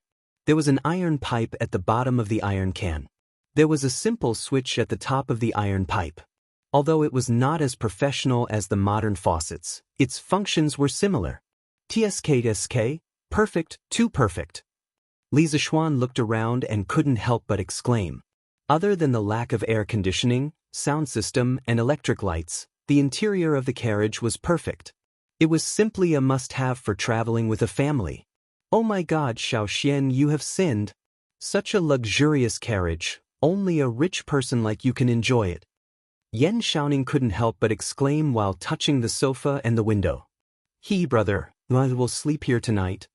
Lana seemed to have discovered a new world. She lay on the sofa and rolled around while laughing happily. Li Zishuan was speechless. This girl was really a little overlord. "Young master, is there anything else that needs to be changed in this carriage?" At this moment, Faubert had also boarded the carriage. He chuckled at Li Zishuan. Li Zishuan waved his hand in satisfaction. "No need, Faubert. I'm very satisfied with this carriage. Let's pull it back now and see if it's comfortable to run on." Faubert nodded and said, "All right, this old man will go and saddle the young master." 15 minutes later, Dabai was able to pull this massive object with the strength of a single horse under the astonished gazes of the workers in the workshop. The wheels of the carriage began to roll slowly, and it spun faster and faster. Dabai snorted joyfully, indicating that it was so easy. Faubert arranged for a worker from the workshop to sit in front of the carriage and drive the horses. He also sat in the carriage with Li Zishuan to feel the performance of the new carriage when it ran. Wow, little Xian, how come this car doesn't feel bumpy at all? This is too amazing. Or has the roads in Chang and become so flat? Yan Xiaoning nestled comfortably on the sofa and looked at the passing scenery outside the window. Suddenly, the tea on the table didn't spill. He sat on the sofa and carefully felt it. He couldn't help but exclaim in surprise when he didn't feel any bumpiness at all. Li Zishuan drank a mouthful of water contentedly and smiled proudly.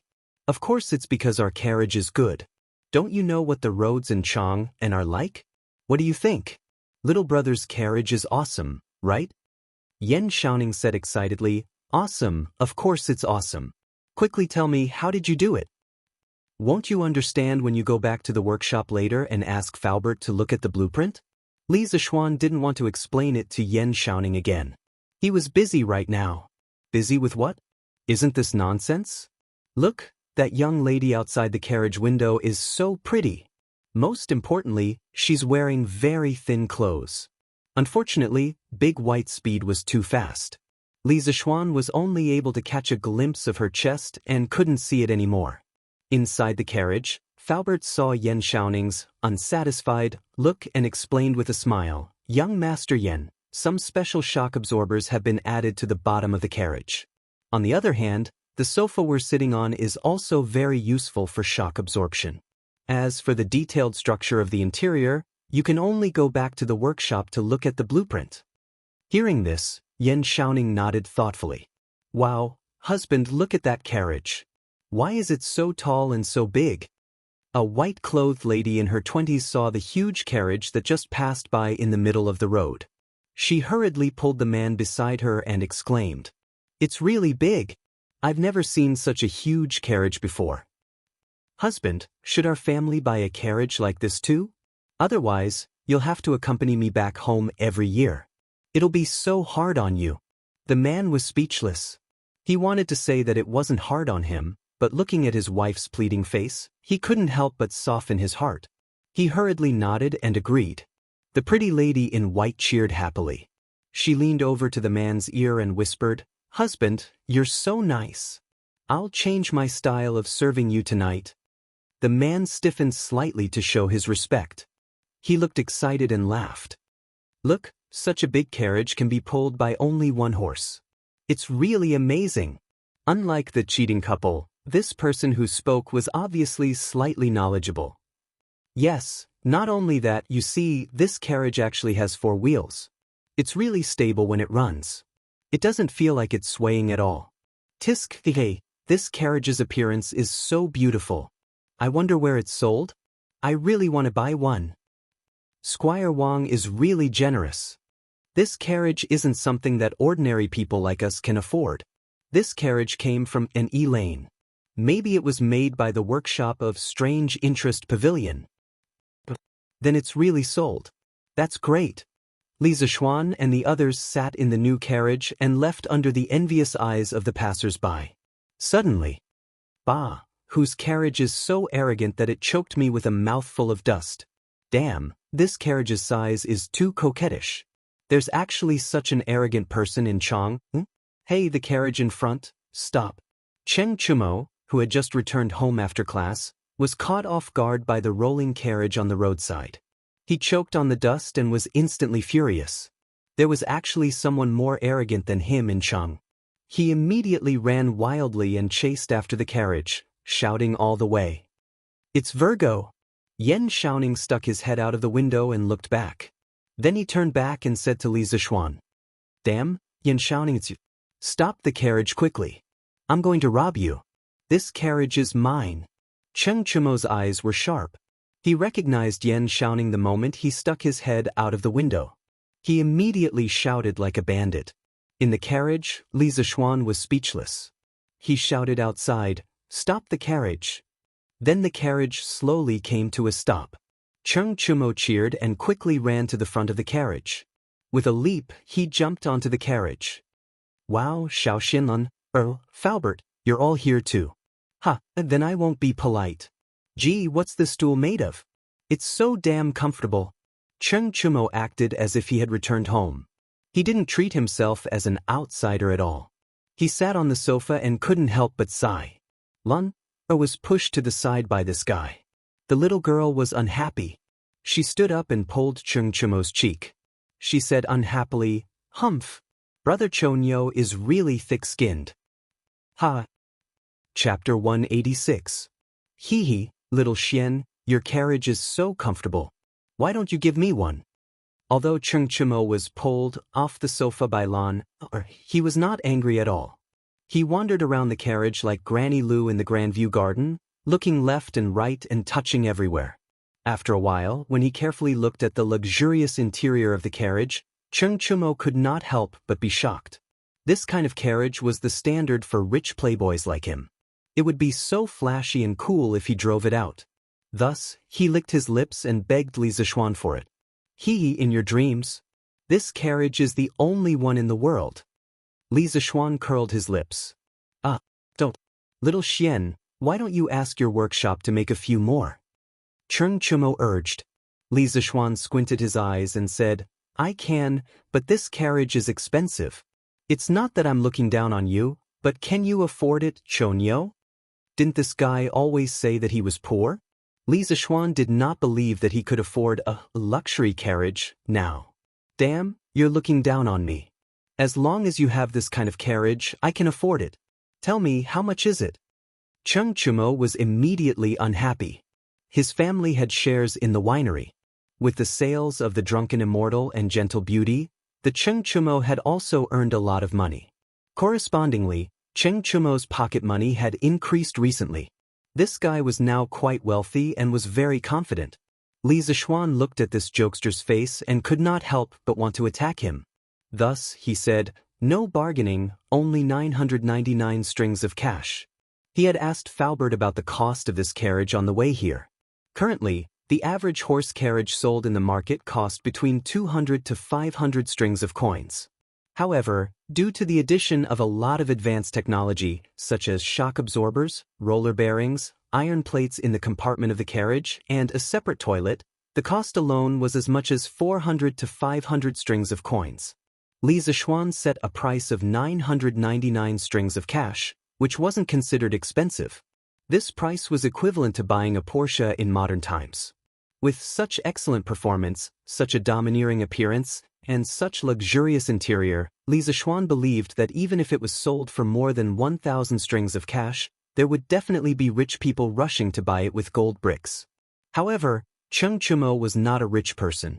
He only had a small amount of wealth. When he heard such a crazy price, Chimo's mouth.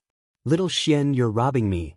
Damn it, this carriage is not made of gold. Is it expensive?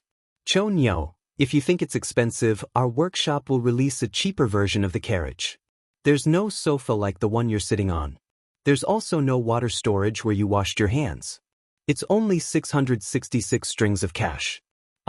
If you still think it's expensive, we will release a beggar's version.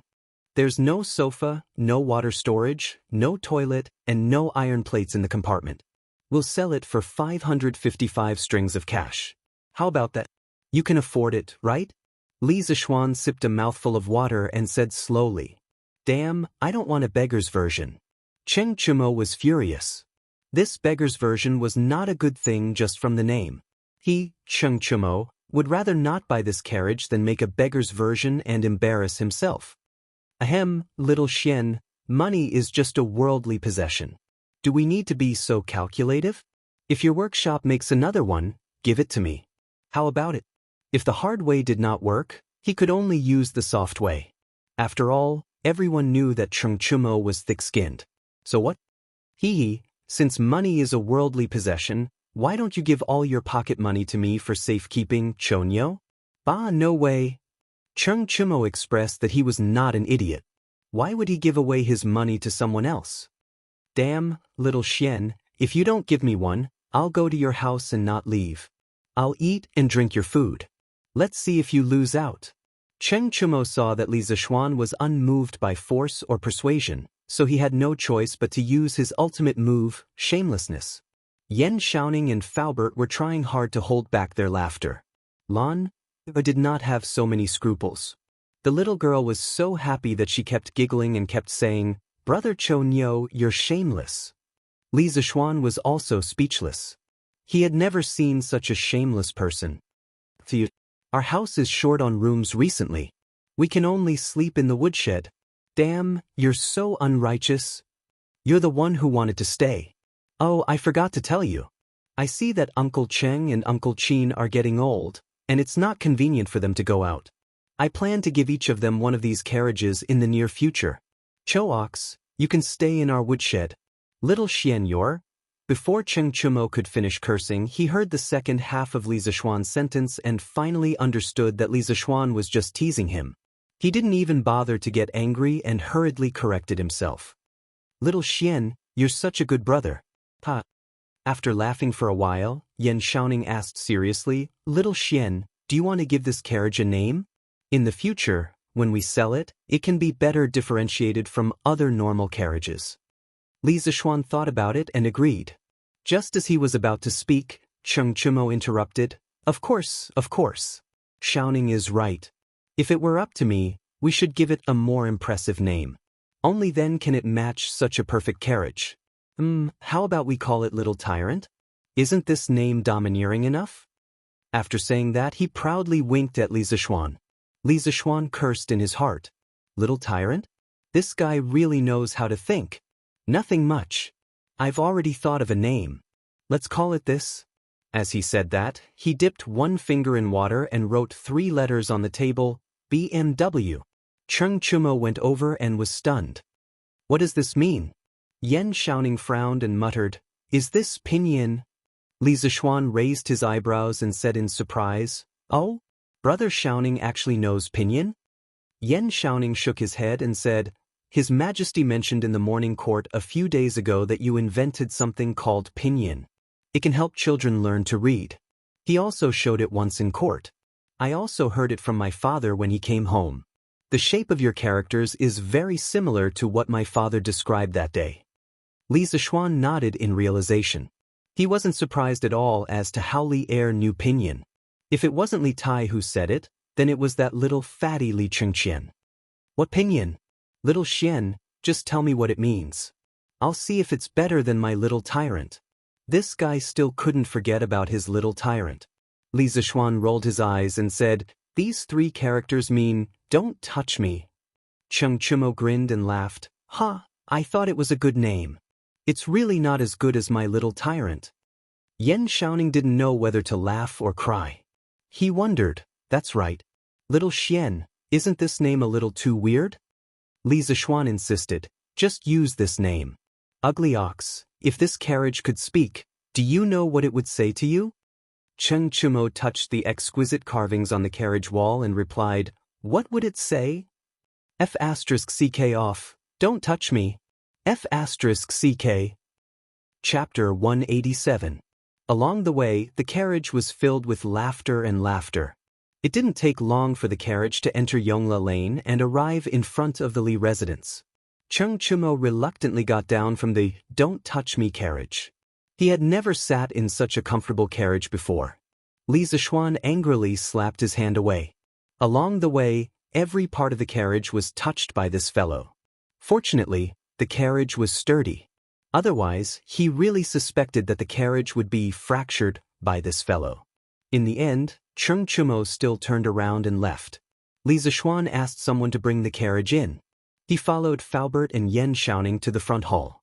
Li Zishuan asked in satisfaction, Xiaoning, how does it feel to sit in this carriage? Comfortable. I feel that this carriage is very suitable for long-distance travel. Sitting in it, I don't feel tired at all.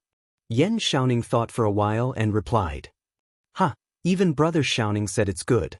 Then it will definitely sell well. Faubert, the workshop will organize people to speed up the production of this new type of carriage. First, make 20 of them and send them to me. I have a use for them. Li Zishuan thought for a while and said to Faubert with a laugh. Faubert was dumbfounded and stupefied. Young master, what do you need so many carriages for? The cost of 20 carriages was more than 10,000 strings of cash. Faubert couldn't help but be surprised. A part of it is to give to people. In the past few months when I returned to Chang, and I owed a lot of people. It's easy to repay money, but it's not easy to repay a debt of gratitude. This carriage can not only repay a part of the favor, but also make a name for myself in the circle of nobles. As for the other part of the carriage, I have a use for it. Li Zishuan thought in his heart. This young master is about to get married. When I pick up the bride, how can I do it without a grand carriage? Faubert was speechless and could only agree. "Oh right, Faubert, how's the paper machine? Are there any difficulties?" After talking about eating, drinking, and having fun, Li Zishuan finally remembered what he wanted to do. "Young master, the paper machine structure is complicated, and the amount of work required to build it early is quite large. It's not difficult to build it according to the blueprint, but it will take some time." Faubert thought for a moment and replied. "How long will it take?" 7 days. Li Zishuan frowned and muttered to himself, "Are there not enough ordinary craftsmen in the workshop, or are there too few skilled craftsmen? Of course it's because there are too few skilled craftsmen. Young master, skilled craftsmen are too hard to find. I'm afraid there are less than 10 skilled craftsmen in the workshop," Faubert said with a bitter face. Li Zishuan thought for a while, but he didn't have any good ideas. He could only say, "Faubert, send more people to other states and counties to look for craftsmen. As long as they are skilled and are willing to come to our workshop, we can talk about the benefits and treatment. As for the paper machine, you guys should try to speed up the progress. Ma Zhou is almost done with the preparations, and we're just waiting for you guys to start. Oh, Xiaoning happens to be free these few days. Why don't you go to the workshop and help Faubert with the paper machine? This should be able to speed up the progress a lot." Li Zishuan looked at Yan Xiaoning, who was leisurely at the side, and his eyes suddenly lit up as he suggested. Faubert quickly nodded in agreement. He admired Yan Xiaoning's mechanical talent very much. Yan Xiaoning staggered, and his face was full of black lines. He had just been released from his father's prison sentence, and now he was going to be thrown into prison by Li Zishuan. Just as he was about to object, he saw Li Zishuan raise a finger and said, "Brother Xiaoning, don't refuse. This paper machine is very important, and it must be done as soon as possible. Moreover, this workshop also has your shares. At worst, I'll give you a 'don't touch me' carriage after it's done. How about it?" Yan Xiaoning was a little moved, and he nodded after a moment. Unlike Li Zishuan, who casually owned dozens of "don't touch me" carriages in the Tang dynasty, a carriage was a very precious asset for other families. After dinner, Li Zishuan went to Mingyue Xian and saw Iron Egg squatting on a big rock beside the pond, hugging his knees, and looking at the moon in the sky in a daze. Li Zishuan's heart was slightly moved. It seemed that his little sister was right. Iron Egg really had something on his mind. Could it be that this kid had taken a fancy to a girl and started to think about love? If that's really the case, what should I do? This is obviously puppy love. As his master, should I stop it? Li Zishuan's thoughts ran wild in the distance. The more he thought, the more tangled he became. In the end, he shook his head and slowly walked towards Iron Egg. "Iron Egg, what are you thinking about?" Li Zishuan walked behind Iron Egg and found that this kid was still in a daze, so he could only ask, Master, you're here?" Iron Egg heard the sound and instantly woke up. This child was a little panicked and hurriedly said, "Don't be nervous. Come, sit down. Tell me, what were you thinking about just now? Why were you so lost in thought?" Li Zishuan patted his disciple's shoulder and said in a gentle tone. Iron Egg obeyed and sat down, but his eyes were somewhat evasive when he looked at Li Zishuan. "Say it." "Master," Iron Egg was not thinking about anything. "There must be something. Do you think I don't know you, kid? Hurry up and say it. What can't we talk about?" "Master, it's really nothing." This kid seemed to be born in the year of the walnut. Li Zishuan frowned and suddenly said with a smirk, "Oh, I understand. Did you fall in love with a little girl? You were just looking at the moon and thinking about love. Iron Egg, it's not that I don't want you to find a wife. It's just that you are still young and should put your mind on your studies." Having such an unreliable master, Iron Egg almost vomited blood in his heart. His cheeks instantly swelled red and he hurriedly stood up and waved his hand. "Master, it's not like that. It's not like that. Then what is it like? If you have nothing on your mind, why would you be staring at the moon in a daze? Hurry up and say it. You're a man, why are you wasting time? Li Zishuan slapped Iron Egg down again. With Li Zishuan's jesting, the atmosphere of the conversation instantly became relaxed. Iron Egg was no longer as reserved as before. He hesitated for a moment and asked, Master, are you going to marry my sister? He had been staying with the Li family all this time, so he had more or less heard about Li Zishuan's marriage. Li Zishuan nodded and frowned. Yes, Iron Egg, could it be that you don't want your sister to marry me? Iron Egg scratched his head and said awkwardly, yes and no. Kid, what are you trying to say? Li Zishuan angrily knocked Iron Egg's forehead. Iron Egg hurriedly said with a conflicted face, Master, Iron Egg has been thinking recently. If Master marries my sister, will Iron Egg call you brother-in-law in the future? Or Master? Yes, he called me Big Sister. Where's Big Sister? Or Master's wife? Holy shit, even though Li Zishuan was used to all kinds of strange questions, he was still shocked by Iron Egg's two powerful questions. Chapter 188. Li Zishuan felt a little dizzy after hearing Bruiser's words. It seemed like he could call him anything he wanted. But if he called him whatever he wanted, wouldn't it mess up the seniority? In the end, Li Zishuan stopped thinking about it. He rubbed Iron Egg's head angrily and said in a muffled voice, Call me by my original identity. Don't think too much. Go back and do your homework. Don't embarrass me in this week's exam. The next day, Li Zishuan ate his breakfast and brought Iron Egg to school. Lan, who had been playing truant recently, came along today. Of course, it wasn't because she suddenly liked to study, but because Li Zishuan drove a luxury car to school today. The little girl was still excited about yesterday, so she came along. After Li Zishuan's consolation, the day before, Bruiser was no longer unhappy. The three of them chatted on and off in the car. Before long, they arrived at the Imperial College. Wow, whose carriage is this?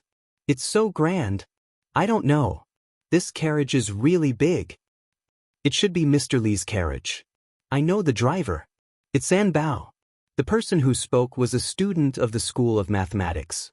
Under the gaze of dozens of students, Don't Touch Me slowly came to the entrance of the School of Mathematics. The three of them got off the carriage one after another. The students in the school heard the commotion outside and ran out to take a look. They were shocked by the huge carriage in front of them. Hello, Mr. Li. What a luxurious carriage. It's even four-wheeled. The interior of this carriage should be very spacious. SSS, little Xian, where did you buy this carriage? It's even more luxurious than the carriages in the palace. I'll go up and take a look. When Li Tai saw the carriage, he couldn't take his eyes off it. This little fatty didn't know how to be polite. He excitedly jumped into the carriage. After a while, a series of exclamations came from inside. Damn, this stool is so comfortable. The space here is so big. Damn, there's even a latrine. There's a switch on the pipe? Impressive, he actually went easy on him. Li Tai screamed inside for a while, then came down and said excitedly to Li Zishuan, Xiaoxian, sir, where can I buy this carriage? I must buy one too. This carriage is just too perfect. I can't buy it anywhere right now, but I should be able to buy it at the Strange Interest Pavilion soon. Go back to class. Li Zishuan said indifferently. Li Tai's face was full of regret. He touched the carriage and reluctantly returned to the teaching house. The rest of the students couldn't help but take a few more glances at this luxury car before returning to class. The commotion caused by the carriage in the Imperial College was far from over. During the break between classes, students from other schools joined in to watch. It had to be said that under the leadership of the Mathematics and Mathematics Department, the entire directorate of Imperial College had started a 3-minute class and a 15-minute break. If they didn't do this, there was no other way. The students would keep making a fuss. Now, the instructors of the other schools hated Li Zishuan to death. This carriage looks so luxurious. I wonder what's inside. It would be great if we could go in and take a look. When San Bao heard this, She immediately opened her arms and shielded the carriage behind her like an old hen protecting her chicks. This carriage is so domineering. I want to ask my father to buy one too. Do you know where to buy one? The person who spoke was obviously from a wealthy family. He didn't even ask for the price, only where to buy it. I've never seen this before. But since this carriage is from Professor Li, he probably knows about it. I know where to buy it. Wang Mingming, hurry up and tell me. If you're right, I'll reward you with money. Thank you, young Master Chui. I heard from my friends in the mathematics and mathematics department that this carriage is from the workshop of the Strange Taste Pavilion. It will be sold at the Strange Taste Pavilion after a while. Good. When the time comes, I'll definitely buy one. Ah Cho, reward me. Yes, young master. Thank you, young Master Chui. During the fourth period, Kong Yingda came to the door of the mathematics and mathematics department. He waved at Li Zishuan as if he had something to say. Seeing this, Li Zishuan let the students study by themselves. He followed Kong Yingda outside the classroom. Chancellor Kong, you're looking for me? Li Zishuan asked softly as they approached the carriage. Yes, during the morning assembly a few days ago, His Majesty said that you invented something called pinyin. It can help children learn to read. I'm here today to find out more about pinyin. Kong Yingda said with a serious face. Li Zishuan suddenly understood. Yan Shaoning was still talking to him about this yesterday. He didn't expect Kong Yingda to come looking for him today. So it's about this. Chancellor Kong, why don't we talk about it in the carriage? Li Zishuan didn't wait for Kong Yingda to reject him. He pulled open the curtains and invited Kong Yingda in. Kong Yingda hesitated for a moment, nodded, and got into the carriage. After entering the carriage, Kong Yingda was shocked to see that the interior decoration of the carriage wasn't inferior to a small independent room. He finally understood why Li Zishuan insisted on him getting into the carriage to talk. This was simply a moving luxury room. After sitting on the soft sofa, Kong Yingda was shocked again. This time, he couldn't hold it in anymore. He put on a serious face and said to Li Zishuan earnestly, Little Xian, Mencius once said that when the heavens are about to bestow a great responsibility on a man, they must first torment his will, toil his muscles and bones, and starve his body. I know that your family is wealthy, but you can't be too immersed in luxury. Li Zishuan was speechless. He saw that Elder Kong was old and it was quite tiring for him to stand outside. That's why he let him get into the carriage and talk things over slowly. Who knew that he would be lectured the moment he got into the carriage? Who the hell could he find to reason with? Chancellor Kong, students nowadays study hard all their lives. Other than realizing their ambitions, most of them use their knowledge to change the lives of their families. This kid's luxurious carriage is used to motivate them. It's to tell them that if they want to sit in such a good carriage like this kid, they must study hard. This way, they will have a goal and be able to study even more diligently. What's more, even though my family is wealthy, I have never forgotten to help the poor. Han Family Manor and Plum Village have nearly 500 families. Because of this kid, they are able to eat their fill and wear warm clothes. It shouldn't be too much for this kid to use the extra money to enjoy life, right? Li Zishuan said with sincerity. Traditional Confucian scholars like Kong Yingda usually believed that people with lofty ambitions must endure hardships and not enjoy life wholeheartedly. Li Zishuan didn't agree with this kind of thinking. What's wrong with me spending the money I earned for myself to enjoy? It's not against the law.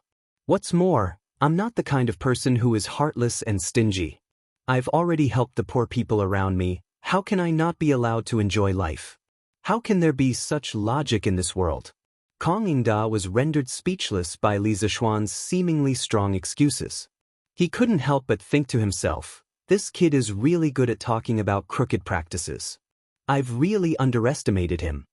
Li Zishuan didn't want to make this principal too embarrassed and immediately stopped while he was ahead. He coughed dryly and said, Cough, cough, Chancellor Kong, let's talk about pinyin. Chapter 189. In front of the Institute of Mathematics. In the luxurious carriage of the Li family, Li Zishuan forcefully changed the topic. Kong Yingda saw that he could not persuade the young man in front of him, so he simply went with the flow and discussed the issue of pinyin with Li Zishuan. There were brushes, ink, paper, and inkstone in the carriage. Li Zishuan took the brushes and wrote and drew while teaching Kong Yingda some pinyin knowledge. This old Confucian scholar's cultural foundation was indeed profound. In less than half an hour, Kong Yingda had a simple grasp of pinyin. Not bad, not bad. Professor Li, pinyin is indeed magical. If you can spread this method of learning words, your name will definitely go down in history. I want to be the first to spread pinyin in the 6 institutes of the Imperial College. I wonder if Professor Li is willing? After Kong Yingda understood the magical effects of pinyin, he could not help but praise. Li Zishuan pondered for a moment and nodded. Of course. Although the students of the Imperial College had long learned how to read, there was still a need to teach them how to read. Most of the students belonged to the elite class of the current young people. After they understood the benefits of pinyin, when they left the Imperial College, they would either become officials, enter the court, or just become teachers. However, they would all bring pinyin to other places. They would also be the first batch of seeds to spread pinyin. Thus, Li Zishuan agreed with Kong Yingda's idea very much. Then from tomorrow onwards, I'll have to trouble Professor Li to teach pinyin to all the instructors, professors, and teaching assistants of the Imperial College every afternoon. I estimate that after 4 or 5 days, all of them will have mastered the pinyin literacy method. At that time, they will teach the students of the Imperial College. What do you think? Kong Yingda thought for a moment and said the pinyin teaching plan that he had been considering for a long time. Kong Yingda had learned that Li Zishuan would be lazy every afternoon. Although this guy had his own legitimate reasons, the fact that he was lazy was indisputable. Therefore, Kong Yingda deliberately set the training time to be every afternoon. This way, it would not delay the teaching plan of the School of Mathematics, and it would also promote pinyin in the shortest time possible. When Li Zishuan heard Old Man Kong's words, he was immediately flabbergasted. Damn, is this old man purposely messing with me? Does this count as me digging a hole and burying myself? Chancellor Kong, you mustn't do that. You might not know, but this junior contracted a strange illness when I was young. Later on, I was saved by my master, and this junior avoided the misfortune of dying early. However, for the next few years, this junior must rest every afternoon. Otherwise, this junior will definitely lose my life. Li Zishuan suddenly had an idea and immediately cried out pitifully. Although Kong Yingda didn't know what it meant to spit out a mouthful of old blood, at this moment he was really about to vomit blood because of Li Zishuan. He had lived for so long and had seen countless people and things. What kind of strange things had he not heard? As soon as he heard Li Zishuan's words, he knew that this kid was talking nonsense. Kong Yingda pointed at Li Zishuan with a face full of anger. He was so angry that he trembled and couldn't say anything. When Li Zishuan saw the situation, he felt that he had gone overboard. He immediately stood up and patted Kong Yingda's chest to soothe his heart. Chancellor Kong, calm down, calm down. This kid was just joking with you, please don't take it seriously. Kong Yingda drank a cup of tea and only then did he catch his breath. He lectured Li Zishuan with a solemn face. Brat, I know that you have some attainments in mathematics and have some smarts in other areas, but you have to know that a Taoist also has a conscience. At the beginning, a man's nature is good because he has a conscience. Therefore, a teacher should follow a person's good nature and promote their good nature while suppressing their evil. This is to pass on Taoism. As a teacher, if you don't study how to teach and educate people wholeheartedly, how can you be a role model for others? The spread of pinyin is extremely important to the education of our great Tang. You have to do it diligently. Otherwise, in the future, you will have to stay in the Imperial College to teach and not go anywhere. Kong Yingda's voice was stern and he was so frightened that he spat at Li Zishuan's face. Li Zishuan's face was full of helplessness. It seemed that old Kong was really angry this time. Yes, Chancellor Kong's lesson is right. This kid will definitely teach pinyin to the teachers of the Imperial College. In order to ensure that he could continue to rest in the afternoon, Li Zishuan could only compromise and sacrifice these few days to teach pinyin to the teachers of the Imperial College. Otherwise, what else could he do? He couldn't go up and fight with this old man. Although he was sometimes a little muddle-headed, he still knew how to respect the old and love the young. Moreover, Kong Yingda had the moral high ground and his words weren't without reason. The spread of pinyin was indeed very important. Kong Yingda nodded his head in satisfaction and prepared to get off the carriage. Suddenly, he turned his head and said, "I heard from His Majesty that you, the Crown Prince, King Wei and the others are working together to compile a dictionary that includes pinyin. If you don't have enough manpower, you can tell me and I will send some scholars of the Imperial College to assist you." "Thank you for your kind intentions, Chancellor Kong, but I have enough manpower." He had received news yesterday that Su Shizhang, Xue Shou, Yan Xiangzuan from the Eastern Palace, as well as Xiao Dian, Gu Yin, Jiang Yaqing, Xie Yen and the other scholars of the Literature Hall under Li Tai were all in the back hall of the workshop. The compilation of the Great Tang Dictionary was already in full swing and they had enough manpower. "Yes, this dictionary is very important. Professor Li, you must pay attention to it. After the compilation of the dictionary is completed, you must inform me. I must go and take a look at such a grand literary event." Of course. Rest assured, Chancellor Kong." Li Zishuan hurriedly cupped his hands and promised. He only hoped that the Chancellor would leave quickly and not create any more trouble. A moment later, Li Zishuan wiped the sweat off his forehead. He had finally sent away the old-fashioned great scholar of the present age. He thought to himself, it seems that this brother's good days are about to come to an end. This is really King miserable. But it should only take a few days of hard work. He hoped that the instructors of the Imperial College could learn pinyin fast enough. After a while, the bell for the morning class rang. Li Zishuan went home with Iron Egg and Lanner in a low mood. The two little guys could see that Li Zishuan was not in a good mood, so they did not talk and laugh along the way. They were very obedient and accompanied Li Zishuan. After lunch, the two little guys continued to go to school. Of course, it was still the luxury car that picked them up. Li Zishuan enjoyed this last leisurely afternoon alone in the west courtyard. He could not help but start to think about spring again. If only my baby Yushi was here. He could hug his wife every day, sleep and play with Daodu. This kind of life, even the gods would not change. As he thought about it, he could not help but drool. Chapter 190. Li Zishuan was a little drowsy by the summer breeze. When he was on the verge of waking up and falling asleep, he saw Xiaoxi in a bright yellow dress, walking over gracefully. She said softly to Li Zishuan, "Young master, Wang Renbiao and his father want to see you. Butler Wang is waiting in the front hall." "Oh!" Li Zishuan's expression changed. He stood up and said, "Well, Xiaoxi, come with me to have a look." At the same time, there was a touch of coldness in his heart.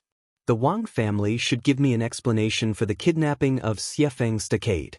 In the front hall of Li Mansion, Wang Renbiao and a middle-aged man with thick eyebrows, big eyes, and a stocky waist were sitting on both sides. The two of them looked at each other and did not say a word. The hall was very quiet for a while. Wang Zhong looked at the tea table beside the two of them. Some of the tea was about to turn cold. He hesitated for a moment and was finally forced to retreat by the oppressive atmosphere. He retreated to the side and did not dare to say a word. The main reason was that the pressure on the middle-aged man was too strong. In a moment, Li Zishuan came to the front hall. Wang Renbiao took the lead to stand up and said to Li Zishuan, "Mr. Li, long time no see. How have you been? Let me introduce you. This is my father. He just arrived in Shang and yesterday. Today, he went to the palace to see His Majesty, and then came to visit Li Mansion with me. According to the rules of the imperial court, the provincial governor of a state could not leave the territory under normal circumstances. Wang Renbiao's father came directly to Chang and had to report to the Ministry of Personnel. However, he was also a relative of the imperial family. If he directly reported to Li Er, no one dared to say anything. Li Zishuan's eyes stopped on the middle-aged man. He thought that this man turned out to be Wang Yu, who married Li Yuan's sister. Cheng Yaojin had told him a lot about the Wang family in Taiyuan-Qi County. Today, he finally saw the real person. This person's facial features were resolute and sharp. From his face, one could vaguely see the shadow of Wang Renbiao. There was also a dignified aura around him. It was probably because he had been in a high position for a long time. Regardless of what he was thinking, Li Zishuan still cupped his hands towards Wang Yu and bowed. This humble official pays his respects to Governor Wang. In the first year of Zhenguan, Li Er divided the world into 10 provinces. There were a total of 360 provinces in the country. These provinces were divided according to their population into Upper Province, Middle Province, and Lower Province. The provincial governor of Upper Province was secondary grade 3, the provincial governor of Middle Province was primary grade 4, and the provincial governor of Lower Province was primary grade 4. The Sui province that Wang Yu was in charge of belonged to the Central Province. As the provincial governor of Sui province, if calculated according to rank, he belonged to the upper 4th rank. Li Zishuan, on the other hand, was a secondary class 5th rank official, regardless of whether he was a county founder of the country or a doctor of the Imperial College. But logically speaking, it was already a miracle that he was able to reach secondary class 5th rank at his age. Because Li Zishuan was a full 4 ranks lower than Wang Yu, he had to open his mouth and address himself as a humble official. In the officialdom, one had to abide by the rules of the game. If one casually treated a superior with disrespect, then one would not only offend one person, but also the entire official class. At this moment, a faint smile appeared on Wang Yu's tense face. He raised his hands and said with a smile, "Sir Li Zishuan, there is no need to be so courteous. Although this official is far away in Sui province, I have long heard of Sir Li Zishuan's matter. The curved Yuan divine plow has spread throughout the world, benefiting the millions of poor commoners of my great Tang. Today, this official represents the elders of Sui province in thanking Sir Li Zishuan." After saying this, he actually gave Li Zishuan a deep bow. Li Zishuan was shocked and hurriedly said, "There is no need for this, Provincial Governor Wang. Although this little one invented the curved Yuan plow, His Majesty has already rewarded me. Thus, this little one cannot accept this gratitude." At the same time, his impression of this provincial governor Wang had changed quite a bit. This person held a high position and came from a large clan, but he did not have the slightest bit of arrogance. In terms of personality, he was very similar to Wang Renbiao. The only difference was that he had a very powerful aura. No matter what, the commoners of various lands have benefited from the curved Yuan plow. This is an indisputable fact. In truth, this old man has come today for another matter. I presume that Sir Li Zishuan has already guessed it. Wang Yu straightened his body and clasped his hands towards Li Zishuan. Today, this old man has come to apologize to Sir Li Zishuan on behalf of my unfilial son. A few days ago, that unfilial son actually colluded with bandits to kidnap Sir Li Zishuan's fiancée. He even had designs on the Li family's immortal inebriation formula. Fortunately, it did not lead to irreversible consequences. Otherwise, that unfilial son would have died 10,000 times. In the end, this matter is because this old man did not teach his son well. If Sir Li Zishuan has any requests, you can raise them. Do not harm the relationship between you and my Renbiao because of this matter." Li Zishuan raised his eyebrows. They had finally come to the main matter. At the same time, he also had some doubts in his heart. From the start, this Wang Yu had a very humble attitude. Logically speaking, as the provincial governor of a province, backed by a large clan, and even married Li Er's aunt, he should not have such a humble attitude towards him. Actually, on the surface, this was indeed the case. However, Wang Yu had his own considerations. Although Li Zishuan was only a provincial governor, his growth potential was enormous. Not only did he have a good relationship with Qing Yaojin, Qin Qiong, and a bunch of other military veterans, he also had a close relationship with Li Chengqian and Li Tai. From the current situation, first of all, Li Chengqian's position as crown prince was very stable. Even if something happened in between, the throne would only fall on Li Tai's head. However, no matter what, Li Zishuan would at least be able to survive through 2 dynasties. His official position would only soar to the skies. Moreover, Li Er's intention to weaken the power of the large clans was already clear. Although Wang Yu had married Li Er's aunt, under the teeth of the storm, his every move would be infinitely magnified. Thus, Wang Yu's current standard of conduct was Don't cause trouble, don't cause trouble. If he caused trouble, quickly turn it into a small one, and a small one into nothing. What if I want Wang Rini to die? Regardless of the meaning behind Wang Yu's humble attitude, Li Zishuan still wanted to sound him out. Of course, if he could directly have Wang Rini die, that would be the best. He had always harbored killing intent towards those who dared to touch his woman. Hearing this, Wang Yu's body clearly trembled. A trace of paleness and struggle flashed across his wrinkled old face. No matter how mischievous his son was, he was still his son. Even a vicious tiger would not eat its cubs. How could he watch his son die before his eyes? Wang Rinbiao looked at his father's pale face from the side. He hurriedly went up to Li Zishuan and clasped his hands. Sir Li, although my younger brother did some foolish things, in the end, you arrived in time to save Miss Han. There was no tragedy. Thus, I hope that Sir Li will be magnanimous and spare his life. Li Zishuan stared into Wang Rinbiao's eyes and asked, the person who showed me the way at Rhinoceros Slope that day, was it one of your people? When he heard the second half of Wang Rinbiao's words, his heart suddenly moved. He remembered that day when he was in despair. A piece of silk with words written on it flew to him. Wang Rinbiao looked at Wang Yu, then nodded to Li Zishuan. It was Yu Yao who was by my side. The day before the incident, Yu Yao found out that my younger brother was sending people to harm you. However, she did not hear their specific plans. Thus, I had Yu Yao follow Xiaoying. When I found out that they were going to harm Miss Han, I ordered Yu Yao to help you save Miss Han. Thus, I hope that Sir Li can give me face and spare my younger brother's life. Chapter 191. In the hall, the atmosphere was a little tense. After Wang Rinbiao finished speaking, he stared at Li Zishuan, hoping that he would agree. Wang Yu was silent for a moment and said, our Wang family was in the wrong in the kidnapping of Xiefeng Stockade. We are willing to pay some price in exchange for forgiveness. If Mr. Li has any requests, you can tell me. I just hope that you can save my son's life. Wang Yu paused and said with a sad expression, no matter what, Ren-Yi is my child. I'm almost 50 years old. To be honest, I've already become indifferent to fame and fortune.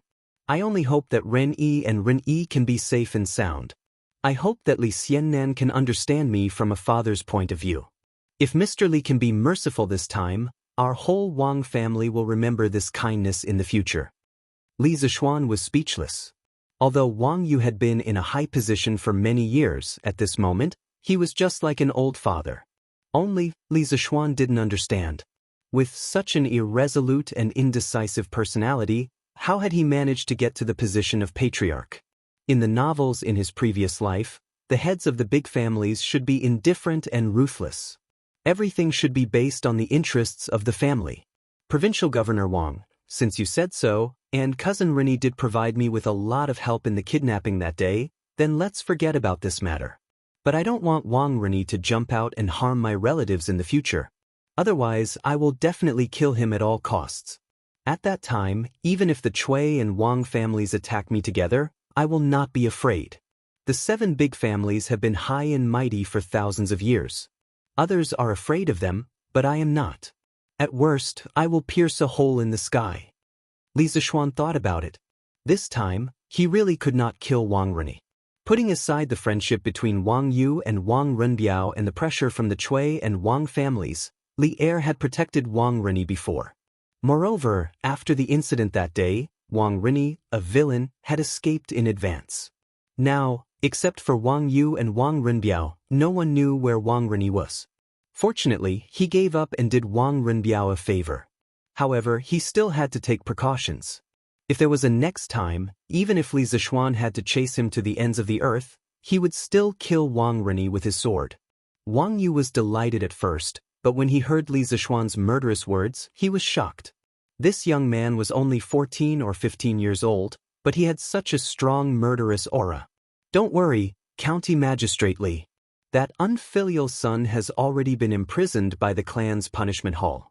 He won't come out to do evil again. For this matter, our Wang family owes you a favor. If Li Xiannan needs any help in the future, feel free to let Renbiao know. Once this old man receives the news, I will definitely do my best to help. Li Zishuan nodded his head silently, but his heart was in turmoil. He did not expect the Wang family to have a law enforcement hall. This plaything sounded similar to the Cultivation sects in some Cultivation novels. There were law enforcement hall, elder hall, law enforcement hall, law enforcement hall, law enforcement hall, elder hall, law enforcement hall, and so on. It seemed that none of these traditional aristocratic families were simple. In order to express my sincerity, this old man has specially prepared some humble gifts. I hope County Magistrate Li can accept them. After saying this, Wang Yu took a red sandalwood box from Wang Renbiao's hands and handed it to Li Zixuan. Li Zixuan was really overwhelmed by the favor. The matter had already been discussed and the misunderstanding had been cleared up. Wang Yu, as the provincial governor of a province, actually still wanted to give a small fifth-rank official like him a gift. What was he trying to do? Was this old man really the Wang family's patriarch? Why was he so low-key? No need, no need. Provincial Governor Wang is too polite. Li Zixuan hurriedly waved his hand to refuse. After all, one's mouth was too soft for others. There are only some worthless things inside. County Magistrate Li's refusal, could it be that you are still unwilling to reconcile with the Wang family? Wang Yu pushed the box in front of Li Zixuan again. After a few more times, Li Zixuan finally accepted. In any case, Wang Yu said that the things inside were worthless. Since he had accepted them, then so be it. After chatting for a while, Wang Yu and his son tactfully took their leave. During this time, the two sides naturally reached many agreements. For example, the cooperation that Li Zixuan and Wang Renbiao had previously discussed. After the kidnapping incident, Li Zixuan had unilaterally stopped the supply of wine to the Strange Interest Pavilion and the winery. At that time, Wang Renbiao felt that the Wang family was in the wrong, so he did not raise any objections. Now that the relationship between the two sides had been mended, the cooperation was restarted. After returning to his room in the west courtyard, Li Zixuan was no longer sleepy.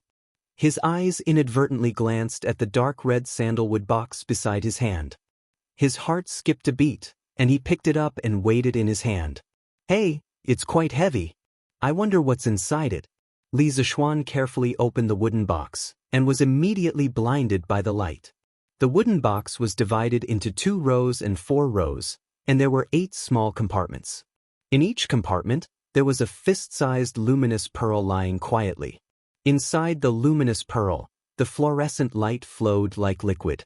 If there was only one, it might not be so dazzling, but when all 8 of them were placed together, it was really dazzling. Oh my God! That old geezer Wang Yu actually said that these were just some worthless playthings. If they weren't valuable, then what was valuable about them? The Wang family seems to be richer than me. Li Zixuan had only seen these genuine luminous pearls in some documentaries in his previous life. Although the principle of the luminous pearl was very simple, and there were many artificial luminous pearls that cost 6 yuan on certain treasures, these natural luminous pearls in front of him were really priceless.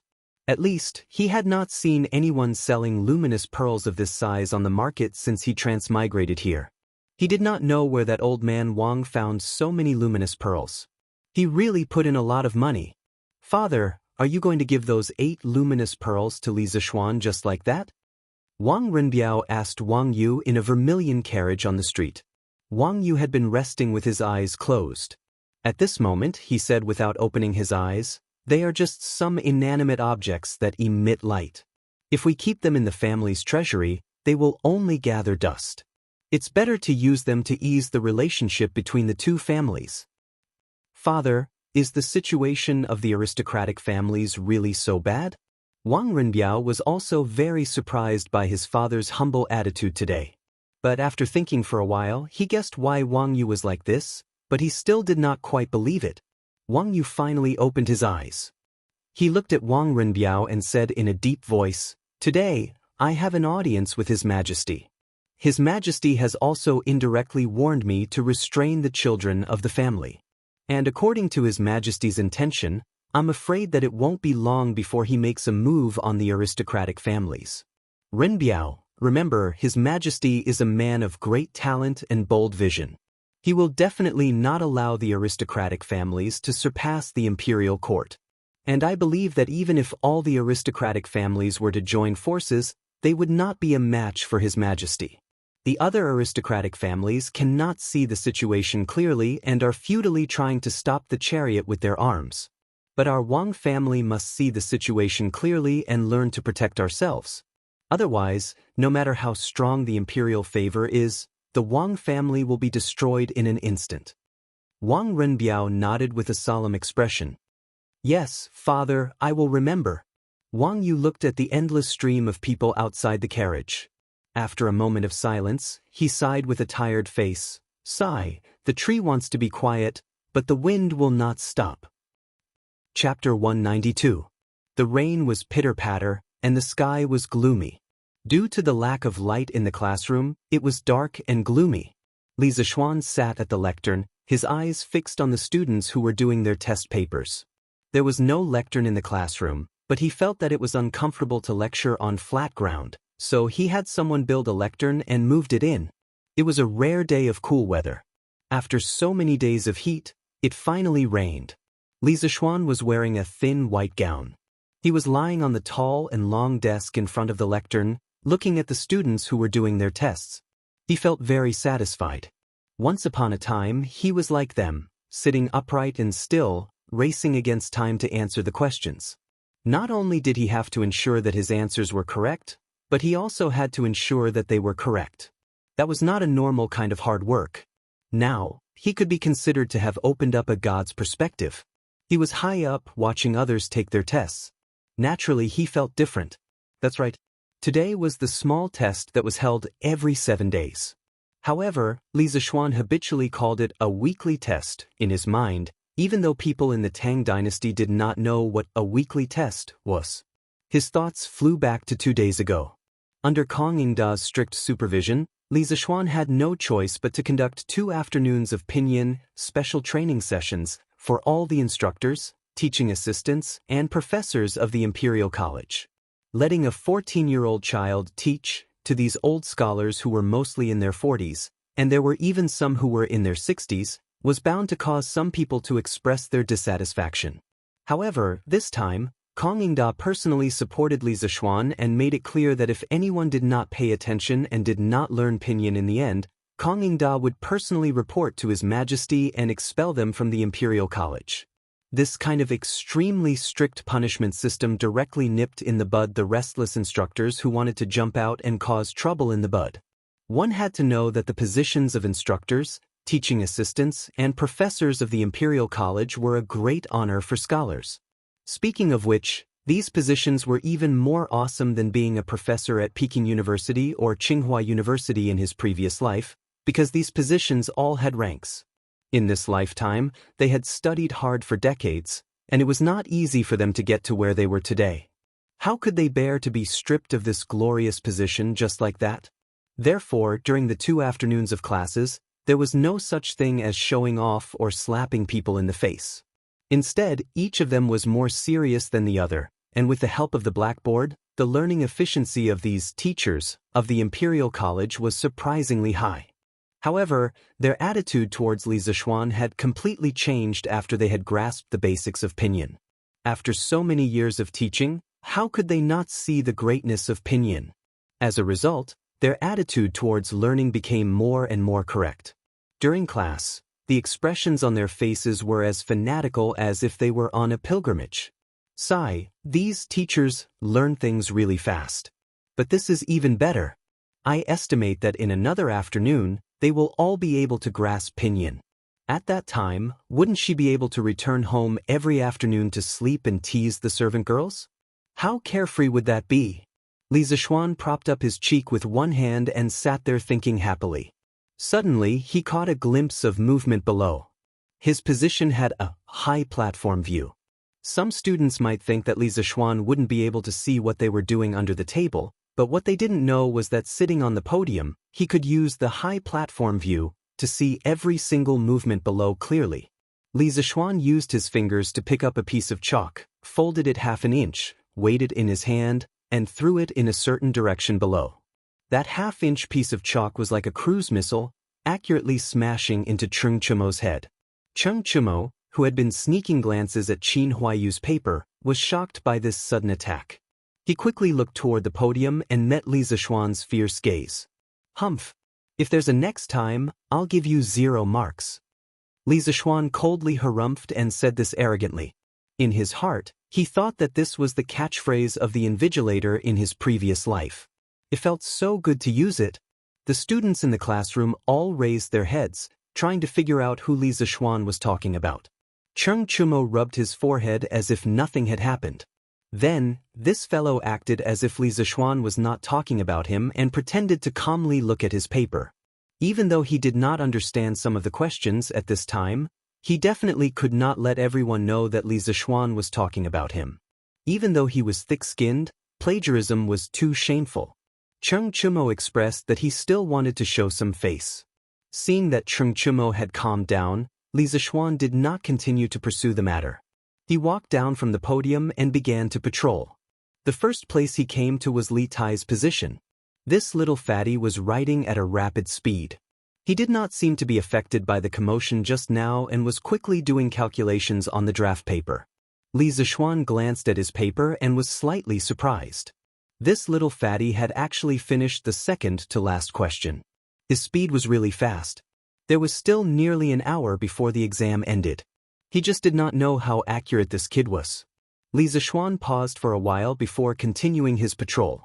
He found that most of the students were still stuck at the 5th or 6th last question.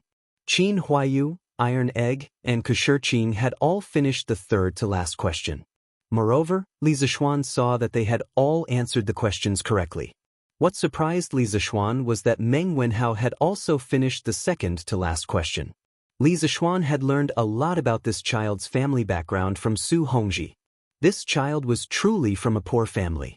In this era, it was dozens of times more difficult for a poor family to nurture a child into a talent than it was in modern society. It was also very difficult to pass through the layers of selections in various places and finally enter the Imperial College. Therefore, in Li Zishuan's opinion, whether it was Meng Wenhao or Meng Wenhao's father, they were truly amazing people. Li Zishuan sincerely admired their perseverance. From the part that Meng Wenhao was writing at the moment, he had completely thought through the train of thought for this question. As long as he did not take the initiative to court death, he would definitely be able to get all the points for this question.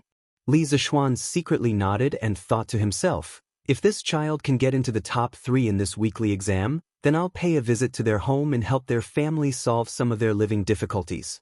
He admired hard-working and diligent children like Meng Wenhao from the bottom of his heart. When Cheng Chumo saw Li Zishuan coming over for an inspection, he hurriedly covered his paper and glared at Li Zishuan to prevent him from looking. Li Zishuan was speechless and thought to himself, is this guy's brain short-circuited? Aren't you going to show me your paper sooner or later? Why are you covering it now? Li Zishuan snorted unhappily and returned to the podium.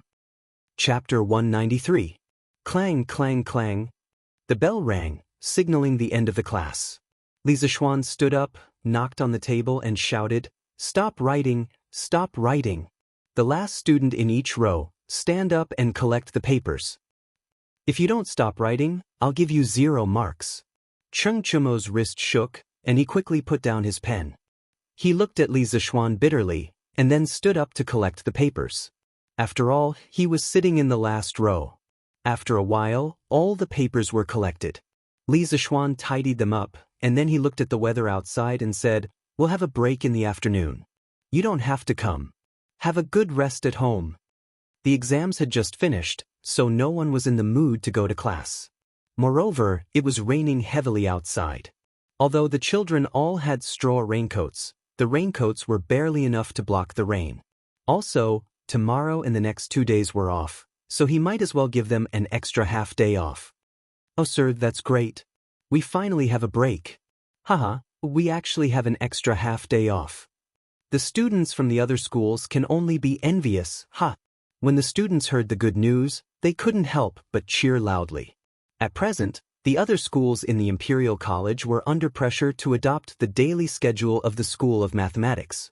However, the School of Mathematics' 2-day break for every 5 days of classes was firmly rejected by the instructors of the other schools. Therefore, Although the pace of learning in the School of Mathematics was very tense, with a small exam every Monday and a senior high exam every month, and there was a feeling of being eliminated at the end of the class, the students of the School of Mathematics had more rest time. This was something that the students from the other schools envied. Holding the papers and watching the students disappear into the misty rain, Li Zishuan put on his straw raincoat and prepared to go to the canteen of the Imperial College for lunch. "Master, you're not going back at noon again?" Iron Egg ran over and asked. I'm not going back." "Iron Egg, you can take the carriage and go back by yourself. I'll ask Sanbao to bring the carriage here in the afternoon." In the past few days, Li Zishuan had to stay in the Imperial College to teach the instructors in the afternoon, so he basically didn't go back at noon. Instead, he ate in the canteen of the Imperial College. 2 days ago, Iron Egg also stayed with him and didn't go back. However, the Institute of Mathematics was closed this afternoon, so Li Zishuan asked Iron Egg to go back first. Iron Egg responded and quickly packed his things, preparing to go out.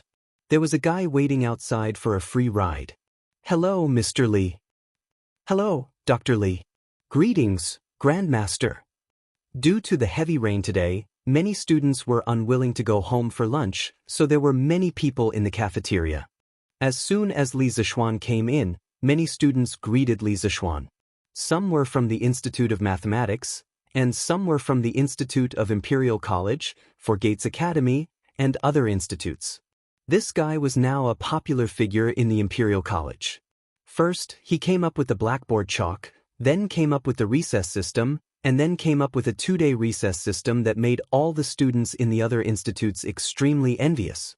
In addition, in the past few days, he had been training all the instructors in pinyin, so there were often students who came over to watch the fun. Therefore, some students would occasionally call him Grandmaster. Yesterday, Li Zishuan heard someone call him Grandmaster for the first time, and he almost knelt down. After that, he went over to the student and asked for the reason, and suddenly he didn't know whether to laugh or cry. He was not even 15 years old, and he had already become someone's grandmaster. Li Zishuan ordered a meal, found a seat at random, and began to eat. To be honest, the food in the cafeteria was not delicious. It was completely incomparable to the food in the Li family, but it was still bearable. "Hey, Grandmaster, is there no one here? How come Iron Egg isn't eating with you today?" A loud and clear voice sounded in his ear. Li Zishuan raised his head and saw that it was the little bastard who first called him Grandmaster yesterday. His name was Sun Zifan, and Li Zishuan had almost been annoyed by Sun Zifan's name yesterday. This guy was a top student in the Imperial College, but he had only gotten in because of his father's relationship. His father's name was Sun Wuxia, and he was an amazing person. During the 5th year of the Tang Dynasty's Wuda era, he had obtained first place in the imperial examination and became the top scholar. He could be considered the first top scholar in China's history.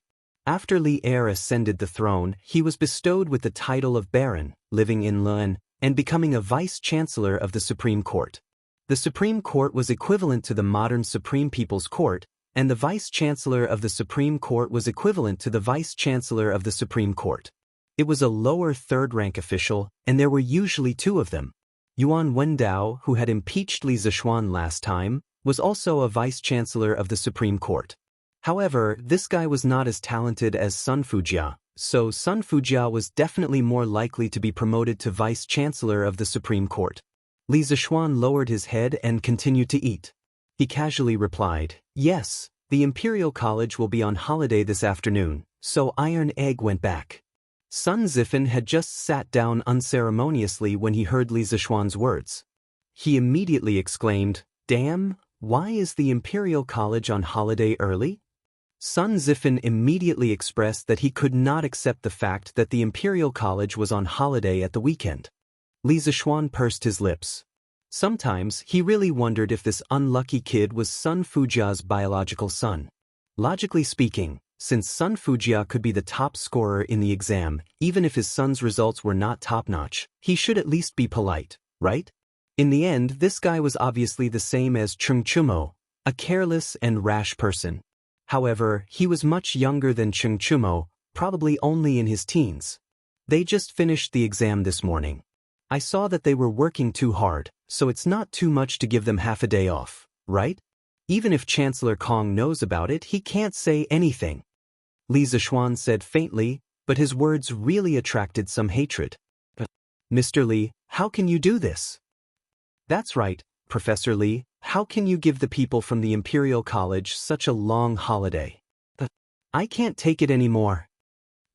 When the students from the other schools who were eating nearby heard Li Zishuan's words, they all started to denounce him.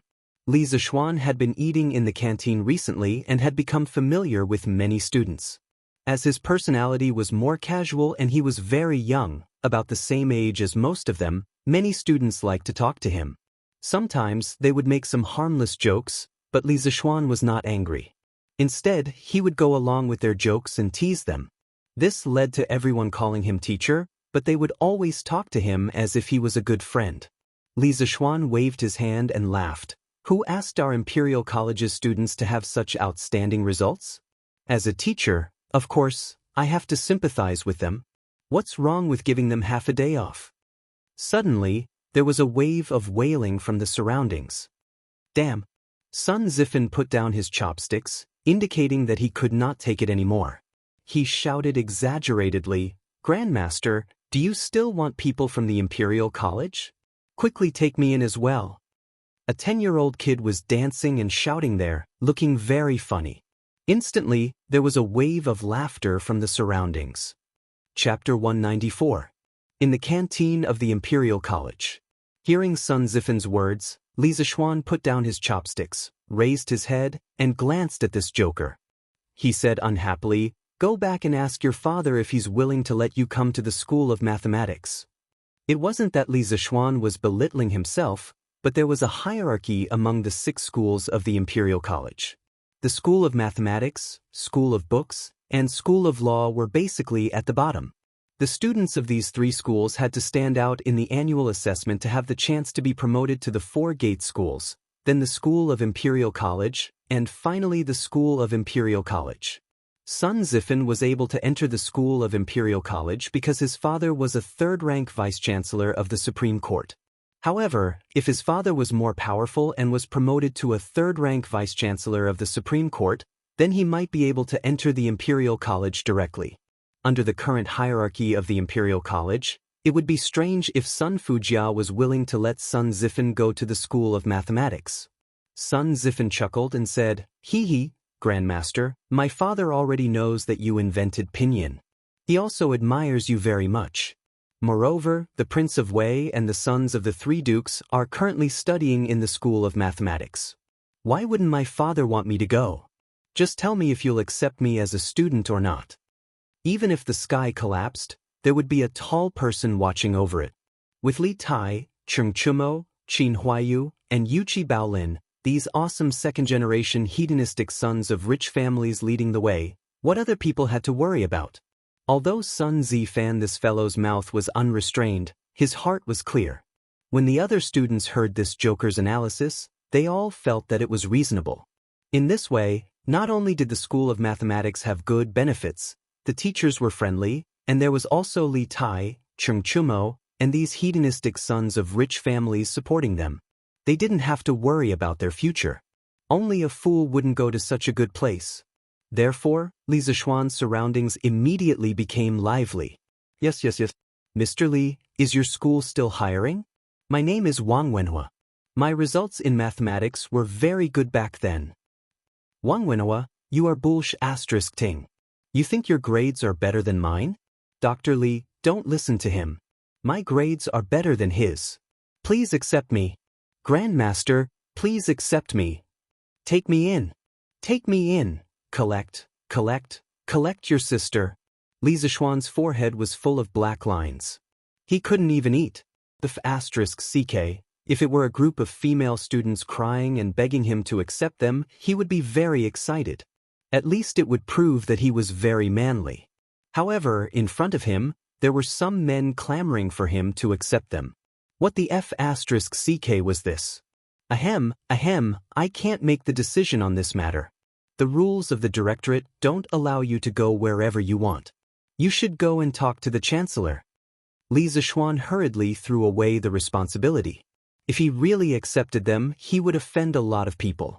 When that time comes, how would he survive in the directorate? He might as well just throw the problem to Old Man Kong and let him have a headache. He originally thought that saying this would make Sun Zifan and the rest retreat. After all, as students, how many of them dared to meet the principal? However, he underestimated this fellow's character. When Sun Zifan heard that Li Zixuan didn't explicitly reject him, his eyes instantly lit up. He smiled and said, "Fine, if Chancellor Kong agrees to change classes with me, Grandmaster, you have to accept me." In his eyes, his father was a lower-class third-rank official. The Chancellor of the Directorate was also lower-class third rank. What was there to be afraid of? He wasn't afraid, but that didn't mean that all the students weren't afraid. There were also some gutsy students who secretly left the crowd. These people mostly relied on their own hard work to rise up from the 3 academies of mathematics, history, and law. They didn't have any background, so they didn't dare to follow Sun Zifan. However, there were still a lot of second generations who followed Sun Zifan and echoed, "Yes, yes, yes. Zifan, I'll go with you to find Chancellor Kong." I'll go too. What's there to be afraid of? Let's go. After saying that, this group of people didn't even eat and ran out noisily to find Kongingda. Li Zixuan was stunned. This group of bastards was really out of control. He shook his head and couldn't be bothered with them. Let Kongingda have a headache. After a quick lunch, Li Zixuan came to a vermilion building in the center of the directorate. This could be considered the office building of the directorate's teachers. There were more than a dozen rooms of various sizes inside. Li Zixuan's position had been there since the beginning, but he hadn't been there before.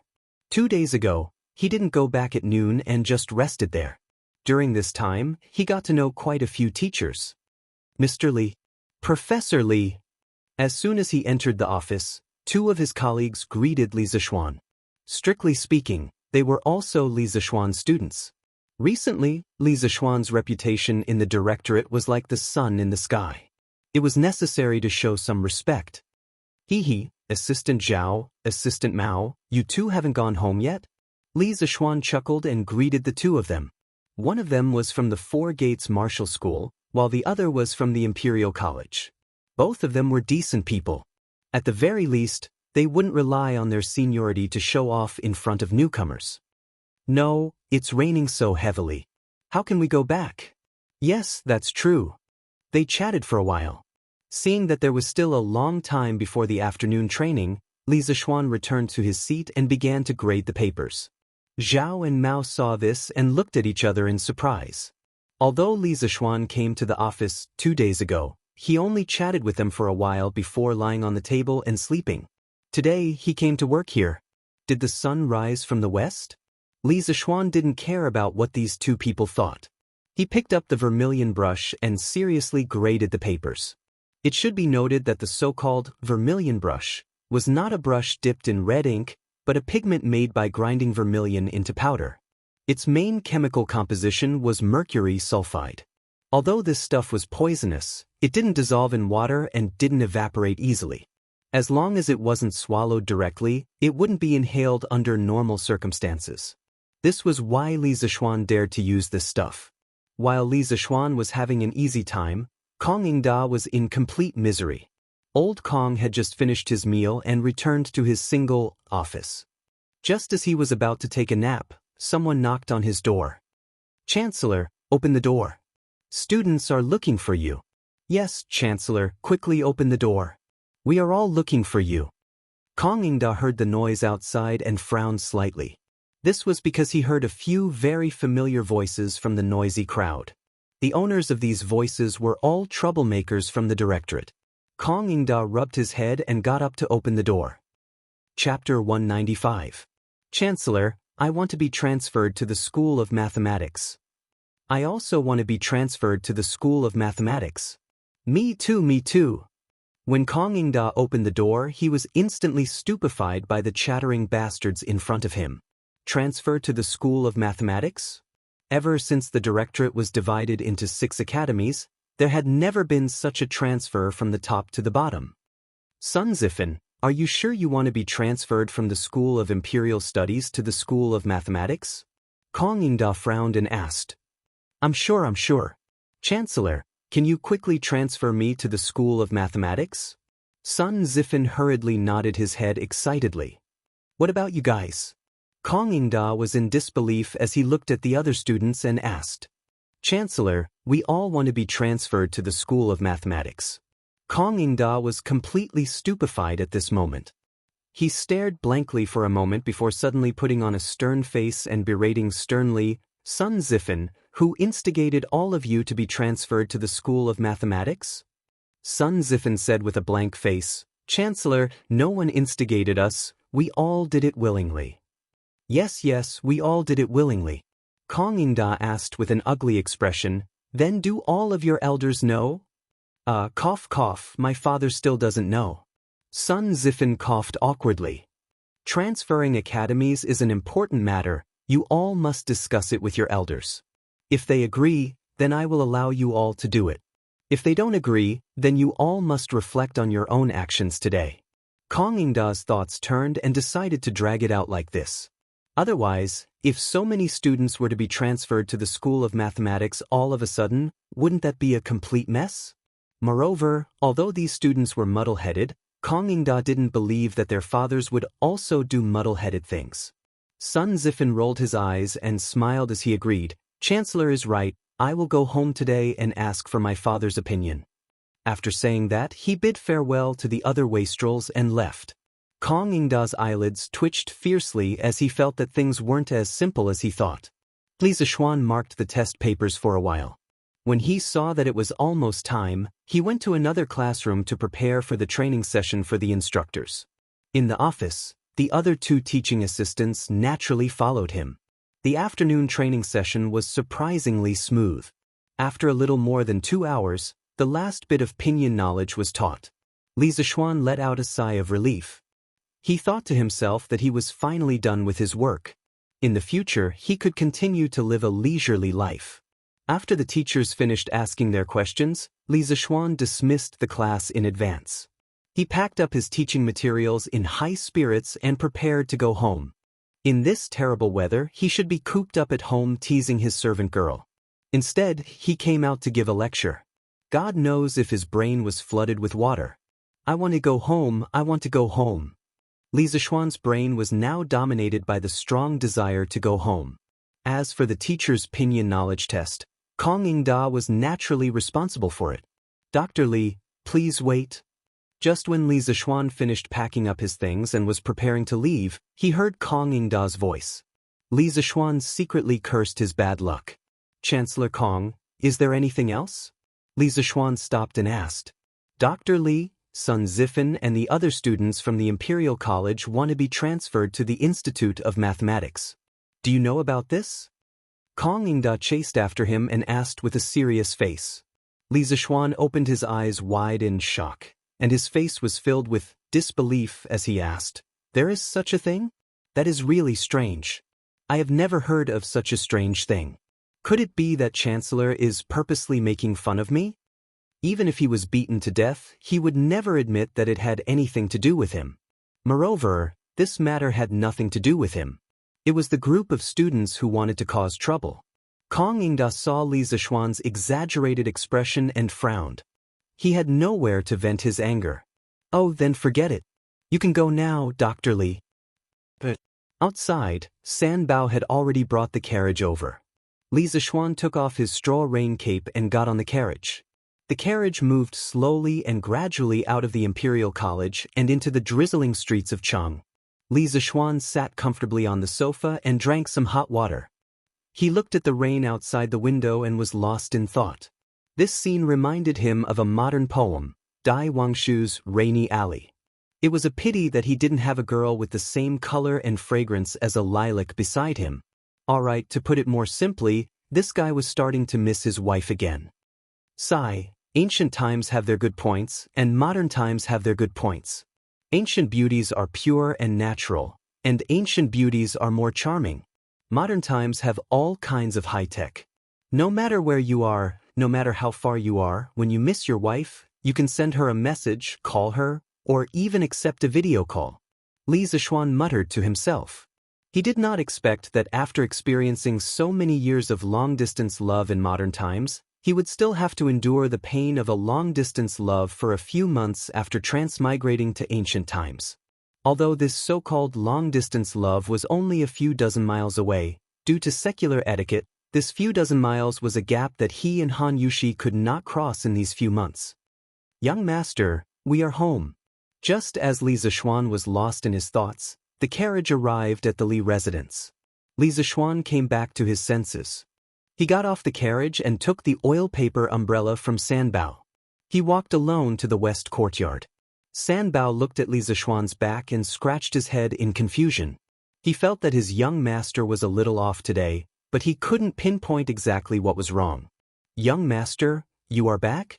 Xiaoxi will go to the kitchen to make a bowl of ginger soup for you to get rid of the cold." When he returned to the west courtyard, he met Xiaoxi as soon as he entered the house. The little girl went up to Li Zixuan to wipe the rain off his face as she went to get the ginger soup for Li Zixuan. "Oh, Xiaoxi," Li Zixuan called out softly. Xiaoxi could hear that her young master's voice was a little off. She was startled and asked, "Young master, what's wrong?" No, young master." It was Li Zixuan who turned around and hugged Xiaoxi tightly. The little girl was shocked by this sudden attack. She instinctively wanted to twist her body and break free from his embrace, but he hugged her even tighter. "Don't move. Let me hug you quietly for a while," Li Zixuan said softly. Xiaoxi saw that Li Zixuan was only hugging her and did not do anything out of line.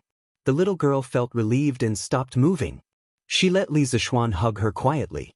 After an unknown period of time, Xiaoxi felt that her body was getting heavier and heavier. After a while, she heard the sound of even breathing.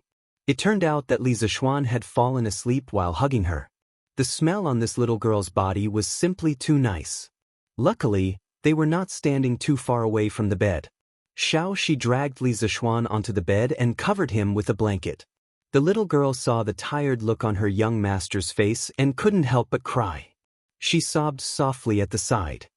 "Woo woo, young master, you have worked hard." Chapter 196. Xiaoxi, why did Xian'er go to sleep the moment he came back? Madame Li came to the west courtyard in the evening to look for her son, but was told by Xiaoxi that Li Zixuan had already fallen asleep. Madame Li could not help but ask in surprise, "Madam, young master has been too tired these few days, and young master seems to be missing young mistress." Xiaoxi's face turned red as she spoke. Madame Li froze for a moment. Just as she wanted to ask Xiaoxi how she knew that Li Zixuan missed his wife, she saw Xiaoxi's flushed face. Madame Li instantly thought that something must have happened between her son and this servant girl. However, as a mother, she did not dare to say too much about this matter. In any case, her son would definitely not be at a disadvantage. At that moment, she shook her head, looked at Xiaoxi strangely, and left. At the same time, she thought that her son's wedding date should be set earlier so that she could hug her chubby grandson earlier. Madam, it's not what you think." When Xiaoxi saw Madame Li's strange gaze, she immediately came to a realization. She knew that Madame Li must have misunderstood, so she quickly explained. However, Madame Li was not going to listen to this explanation. "Xian'er, come. You didn't eat last night. Eat more today." In the morning, Li Zixuan was woken up by hunger. He only managed to make it in time to have breakfast with his mother.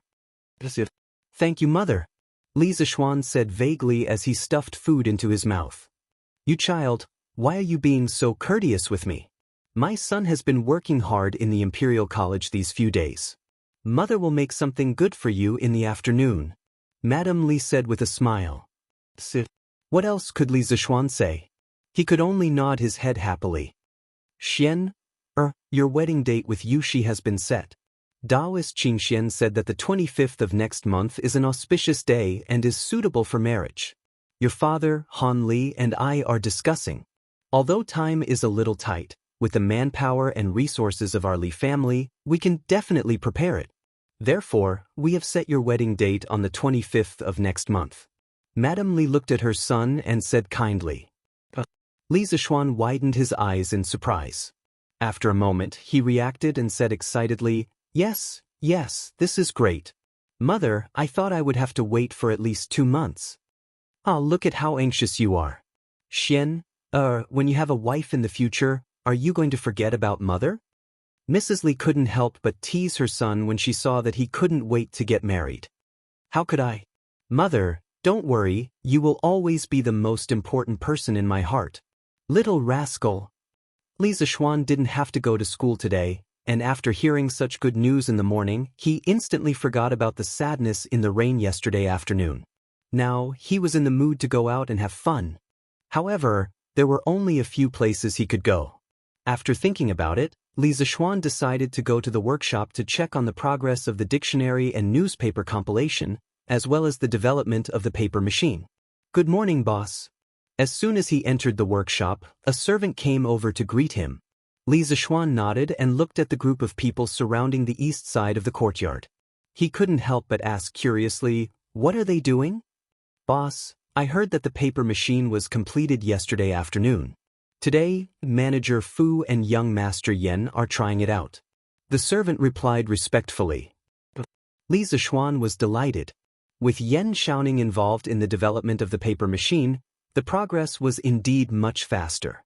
He was really lucky today. Go ahead, I'll go over there and take a look. Li Zishuan waved his hand and lifted his foot to walk over. Zhaoda, control the horse's speed. Zhang Xiaohua, go and fill the pulp pool. Guolu, go and lead the ox. As soon as he got close to the crowd, he heard Yen Xiaoning giving out orders like a marshal. Look, paper is coming out. The paper is so big, and the paper is coming out so fast. The thickness of the paper is also quite uniform. According to this speed, it will probably only take a few breaths of time for one cut of paper to come out, right? Generally, one cut of paper refers to 100 sheets. Yes, yes. As soon as Li Zishuan squeezed into the crowd, he saw a huge and cumbersome machine standing in the open space on the east side of the workshop. The monster-like machine, under the pull of the animal, made ka-ka sounds of parts rubbing against each other. The paper was quickly coming out of the paper outlet. There were wooden shelves under the paper outlet. After the paper was sent to the shelves, the craftsman immediately took the paper to the side to dry it. Overall, the paper production efficiency was very high. Success. Great, we did it. Seeing that the paper machine could come out normally for 15 minutes, the group of craftsmen standing beside Yen Xiaoning couldn't help but cheer excitedly. God knows how much effort they had put in over the past few days.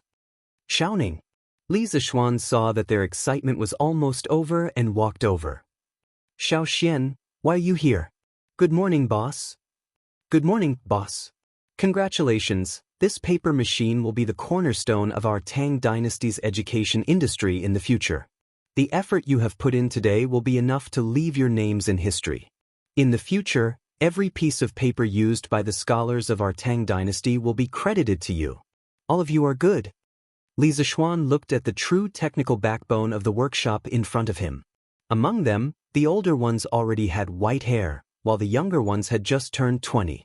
As craftsmen, they lived at the bottom of society, but their creativity was comparable to a regular army. They deserved to be respected. Looking at them, Li Zishuan couldn't help but think of the scientists in his previous life who worked hard on the front lines of research. They also worked hard, but a lifetime of research couldn't even compare to the money a celebrity could earn from acting in a movie. At the thought of this, Li Zishuan couldn't help but shout. He felt injustice for the craftsmen. Oh! We are good. Li Zishuan's words made the craftsmen's blood boil. They worked overtime because Li Zishuan treated them extremely well in the workshop, so they wanted to repay him. They had never imagined that the thing they made would have such great meaning behind it. Thus, these craftsmen couldn't help but cheer. All the craftsmen who participated in the development of the paper machine will be rewarded with 2 strings of cash. Now, go back and have a good rest. Your health is your greatest asset. Li Zishuan looked at the craftsmen in front of him. Although most of them had excited expressions, the exhaustion in their eyes couldn't be concealed. Thus, he hurriedly had them go back and rest. Hearing that they would be rewarded with 2 strings of cash, the craftsmen who had just been satisfied on a spiritual level were now satisfied on a material level. They bowed and expressed their thanks. "Thank you, boss." "Thank you, young master." Li Zishuan hurriedly waved his hand and said, Go and rest." Chapter 197. In the workshop of the Strange Interest Pavilion. The craftsmen dispersed. Li Zishuan followed Faubert and Yen Xiaoning to a room and said, "Brother Faubert, Brother Xiaoning, thank you for your hard work these days." Faubert politely waved his hand and said, "It's no trouble at all." Yen Xiaoning, on the other hand, snorted in dissatisfaction, "It's really hard work. You were the one who came up with this idea. Logically speaking, you're the most suitable person to do this, and you'll be the fastest. But you just had to be lazy and leave everything to Faubert, causing us to work so hard." Li Zishuan pursed his lips. Why did this guy's tone sound like a disgruntled housewife? But when he heard the second half of Yen Xiaoning's sentence, he immediately complained, "Brother Xiaoning, I didn't slack off these 2 days. Recently, I've been teaching pinyin to the instructors of the Imperial College. I'm almost as tired as a dog." Yen Xiaoning was teased and laughed. He pretended to size up Li Zishuan and then teased, "Hey, little Xian, you really do look a little like a dog now." Li Zishuan almost spat out a mouthful of blood.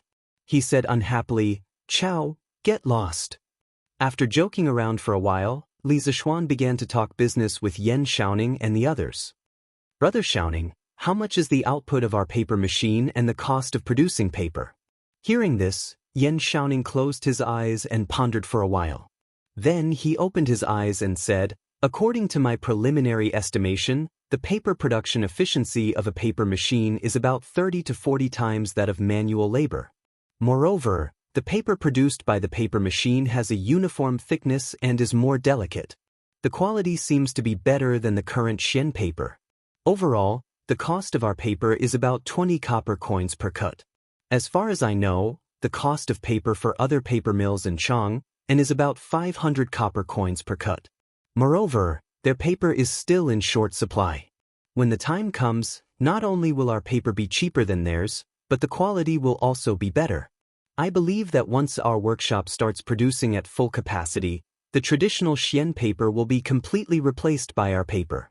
Hearing Yen Xiaoning's confident words, Li Zishuan was slightly surprised. He didn't expect that the paper production cost could be reduced to 1/25 of the original through the paper machine. It was really amazing. Marx said that if capital had 50% profit, it would risk everything. If it had 100% profit, it would dare to break all the laws of the world. If it had 300% profit, it would dare to commit any crime, even at the risk of being hanged.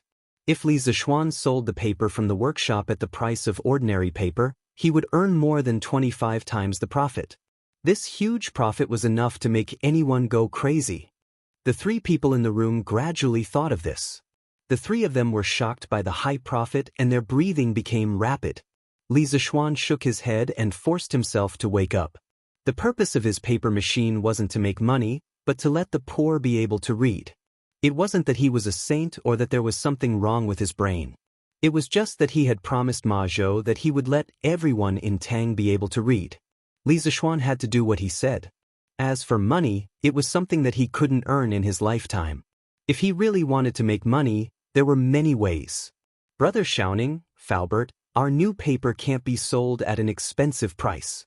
My original intention of inventing the paper machine wasn't to make money. In my opinion, the price of the new paper should be set at 30 to 40 copper coins per cut. What do you think?" Li Zishuan used 20% of his internal energy and said in a deep voice. Wealth moved people's hearts.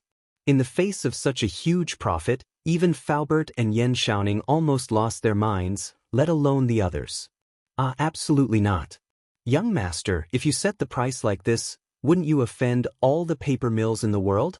At that time, a large number of craftsmen will lose their jobs. Faubert had just been awakened by Li Zishuan's shout and heard Li Zishuan's shocking price.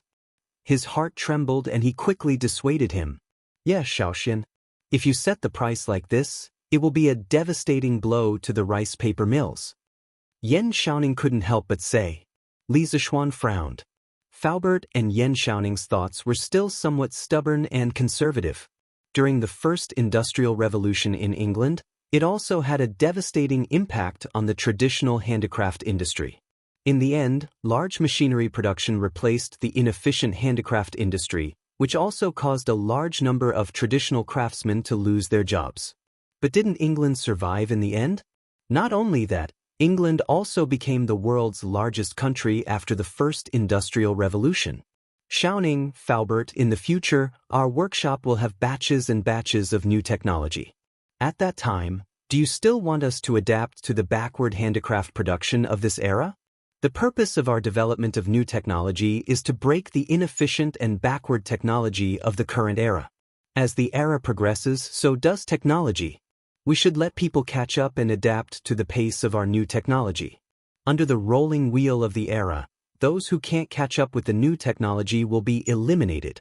In this era, there is no waiting and there is no sympathy. Our Strange Taste Pavilion workshop must lead the new technology trend and promote the technological innovation of the entire Tang dynasty. Li Zixuan felt that he had to correct Yan Xiaoning and Faubert's thoughts. These two were the top technical backbone of the workshop. If their thoughts were shackled and they did things fearfully, it wouldn't be good for the development of the workshop. Under the rolling wheel of the era, those who can't catch up with the new technology will be eliminated. Li Zixuan, I've underestimated you. Just when Faubert and Yan Xiaoning were still immersed in Li Zixuan's enlightening impromptu speech, Li Er's laughter came from outside the room. Li Zixuan was speechless. Why did the people of the old Li family like to eavesdrop on others? Last time, it was Li Qingqian. This time, it was Li Er himself. This father and son pair was really unique. After Li Er's laughter came, he pushed open the door and entered without any hesitation. Empress Xianxia was accompanying him. In the room, Faubert and Yan Xiaoning finally reacted. Both of them were shocked and quickly bowed. Your humble subjects pay respects to your majesty. Your majesty! Your humble subjects pay respects to your majesty. Your majesty! Li Zixuan was helpless and could only follow suit. Although he hadn't seen Xianxia before, this woman could wear a phoenix coronet and a red robe beside Li Zixuan. Moreover, Yan Xiaoning just said that this was the empress. Li Zixuan wasn't stupid. Li Er waved his hand and laughed. I'll rise. Li Zixuan, come here. I just heard you say that the cost of your new paper is only 20 copper coins. Is this true? Li Zixuan was speechless. Didn't you eavesdrop just now? Why are you still asking when you already know the answer? You're really too free. Your Majesty, this is only our initial estimate of the cost. However, the final result is not far off. Even though he was cursing crazily in his heart, Li Zixuan could only answer obediently. Chapter 198. Good. With your cheap and high-quality paper and the upcoming Pinyin version of the Tang Dynasty Dictionary, I estimate that in less than 5 years, the scholars of Tang Dynasty will spring up like bamboo shoots after the rain. This is a great achievement for the present and benefits for the future.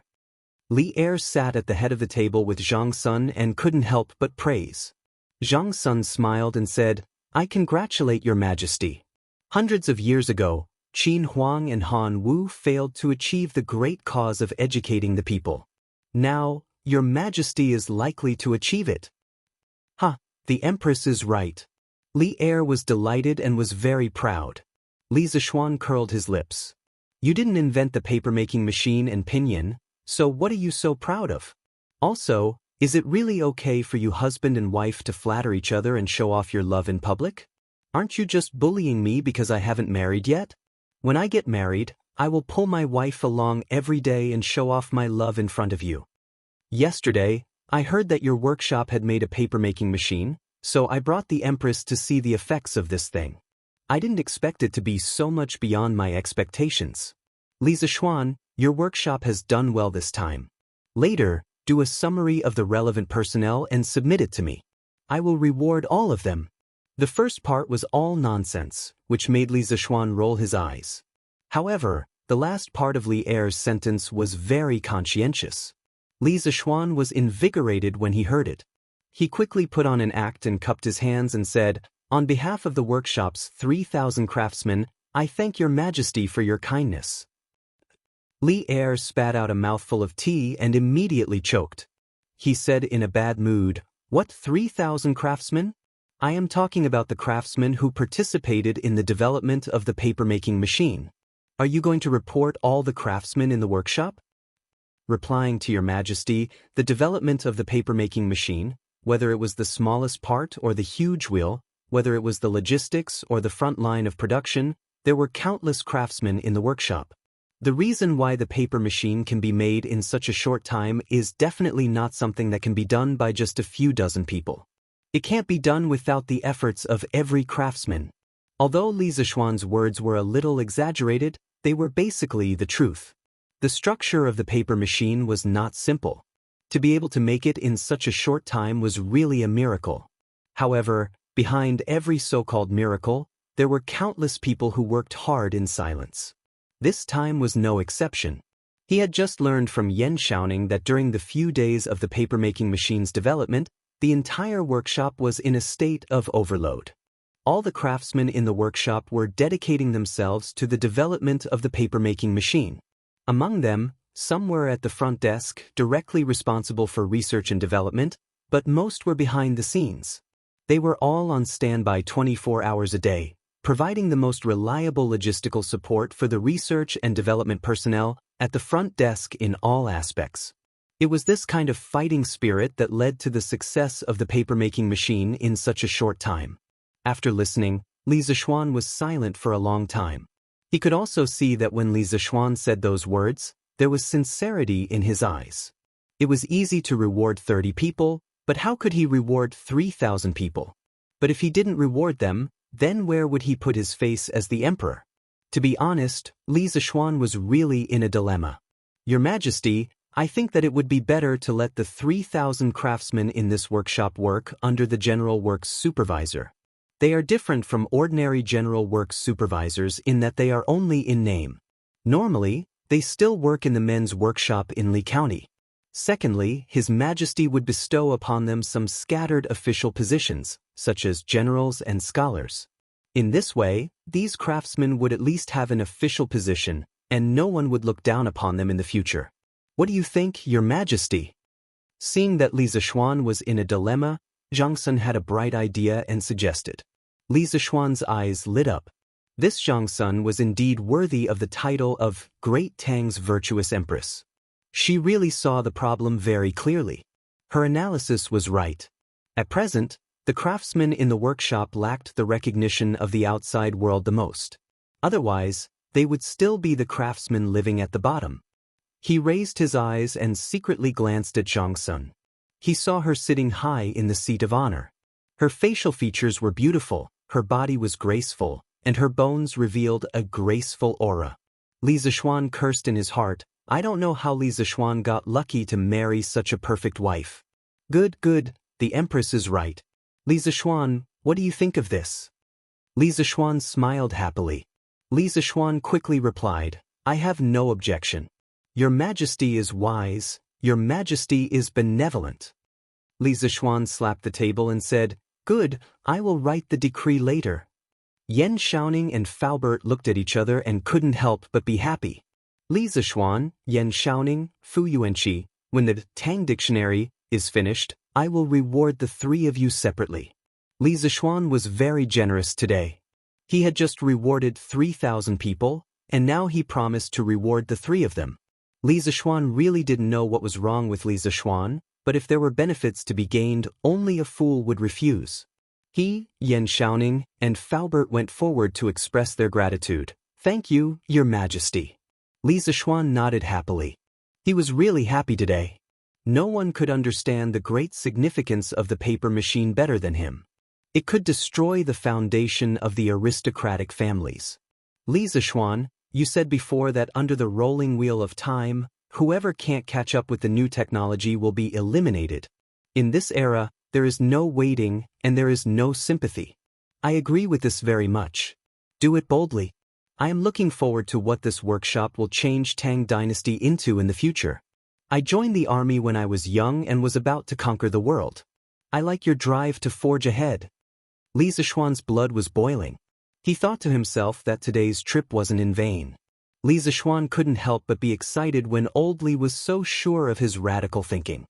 He went forward and said, "Thank you, Your Majesty, for your trust. I believe that the changes that the workshop will bring to Tang Dynasty in the future will definitely surprise Your Majesty." Zhang Sun couldn't help but cover her mouth and chuckle. "Your Majesty, this child is young, but his tone is really big." Li Zixuan held Zhang Sun's hand and stood up with a smile. Li Zixuan, I will wait and see. Farewell, Your Majesty, farewell." The few people in the room bowed again. "Xiaoxian, we did well this time. I guess it won't be long before our workshop is famous in Chang'an, right?" "Not only that. This time, we gained both fame and profit." Li Zixuan laughed and said, You are satisfied with just this? Don't worry, there will be more opportunities in the future to make you even more satisfied." Chapter 199. "Hey, Xiaoning, I still want to make another type of paper machine." Hey, don't go. Come and take a look." Li Zixuan suddenly thought of toilet paper. Now that the paper machine had been made, he only needed to add a scraper to it to make toilet paper. Therefore, he wanted to ask Yan Xiaoning to make a toilet paper machine. Who knew that this guy would turn around and leave before he finished listening? Li Zixuan quickly pulled him back. "It's easy for you to say that. We worked tirelessly for so many days to make a paper machine, and you want to do something new? If you're so good, then do it. Don't call me, I have to go back and rest." Yan Xiaoning spat in exasperation. Cough, Xiaoning, listen to me first. This paper machine doesn't need to be troublesome. Its general structure is similar to the paper machine you made before. It's just that its dryer is more special. It's a dryer with a large diameter. On the other side of the dryer, there's a scraper to remove the wrinkles from the paper. Li Zixuan pulled Yan Xiaoning and explained. Yan Xiaoning was puzzled. "If you do it this way, won't the paper be soft and fluffy? How do you write on this kind of paper?" Faubert thought for a while and nodded in agreement. "Yes, young master, the paper you make can't be used at all." Li Zixuan immediately retorted. "Who said it can't be used? This kind of paper is soft and fluffy. Wouldn't it be extremely comfortable to use it to wipe your butt in the toilet?" Yan Xiaoning's face was full of black lines. He was really speechless towards Li Zixuan. "Don't you have toilet paper chips to use in the toilet? Why do you have to do this?" Li Zixuan stomped his feet. "Damn, the toilet paper is so hard. How do you use it? How can it be more comfortable than this soft paper?" This was the most unacceptable thing for Li Zixuan after he transmigrated. He could live without a computer or a phone, but he couldn't live without toilet paper. "Why the F***ck do you want me to use bamboo to wipe my butt? Then what do you usually use in the toilet, young master?" Faubert couldn't help but ask. Cough, I asked someone to make the rice paper soft before using it. But this is really troublesome," Li Zixuan said after thinking for a while. Faubert and Yan Xiaoning suddenly felt a toothache. They really wanted to beat him up. What a waste. You brat, you're simply a refined scum." Yan Xiaoning couldn't help but point at Li Zixuan's nose and scold. Li Zixuan rubbed his nose and felt very helpless. "Isn't it just wiping your ass with a piece of paper? It's so normal. Is there a need for that?" In the end, Yan Xiaoning agreed to Li Zixuan's request. There was no other reason other than Li Zixuan saying that this thing could also make a lot of money. After reducing the cost of paper, Li Zixuan let out a sigh of relief. As long as paper could be mass-produced, many of his later plans could be carried out smoothly. Well, the most important thing was that the toilet paper problem was solved. He could finally see the most commonly used industrial product in ancient times. This made him feel a little closer. After leaving the room, Li Zixuan went to the back hall. He wanted to see how Ma Zhou and the others were progressing. When he pushed the door open and entered, he saw that there was an earth-shattering change inside. Dozens of tables were arranged in the hall. Each table was piled with all kinds of information. Then, dozens of middle-aged scholars were bent over the tables, carefully checking and recording. These must be the scholars sent by Li Tai and Li Qingqian. Li Zixuan's arrival didn't cause any waves. Perhaps in these people's eyes, Li Zixuan wasn't as important as the documents in their hands. "Lord Zhu, you're here?" Ma Zhou quietly came up to greet him.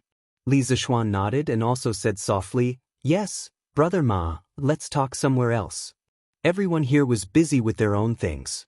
Li Zixuan really didn't have the heart to break the silence. When they came to the next room, the two of them sat down. Li Zixuan asked, "Brother Ma, how is the compilation of the dictionary going?" Ma Zhou cupped his hands and answered, "Lord Zhu, His Highness the Crown Prince and His Highness the King of Wei attached great importance to this matter.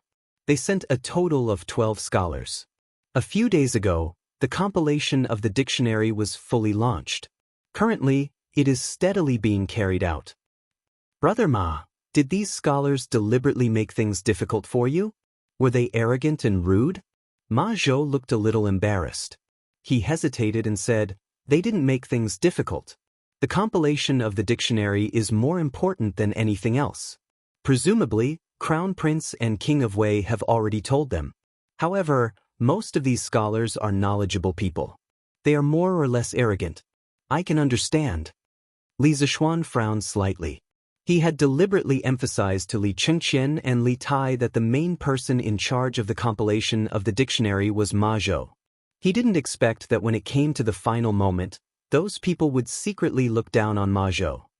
"Brother Ma, who has been rude to you before? Tell me. I will tell Crown Prince and King of Wei." Li Zixuan had always attached great importance to Ma Zhou. Now, how could he sit by and do nothing? Ma Zhou quickly waved his hand and said, "Lord Zhu, there is no need to do this.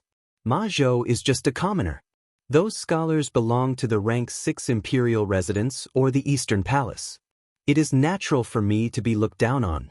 However, I should be the one to fight back.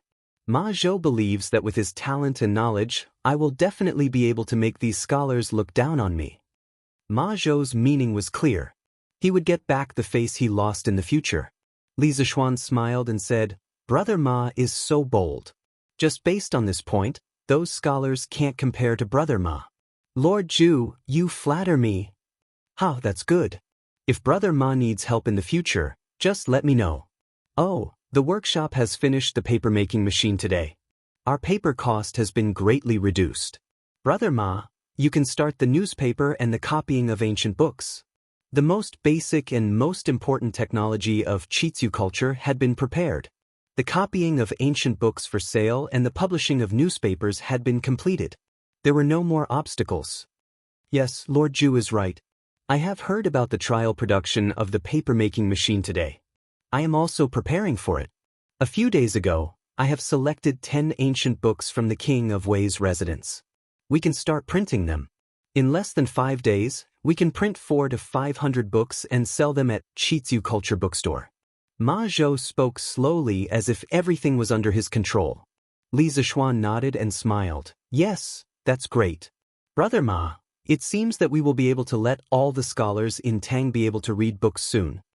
Ma Zhou said happily, "That is true. Every time I think about participating in the cause of universal education, I am very excited.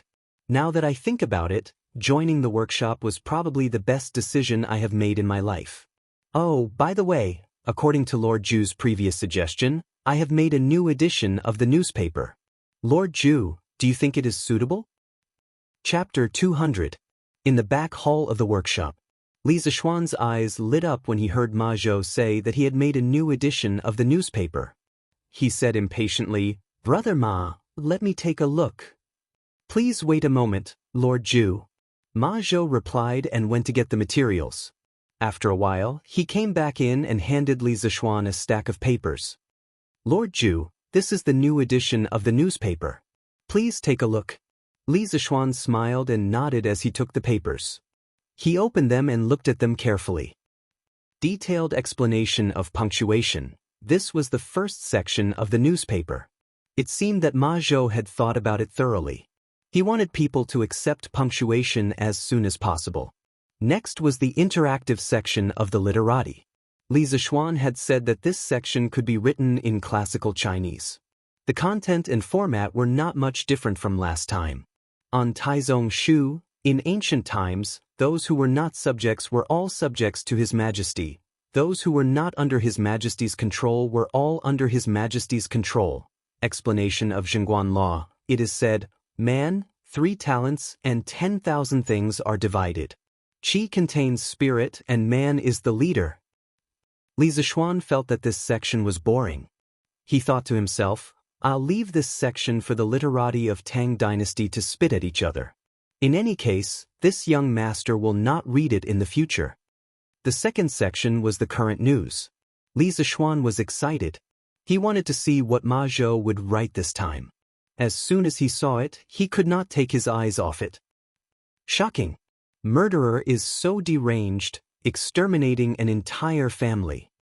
This content was considered normal. It only talked about a massacre that had just been solved in Xinfeng County not long ago.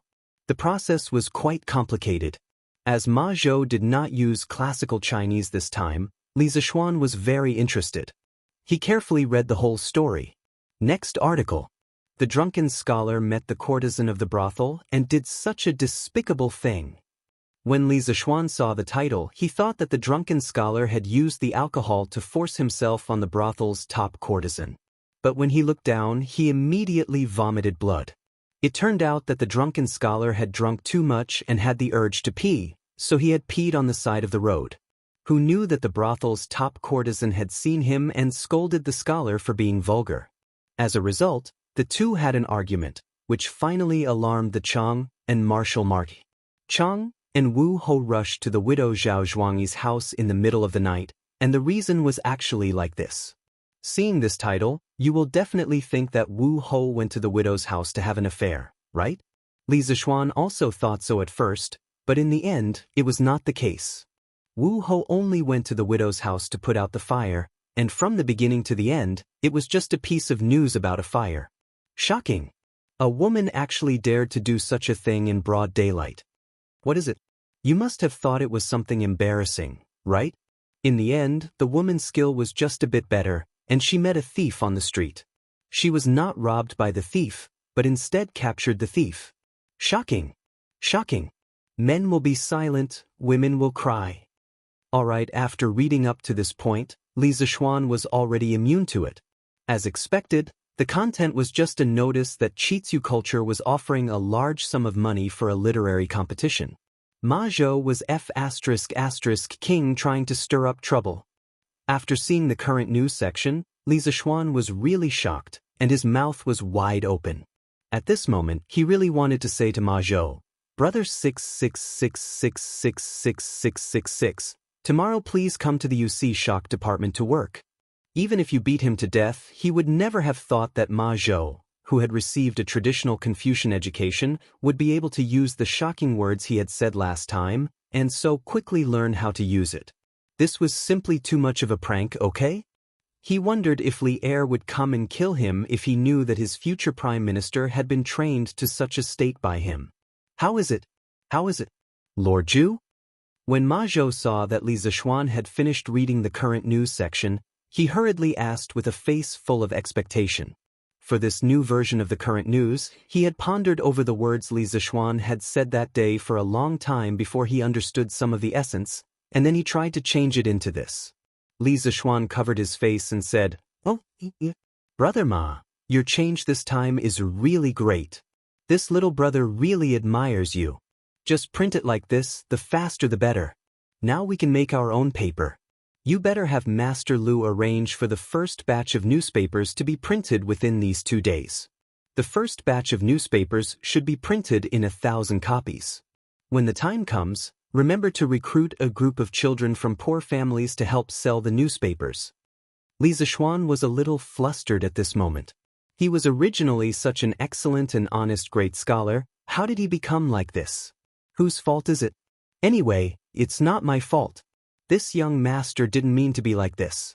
Ma Zhou felt that Li Zishuan's expression was a little strange, but he couldn't figure out where the problem was at the moment, so he could only agree, Yes, Lord Zhu, now the workshop has a lot of ready-made technologies. I estimate that I can rush out the first batch of newspapers tomorrow, and by the morning of the day after tomorrow, it can be sold in Chang'an City. Li Zishuan nodded. He had introduced another modern product into the Tang dynasty. In the future, when he had nothing to do at home, he could read the newspaper. In this era where entertainment and culture were extremely lacking, To be able to lie on the chair and read the newspaper was already a great enjoyment for Li Zixuan. Brother Ma, newspapers and dictionaries are the most important things in the future of Qizhu culture. During this period of time, you have to work hard and pay attention to these two things. After this period of busy, you can go and find a group of assistants. As long as you think that it's suitable, no matter how much it costs, you have to hire them. This way, you won't have to work so hard in the future. Li Zixuan instructed. He, thank you for your concern, Lord Zhu. Li Zixuan couldn't be bothered to read the last section of De Hua Jianghu. Although he had high hopes for this section, because he could read novels from here in the future, but currently, there was only one novel written by him, so it wasn't very interesting to read it. After a while, when someone submitted a novel, he would pay more attention to this section. When he thought about it, countless scholars would fight to submit to Qizhu culture, and countless wonderful novels would appear. He just had to stay at home, sleep on the chair, and listen to Xianxia softly reading the novel to him. If he was happy listening to the novel, he would spend a lot of money and give the novel author a big reward, so that he could quickly release more chapters for him. Damn, this kind of life, just thinking about it makes me feel good, right? This is the life of a nouveau riche second-generation otaku. Li Zixuan couldn't help but drool as he thought about it. He seemed to have discovered something amazing. Chapter 201. Selling newspapers. Selling newspapers. Freshly printed Detong Daily. Only 5 copper coins per copy. 5 copper coins won't make you lose out or get scammed, but you can buy a big Detong Daily. Brother, do you want to buy one? After spending the weekend happily at home, Li Zixuan sat in a carriage early in the morning and headed to class at the Imperial College. Inside the carriage, he could hear the sound of children hawking newspapers outside. Li Zixuan asked Sanbao to stop the carriage first. He looked out through the window and saw 4 or 5 children wearing blue shirts with the logo of queer culture on them. They were holding newspapers and riding on scooters. They were peddling newspapers on the streets and alleys of Chang'an City. This was one of the benefits for the children of Qizhu culture who sold newspapers. They usually had scooters as a means of transportation. If they sold newspapers for 3 months in a row, the scooters would be given to them for free. This directly led to the long queue in front of the workshop when they were recruiting paperboys yesterday. Later, Ma Zhou only picked 40 to 50 clever children after much deliberation. Hey, which family are you from? What the hell is this newspaper? What's in it? At this time, he heard a man speaking in a rough voice. Uncle, this newspaper has articles by great scholars and some interesting things that have happened around Chang'an recently. There are also some novels serialized in it. It's very interesting. I'm not interested in the articles by great scholars, but I want to read the novels. Kid, give me a copy of the newspaper.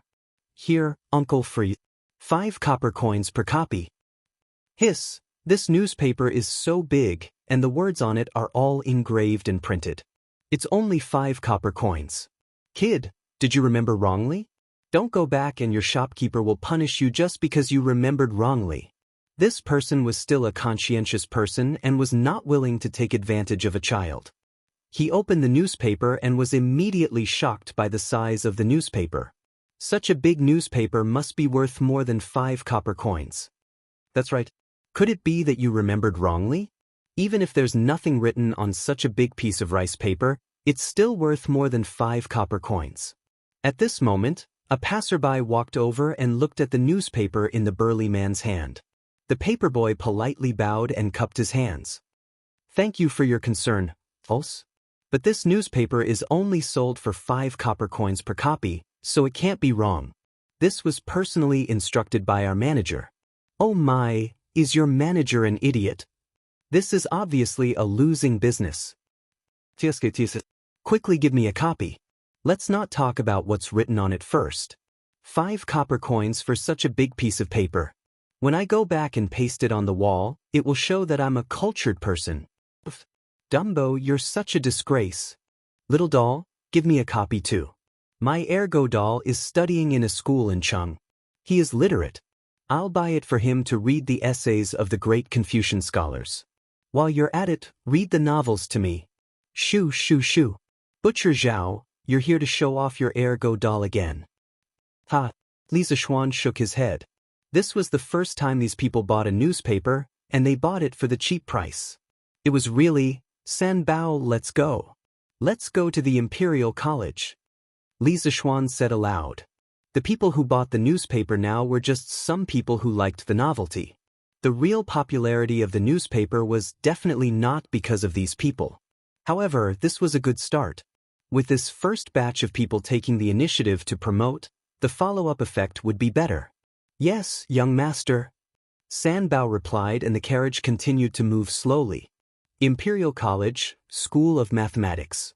In this weekly exam, there are a total of 3 people who scored full marks.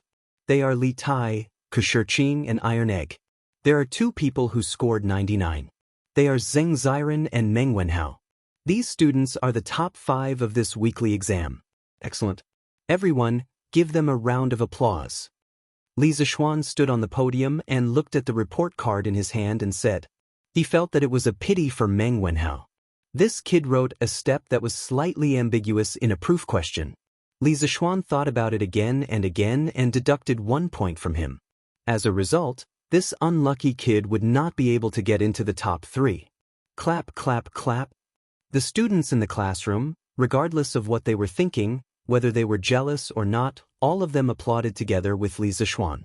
Although Meng Wenhao was a little annoyed, he had just looked at the paper that was handed out. There were indeed some small problems in that part of the paper. He was sincerely convinced by the deduction of 1 point. As for the last 5 of this weekly exam, as the applause gradually stopped, Li Zishuan said loudly again.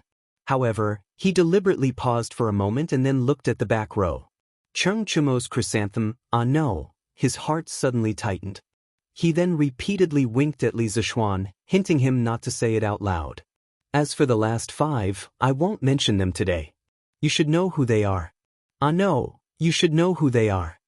Li Zishuan's heavy breathing almost scared Cheng Chumo to death. However, when he heard that Li Zishuan still did not mention his name, he could not help but feel a little happy. Here, this is the solution to the last question. Those who did it wrong, take a good look at it and clear your thoughts. You must make sure that you will not make a mistake the next time you encounter the same question. After a simple introduction of the results, Li Zishuan began to explain the test paper to them. The questions were relatively simple, so he explained them quickly. In less than 1 class, he had finished explaining. Damn, this is great. This novel is so F***ing great. This brother is too good. Suddenly, a roar came from the classroom, scaring all the students. Li Zishuan was also a little startled, but then he became angry. He quickly found the source of the sound and shouted angrily, "What the hell? Wang Meng, stand up." Wang Meng suddenly shivered. In fact, after he shouted, he had already sobered up. Now that he heard Li Zishuan's angry voice, how could he not know that he had already eaten a pill? But I was wrong. Wang Meng's face was bitter, and his voice was trembling. Li Zishuan sneered, "Oof, now you know you were wrong. What were you doing just now?" Wang Meng hesitated and did not dare to say anything. Li Zishuan sternly shouted, "What are you waiting for? Do you want to quit school?" Wang Meng did not dare to hesitate anymore. He quickly took out a piece of paper from under his seat and said anxiously, Don't, sir, I'll tell you. I was reading a novel just now. This is what I bought from a newspaper boy on my way to school. It said, it's called a newspaper. The other students looked at it curiously, wanting to know what kind of magical item this newspaper was. On the other hand, Li Zishuan's old face darkened. Of all his calculations, he did not expect that running a newspaper would make students addicted to novels and affect their studies. In modern times, bad students often did this in class. He did not expect to encounter it in ancient times as well. Wasn't this like shooting himself in the foot? Chapter 202. Inside the School of Mathematics. Li Zishuan's face turned from green to white, then from white to red. Wang Meng was so scared that his heart was trembling. He had never seen Li Zishuan so angry before. Wang Meng, tell us how many points you got this time. Li Zishuan said with hatred. When Cheng Chumo heard this, he grinned and looked at Wang Meng with a gloating expression. Wang Meng replied weakly, So this time I got 66 points. Li Zishuan slammed the table and said angrily, "You only got 66 points and you didn't pay attention in class? If you can get full marks like Li Tai and Kashir Qing, I won't criticize you even if you didn't pay attention." Are you serious? At this moment, Li Tai's eyes lit up and he asked excitedly. Li Zishuan's face was filled with black lines. This bastard never knew how to give him any face. "Shut up. I'm talking about Wang Meng," Li Zishuan said angrily. Wang Meng couldn't be angry anymore. He said softly, "Sir, I was wrong." "Is the novel good?" Li Zishuan asked fiercely. Sir, it's not good. It's not good at all. It's not good at all. It's terrible. I was obsessed with it." Wang Meng was about to say that it was good, but he quickly changed his words. Li Zishuan nodded, but he suddenly realized that something was wrong. He was the one who wrote the novel. Wasn't Wang Meng scolding him by saying that? He couldn't stand it anymore. A piece of chalk hit Wang Meng's forehead accurately. Li Zishuan said even more angrily, "Why did you read it if it wasn't good? You'll be standing in class today." Feeling wronged, Wang Meng scratched his head and thought to himself, "I've already said so, is it wrong? What did Sir mean by that?" Wang Meng, what are you reading in class? Take it out and show it to me." During the break, Cheng Chumo saw that Li Zishuan wasn't in the classroom. He quickly went to Wang Meng and asked him for the newspaper. "No, I won't be able to see it if I give it to you." Even though Wang Meng's legs hurt from standing for an entire class, his brain was still working fine. When he heard Cheng Chumo's words, he immediately reacted. He picked up the newspaper and hugged it tightly. "Wang Meng, you're such a disloyal brat. I'm just looking at it. I don't want your newspaper. Take it out and show it to me." Cheng Chumo was so anxious that he scratched his ears and cheeks like a monkey. That's right. "Wang Meng, why don't you take it out and let everyone have a look? We definitely won't take yours. If it's really good, we'll go and buy another set." Yuchi Baolin chimed in. That's right. Take it out and let us have a look. We're all classmates. Don't be so stingy." Li Tai, the little fatty, also brought some students over to join in the fun. At this moment, Wang Meng suddenly felt a lot of pressure. He felt like he was alone. "All right, I'll let you have a look. But you must remember to return it to me. I haven't finished reading it yet." Wang Meng could only reluctantly hand over the newspaper. Otherwise, he really suspected that he would be attacked by the crowd. "Don't worry, don't you dare ask around. I, Cheng Chumo, am the most trustworthy person in Chang'an City." Cheng Chumo waved his hand nonchalantly and said arrogantly. Then he couldn't wait to take the newspaper and sat down next to him to start reading. The surrounding students also curiously surrounded Cheng Chumo and began to bend over to read the newspaper. Chonyo turned the page. "What's so good about this scholarly article?" That's right. Time is of the essence. Let's read the rest of the novel." Wang Meng was so engrossed in it last class. "Turn the page and let me see if this story is interesting or not." That's right. Hurry up and read the novel. Otherwise, class will start soon." "All right. I, Cheng Chumo, am not interested in these scholarly articles anyway." Cheng Chumo felt that it made sense. Hence, he turned the page. Instantly, the words "A Record of a Mortal's Journey" came into view. Wow, a record of a mortal's journey? Just the name alone sounds impressive. Cultivation? Could this novel be about cultivation? Could there really be people who can cultivate? I suddenly feel a surge of emotions. The students wanted to continue reading just by looking at the name of the novel. Chapter 1. A mountainside village. Dumbo's eyes were wide open as he stared at the black roof made of straw and mud. The old quilt covering his body had already turned a deep yellow, and its original appearance could not be seen. There was also a faint musty smell. After a moment, Cheng Chumo finished reading the first chapter. He smacked his lips and said doubtfully, "I, Cheng Chumo, don't feel that this first chapter is very interesting. How could Wang Meng have been so engrossed in it before? It's really ordinary. However, this Seven Mysteries sect seems to have some tricks up their sleeves. It seems like this world can really cultivate. If that's the case, then it's really interesting. All right. Stop talking nonsense. Hurry up and read on.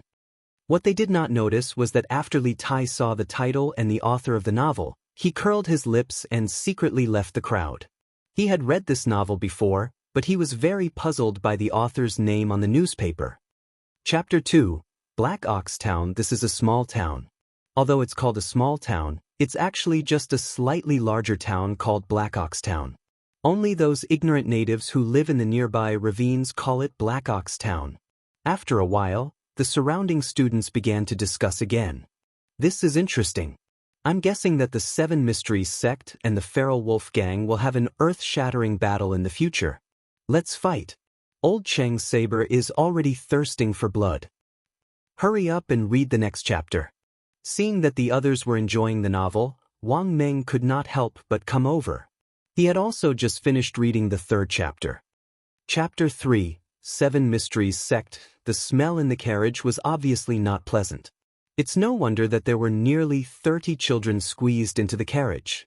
Although a child is much smaller than an adult, it still makes the car unbearably crowded. Damn, this Seven Mysteries sect seems to be very powerful. Indeed. I just don't know if this Han Li will be able to pass the examination. It's a pity that it's gone. The author of this novel is really asking for a beating. He only wrote so little at a time. Mister is here.